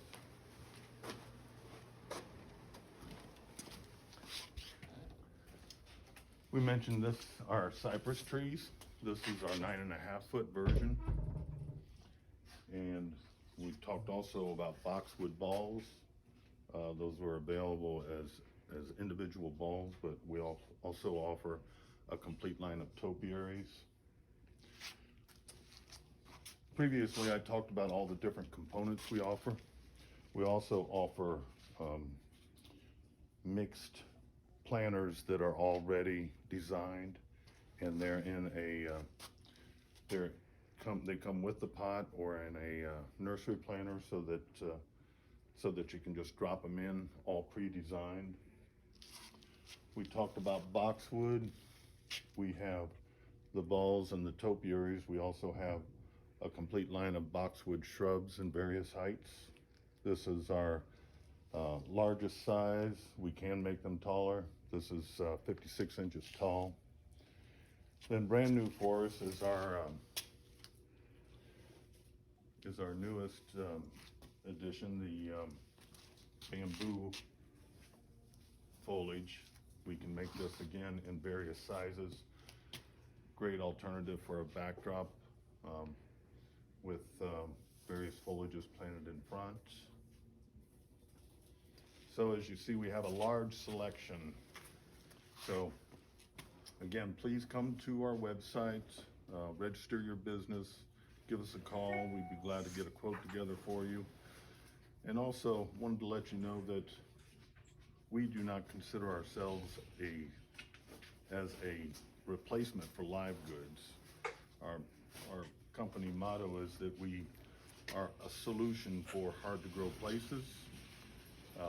All of you have probably come across those areas that don't get sunlight, or you have irrigation issues, maybe rooftop locations that have weight issues. So this is a great solution. A lot of times we are a nice complement to live goods, where you may have a row of hedges in the back that are artificial, and then you will plant live goods around to surround those. So again, thank you very much and have a great day. Look forward to 2023 when we can get together in person. Yeah. Great, thank you, Doug. That was awesome. I don't know if you saw that we do have a question here. How does your product hold up, especially in salty air? Good question. We've put our Endurely polymers through complete UV tests. As a result of those tests, we offer a minimum 5-year warranty against UV degradation. Salt air and cold weather are not the issue with this type of product. It's mainly the UV. And so when we came out with our 5-year warranty as a minimum, we took into consideration the extreme conditions of South Florida and Arizona. Up north in the tri-state area, you'll likely see a much longer life out of them. The 5-year warranty, we came out with that.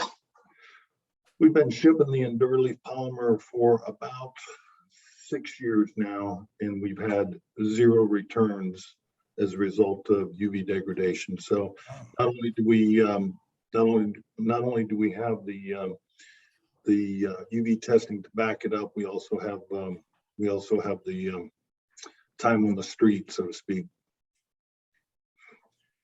Okay, we had another question about fire retardancy. How flammable are your products, and are they rated? So at present, we've just launched an IFR collection, inherent fire retardant. However, that is not readily available for outdoor use, only for indoors. We're working through that because the snag we're running into, to be honest, is when you inject the fire retardancy into the polymers, we found thus far that it lessens the UV tolerance. So we're still, it's still in the works insofar as outdoor product. Mm-hmm. Okay.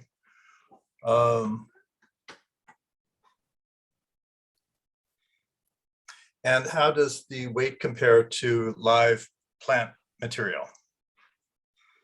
It depends on what we're comparing it to. I mean, most of the time when we're dealing with weight issues on rooftops, it's not the weight of the plants or our synthetic materials in direct comparison.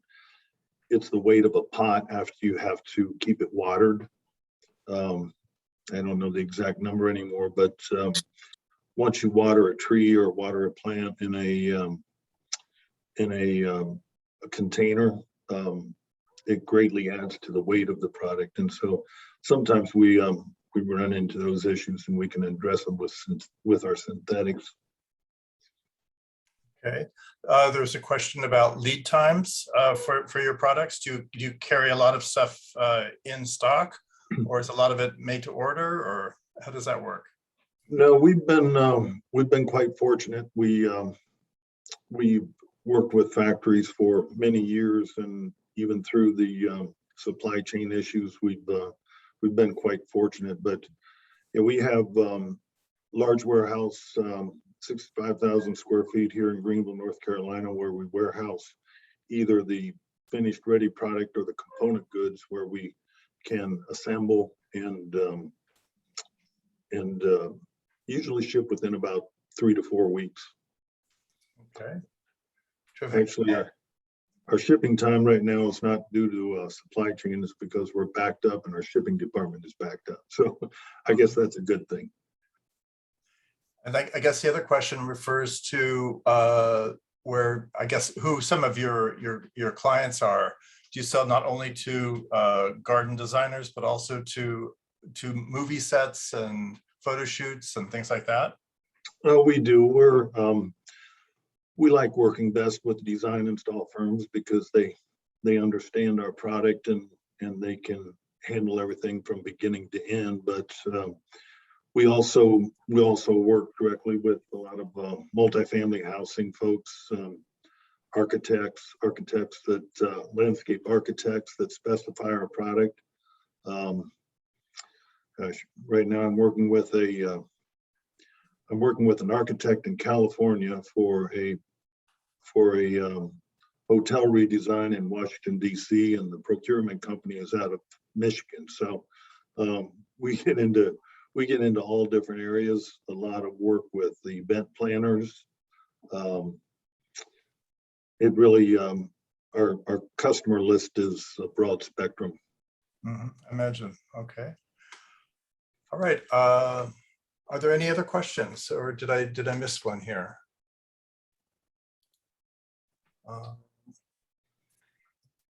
No, but Mark, I'd just like to say Doug was a new exhibitor at our last live Plantorama in the BBG Palm House.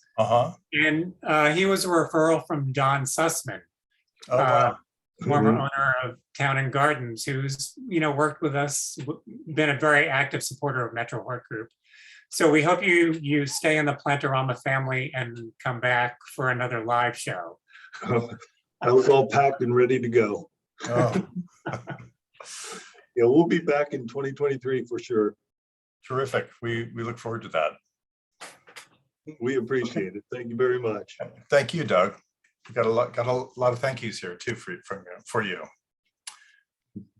Okay, let's see. Next on our docket here, we have Landcraft Garden Foundation. Jamie and Judy from Landcraft Gardening Foundation are going to present themselves here. So hello, Jamie. Hey there. How are you doing? Good. How are you? Everybody, good. I am Jamie Holloway, and like I said, as you mentioned, I'm here with Judy Kristrup, who's our development director here at the Landcraft Garden Foundation. And I'm planning to share my screen with you. Let's see if I can do this right. And I think you're now seeing, or I hope you're seeing my screen that has the Landcraft Garden Foundation logo on it. Are you seeing that? Yes, we're seeing that. Good. So let me get started then. My name is Jamie Holloway, and I am here to introduce you to the Landcraft Garden Foundation. The Landcraft Garden Foundation is actually an amazing garden that's located on the North Fork of Long Island out here on the East End. And I manage the front end. So on the weekends when the garden is open, I'm likely to be one of the people who you will encounter when you come into the garden. And I also am a garden super fan. So I'm always excited to be here on the weekends when we're open. And a lot of you are probably, when you hear the Landcraft Garden Foundation, Landcraft is the word that jumps out at you. And Landcraft Environments has been a sponsor of Plantorama, I believe, from the beginning. And normally you'd be seeing either Dennis or Bill, the owners of Landcraft Environments here at Plantorama. But this year we're introducing their garden. So the Landcraft Gardens were actually created by Dennis and Bill, owners of Landcraft Environments, and that's what we're here to talk about. The gardens are about 4 acres that are part of a 17-acre site out here on the North Fork. There are about 4 acres of gardens, but there are also mowed trails that are through native meadows. There's a labyrinth that's been planted with little blue stem that was created this past summer. There also are the Landcraft Environments greenhouses that are on the property that are not open to the public, as well as the offices for the foundation and for the nursery. And for anybody who's been here before, they'll recognize, they would not recognize this view, that the garden is now where this field is that we're looking at. This picture is from back in 1992, when Dennis and Bill came to this property with the plan of opening Landcraft Environments. The site is a former farm where they grew potatoes and corn. And my understanding is those were in alternating years. And by the time Dennis and Bill came along, the site had been neglected. The farm had been out of production for several years, and I believe the house was being rented out when they purchased the property. So as any gardener would, even if he or she was building a business, they would also be creating a garden on a new site. And Dennis and Bill devoted the first few years to improving the soil quality in the place where they were going to put beds. They planted some cover crops, and you can see here in this picture the cover crops that are where there is currently a bed. And year after year, season after season, they continued to grow the garden, to add to the garden, to add to the square footage of the garden, and to add some features as they've gone. And they would share that with their friends and neighbors, with people who came to the nursery for pickups. But in 2021, they decided to open the garden to the general public through the Landcraft Garden Foundation. And the Landcraft Garden Foundation, while we look at a map here of the garden, of the 4 acres that are what we call the cultivated garden, the Landcraft Garden Foundation, Inc. is a nonprofit 501c3 corporation registered with New York State, and it's dedicated to the preservation of the Landcraft Garden. The garden is located on a spit of land and here's an aerial view from not too long ago that is on the North Fork. It has the Mattatuck Inlet right here. There's the Long Island Sound up in here, and then not in the picture is the Peconic Bay, which is south of us. And so this site is a perfect growing environment for the gardens here at Landcraft. And when Dennis and Bill created the foundation to support this garden, the Landcraft Garden Foundation, they created a mission statement. And the mission statement is an important thing because everything that we've been doing here since we opened is sort of backed up by this mission statement. The Landcraft Garden Foundation is dedicated to inspiring, educating, and promoting gardening, horticulture, and the preservation of our natural environment. Our mission is to provide a horticulturally diverse garden that offers knowledge of the plant world and acts as a laboratory for experimenting with horticultural techniques, plant diversity, breeding, and design. Ultimately, our intention is to provide the experience of peace and stability that gardens bring to people throughout the world. And this view right here is a common view. That's Dennis and Bill's house that is at one end of the garden. And when you're in the gardens, you're really essentially in Dennis and Bill's backyard. And it's quite a backyard. So now that the foundation has been created and we have visitors coming here, how can you visit the garden?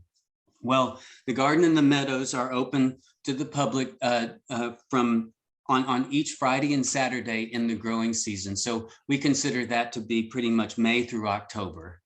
General admission is now charged. We now charge general admission, which is $15.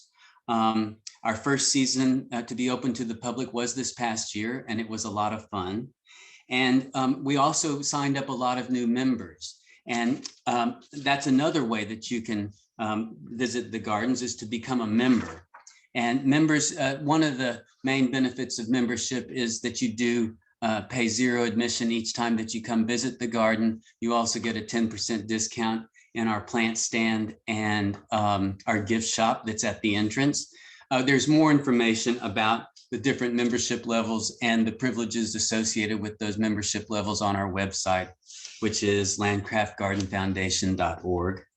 But we have enjoyed having members here from the neighborhood who come here frequently, and others who just have come 1 or 2 times but want to support the garden. And another way to support the garden, and another fun thing, is our garden, our shop in the garden, which is a plant stand that features a lot of the plants that are produced by Landcraft Environments. We also have plants that we buy in from other places. Since the garden has perennials, a lot of perennials, trees and shrubs, some of the things that we don't necessarily grow at Landcraft, we do sometimes bring those in so that to make them available to our customers. But we do have in our shop a lot of cool plants that Landcraft produces. And we're there, the shop is open whenever the garden is open. And I'm the fox garden, that hen house is how I think of myself. Here's another view of the pavilion where we have our plants for sale. To the right is the entry desk that you would come to as you entered the garden. So once you come to the garden, there are walking through the garden, through the 4 acres and through the trails that are out in the meadows is a lot of fun. But we do have other events that happen in the garden. We use the garden for other things where it provides a great backdrop. So this picture is the Rites of Spring Music Festival, where they were singing songs of Shakespeare one evening during the summer.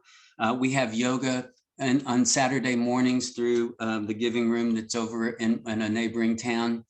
We have people who come in at 8:30 and do yoga on Saturday mornings. There's a botanical drawing class that we had earlier in the season.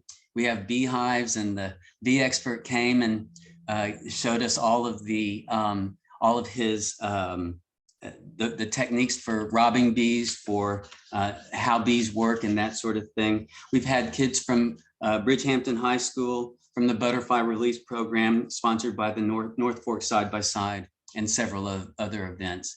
All events that we have are listed on the website, and members often receive a discount on attendance of those events. We also are working on a mentorship program. The idea of this is to develop an annual program for individuals interested in pursuing a career in horticulture, or those who have already started careers in horticulture and are wanting to use some of the experience that they have gathered and to learn more. Details on that will come as soon as they're available. As I mentioned, that program is still under development. This is this is the gentleman who's working on developing that program. That's Chris, our messenger, our head gardener, who is working on that program as well. And as always, additional information, up-to-date information is available on our website. As I mentioned before, it's www.landcraftgardenfoundation.org. That's all one word. You can also send us an email if you're interested in getting information about anything in particular or setting up a group visit. That's info@landcraftgardenfoundation.org. And that really takes us through the basic information. We do have some more pictures here that I can go through. Mark, I'm not sure how much more time we have, but I was going to go through it. Just let these sort of scroll through to show some pictures. You have several more minutes, so I would feel free to go ahead. Okay, so let me just go through a few of these pictures while I have a minute. Most of these are from this past season, and they're not in any particular order. They show different seasons, different parts of the garden, but it just gives you an idea of what all there is to see out here. So this is the Tiki Hut, and it's an area that is hidden away. And I often, when I tell people at the entrance to go walk through the garden, I have to make sure they're aware of this because it is sort of hidden away. This structure was Dennis and Bill built early on as a way to get in out of the sun. You saw that empty field that I showed in the earlier picture. There were no trees to get out of the sun, so they built a structure.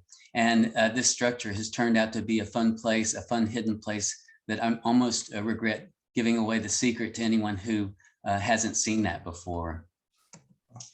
That was some clary sage. We have several sort of meadow planted areas where things are sort of rambunctious and where plants like clary sage, some of the biennials will self-sow, and where they and spread themselves around to make colonies. This is also a really cool oak tree that's here that I think came from Broken Arrow several years ago that I always enjoy watching. We have quite a collection of hellebores as we're coming to that time of year that are in the garden. And this urn that's up by the former entrance that changes over the year, but has been in this place for many years, set inside a knot garden that is much more vivid at different times of the year.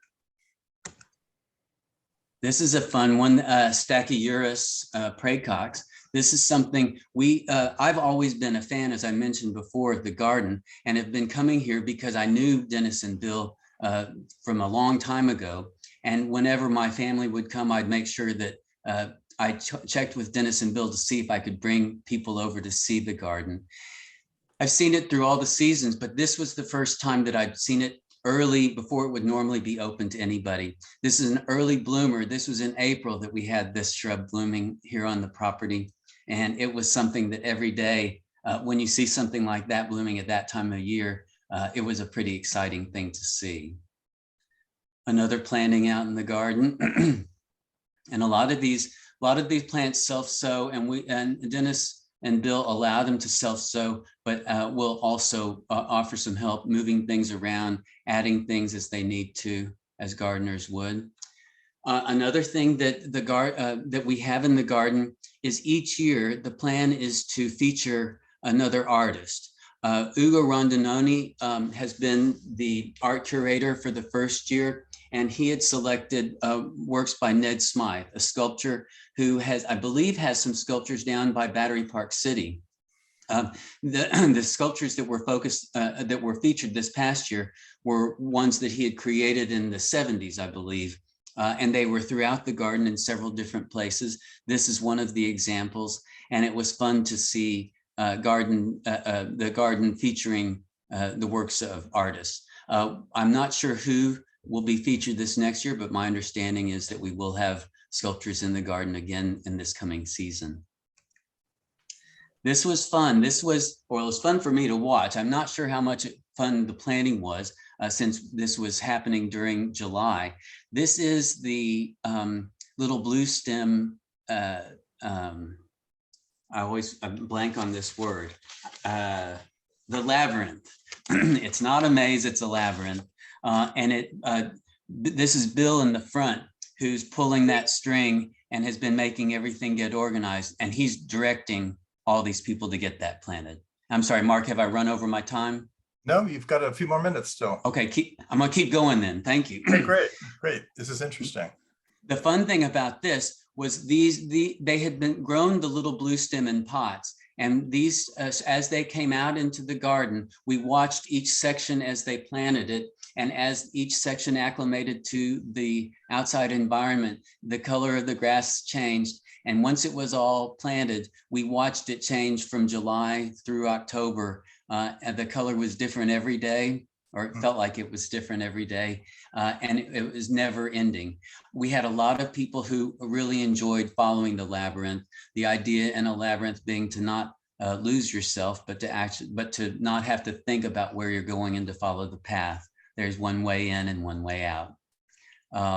So I think this has been a wonderful new feature that I think we're only just now starting to learn about how we'll be able to use it. Lysimachia punctata, a big stand that sways in the wind right in the middle of the garden. Beautiful planting. This was during one of the, this was the Rebecca Allen course. That's Rebecca under the umbrella to the right, teaching botanical drawing to people.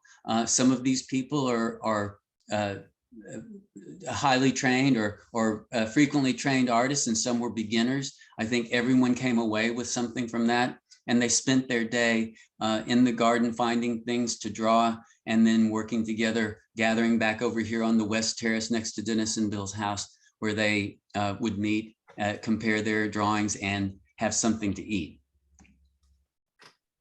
The plantings around this place are crazy. A lot of since Dennis and Bill's business, Landcraft Environments, focuses on tropicals and annuals that are out of the ordinary, those are some of the things that you'll see out in the garden. And you'll see them in the places where they're happiest. So lots of sun in these locations.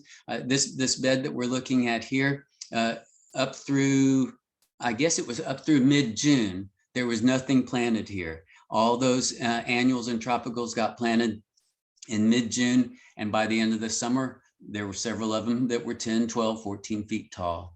So the annuals and tropicals love the summer environment out here on the east end of Long Island. Earlier in the season, along one of the trails,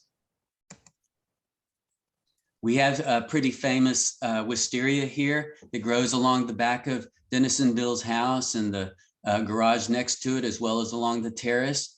And during the spring, it is fragrant and beautiful. And what I love seeing these flowers hanging down through their trellis. But this is one of the wisterias that gets a bean seed pod after the flowers. And I think the bean gives the flower kind of a run for the money for the amount of interest that we see in that later in the summer. More plantings. We have a lot of, this is the acanthus spinosa, along with some, I believe those are the digitalis ferrugineum, some of the biennials that self-sow and move around and fill in areas. We have a lot of echinacea in one section. And again, it's when it's all blooming, it's pretty amazing. It's interplanted with spirobolus, which is one of the grasses, and the two of them are about the same height, and it makes a great combination. This is a time when everything's in full bloom, but we leave the seed pods on those and the seed heads on those echinacea, as well as the seed pods from the grass. And during the fall, this section is amazing. This is the top view of a garden folly. This is the ruin at the back of the garden. It looks like the foundation of a house that was discovered here when they were clearing the forest. But of course, there was no forest here, and there was no house in this location either. This is a garden folly that Dennis and Bill created several years ago, and they've continued to add to it. But it's one of the most popular places in the garden. And when you go down in the garden, this past summer, the ruin has been there for a while, but this chandelier over a table that sits down in the ruin was created this past year out of a root. It's a driftwood root that has crystals and things that came from tag sales and thrift shops, along with all the bones of a deer that had decomposed back outside in the meadow. And they kept all those pieces and have lined those up on this chandelier. So it's a pretty fun little place to experience life. Oh, lots of wildlife around here. Someone got a nice little close up there. Another planting. People getting their pictures taken among all the plantings around the ruin. This was the group that was here to talk about the bees. And they were out here in the meadow underneath our platform for an osprey where we still don't have nesting ospreys. And they were looking at all the goldenrod, which I think was the source of food for a lot of the bees. When they pulled the frames out to take a look at. Here's another aerial drone shot that's looking, that's the labyrinth covered in snow. So that circle that you see there in the middle is the labyrinth without the lines. And this is an aerial view. Dennis and Bill's house up here. The garden is all around here. So it kind of continues all around. And these are the greenhouses with all those amazing plants in them that I go sneak into on a snowy day like this to start thinking about the spring. Best monkey puzzle that's over in our Mediterranean garden. This is the front desk where I'm often situated and where you will come in to enter the garden. Changing planning behind Dennis and Bill's house. That's above at the top of the trellis. That's the wisteria that is so fragrant. And that window, it goes right into Dennis and Bill's house. And so this fragrant wisteria fills their house with fragrance in the spring. A fall view of the tiki hut. And back in the garden, we saw this at the very beginning. This is with no leaves. Not much different from this today. This is a better view of the ruin. So we'd seen the ruin before. This is the table that's under there with a strangler fig thrown on either side. and that's the driftwood chandelier that you see. So this is a fun place to go visit. And now I see that the time is coming where I think I must be over my time. I did just want to show you this. One of the groups that comes here does painting, and one of the people who was painting sat up next to the pond and was all of a sudden noticed something walking next to her, and it was a big old snapping turtle that walked next to her and jumped into the pond. There are 3 different areas with water here, and apparently this guy moves among the 3 of them and has so far left everybody alone. But so I hope that gives you an idea of the garden. It's definitely doable from the city. People come out for the day. We've had several people who've done that and turn around and go back home that evening. It's a wonderful garden. Love to see you. If you have any questions, please feel free to check our website or send us an email. If you have any questions or anything, I'm happy to answer if I can. There was one question actually that has not yet, that Judy has not yet answered. It is, what is the material of the path of the labyrinth? The path, it's just, the path itself is just the grassy, whatever's growing. And they did clear that and drill the holes to plant the little blue stem, but the part that you're walking on is just the grass that grows out here naturally. I see. And is it mowed? They mow inside of it. It's the width of a mower, so they are able to do that. Okay, terrific. Yes. And I see here Judy says that you open on Friday, May 6th this year.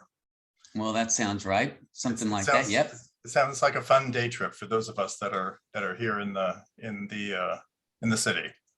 It absolutely is. And I also heard of people, especially early in the season, this area has become sort of a hot spot for people on the weekends. But earlier in the season, I heard of people who were coming and staying at Airbnbs out here and were getting to just go do some of those sort of sites like that. So, and like, as you mentioned, we're here in May, which is early for this garden, but I don't care what day of the year that you come to this garden, there's always going to be something for you to see that you're going to be excited about. Wow. And there was a question that in previous days, the Garden Conservancy open days used to partake of this garden. Is that That's still right. happen?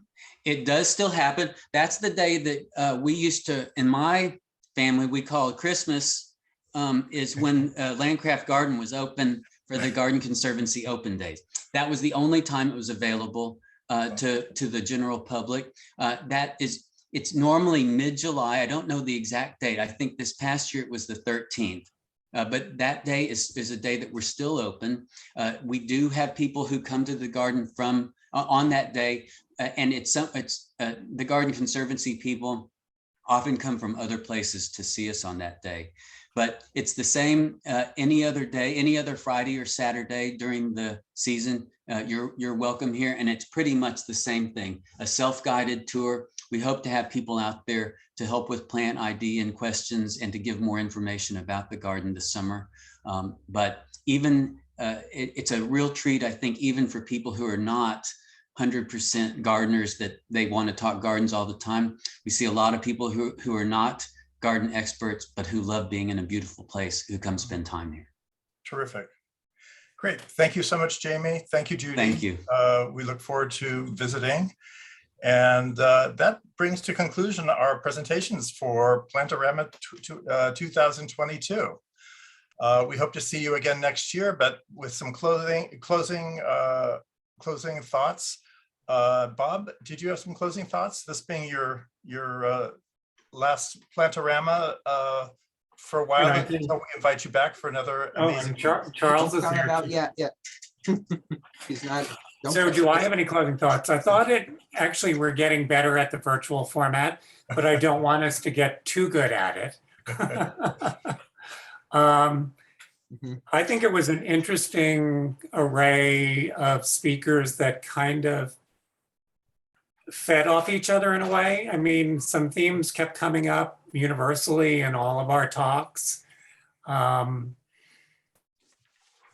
Charles, anything from No, I think it was an excellent program. We had great speakers. I want to thank all the speakers, our trade show presenters, our sponsors, and to all of you, the Plantorama Committee, all of the board members that worked so hard to put this event together. And I actually like that. I think it was a little better format to just have our marketplace trade show vendors who could just join us in one Zoom room rather than separate rooms where we were navigating back and forth. And, you know, I don't know, just it seemed to work better this year. I certainly would like to thank all the people who are attending. It's amazing that you were able to pivot along with us at the last minute to an all virtual format. It was a lot of work for us to make it happen, but thanks so much also to Kiko Chat and Sandra, who has been an amazing technical host. They were with us last year. They are with us again this year, and perhaps we do some sort of hybrid next year. Who knows? But it's been a terrific experience for all of us. Actually, I wouldn't mind if some people could, the Monday evening, if we kept a virtual speaker or two on Monday evening before we did the live event at Brooklyn Botanic Garden, is that a good sort of model and formula? Does it work for you? We thought it would be interesting to have something virtual as well accompanying the live show as we've known it. Anybody want to chime in? There's less traveling and you get more without a long subway trip. Oh, I thought it was great having a couple lectures in the evening. Yeah. I think the beauty of having the online lectures in the evening is that you can get a broader range of people signing into it. I mean, geographic range of people signing in. So you may have like a two-tiered payment system, one for the evening lecture and one for both days. I mean, I know it gets more complicated with, accounting, but yeah, I think having the two relatively large name speakers in the evening is great. Yeah, Duncan, we did kind of look at that, two different admission prices, but and we had to throw this online quickly in 3 weeks. And I just want to echo thanks to Sandra at Kiko Chat, because there was a familiarity with the event, with us, and it was easy to turn on a dime and throw this virtual in a way. Easy, maybe not, speaking for myself, Pamela. And the other thing that Green I tablecloths. keeps it inclusive is keeping a $30. In the long run, the $30 admission price that gets you all of this, I think, is a really good value and bargain and contribution to the horticultural community as we, particularly the Plantorama community. Especially, yes. Very important.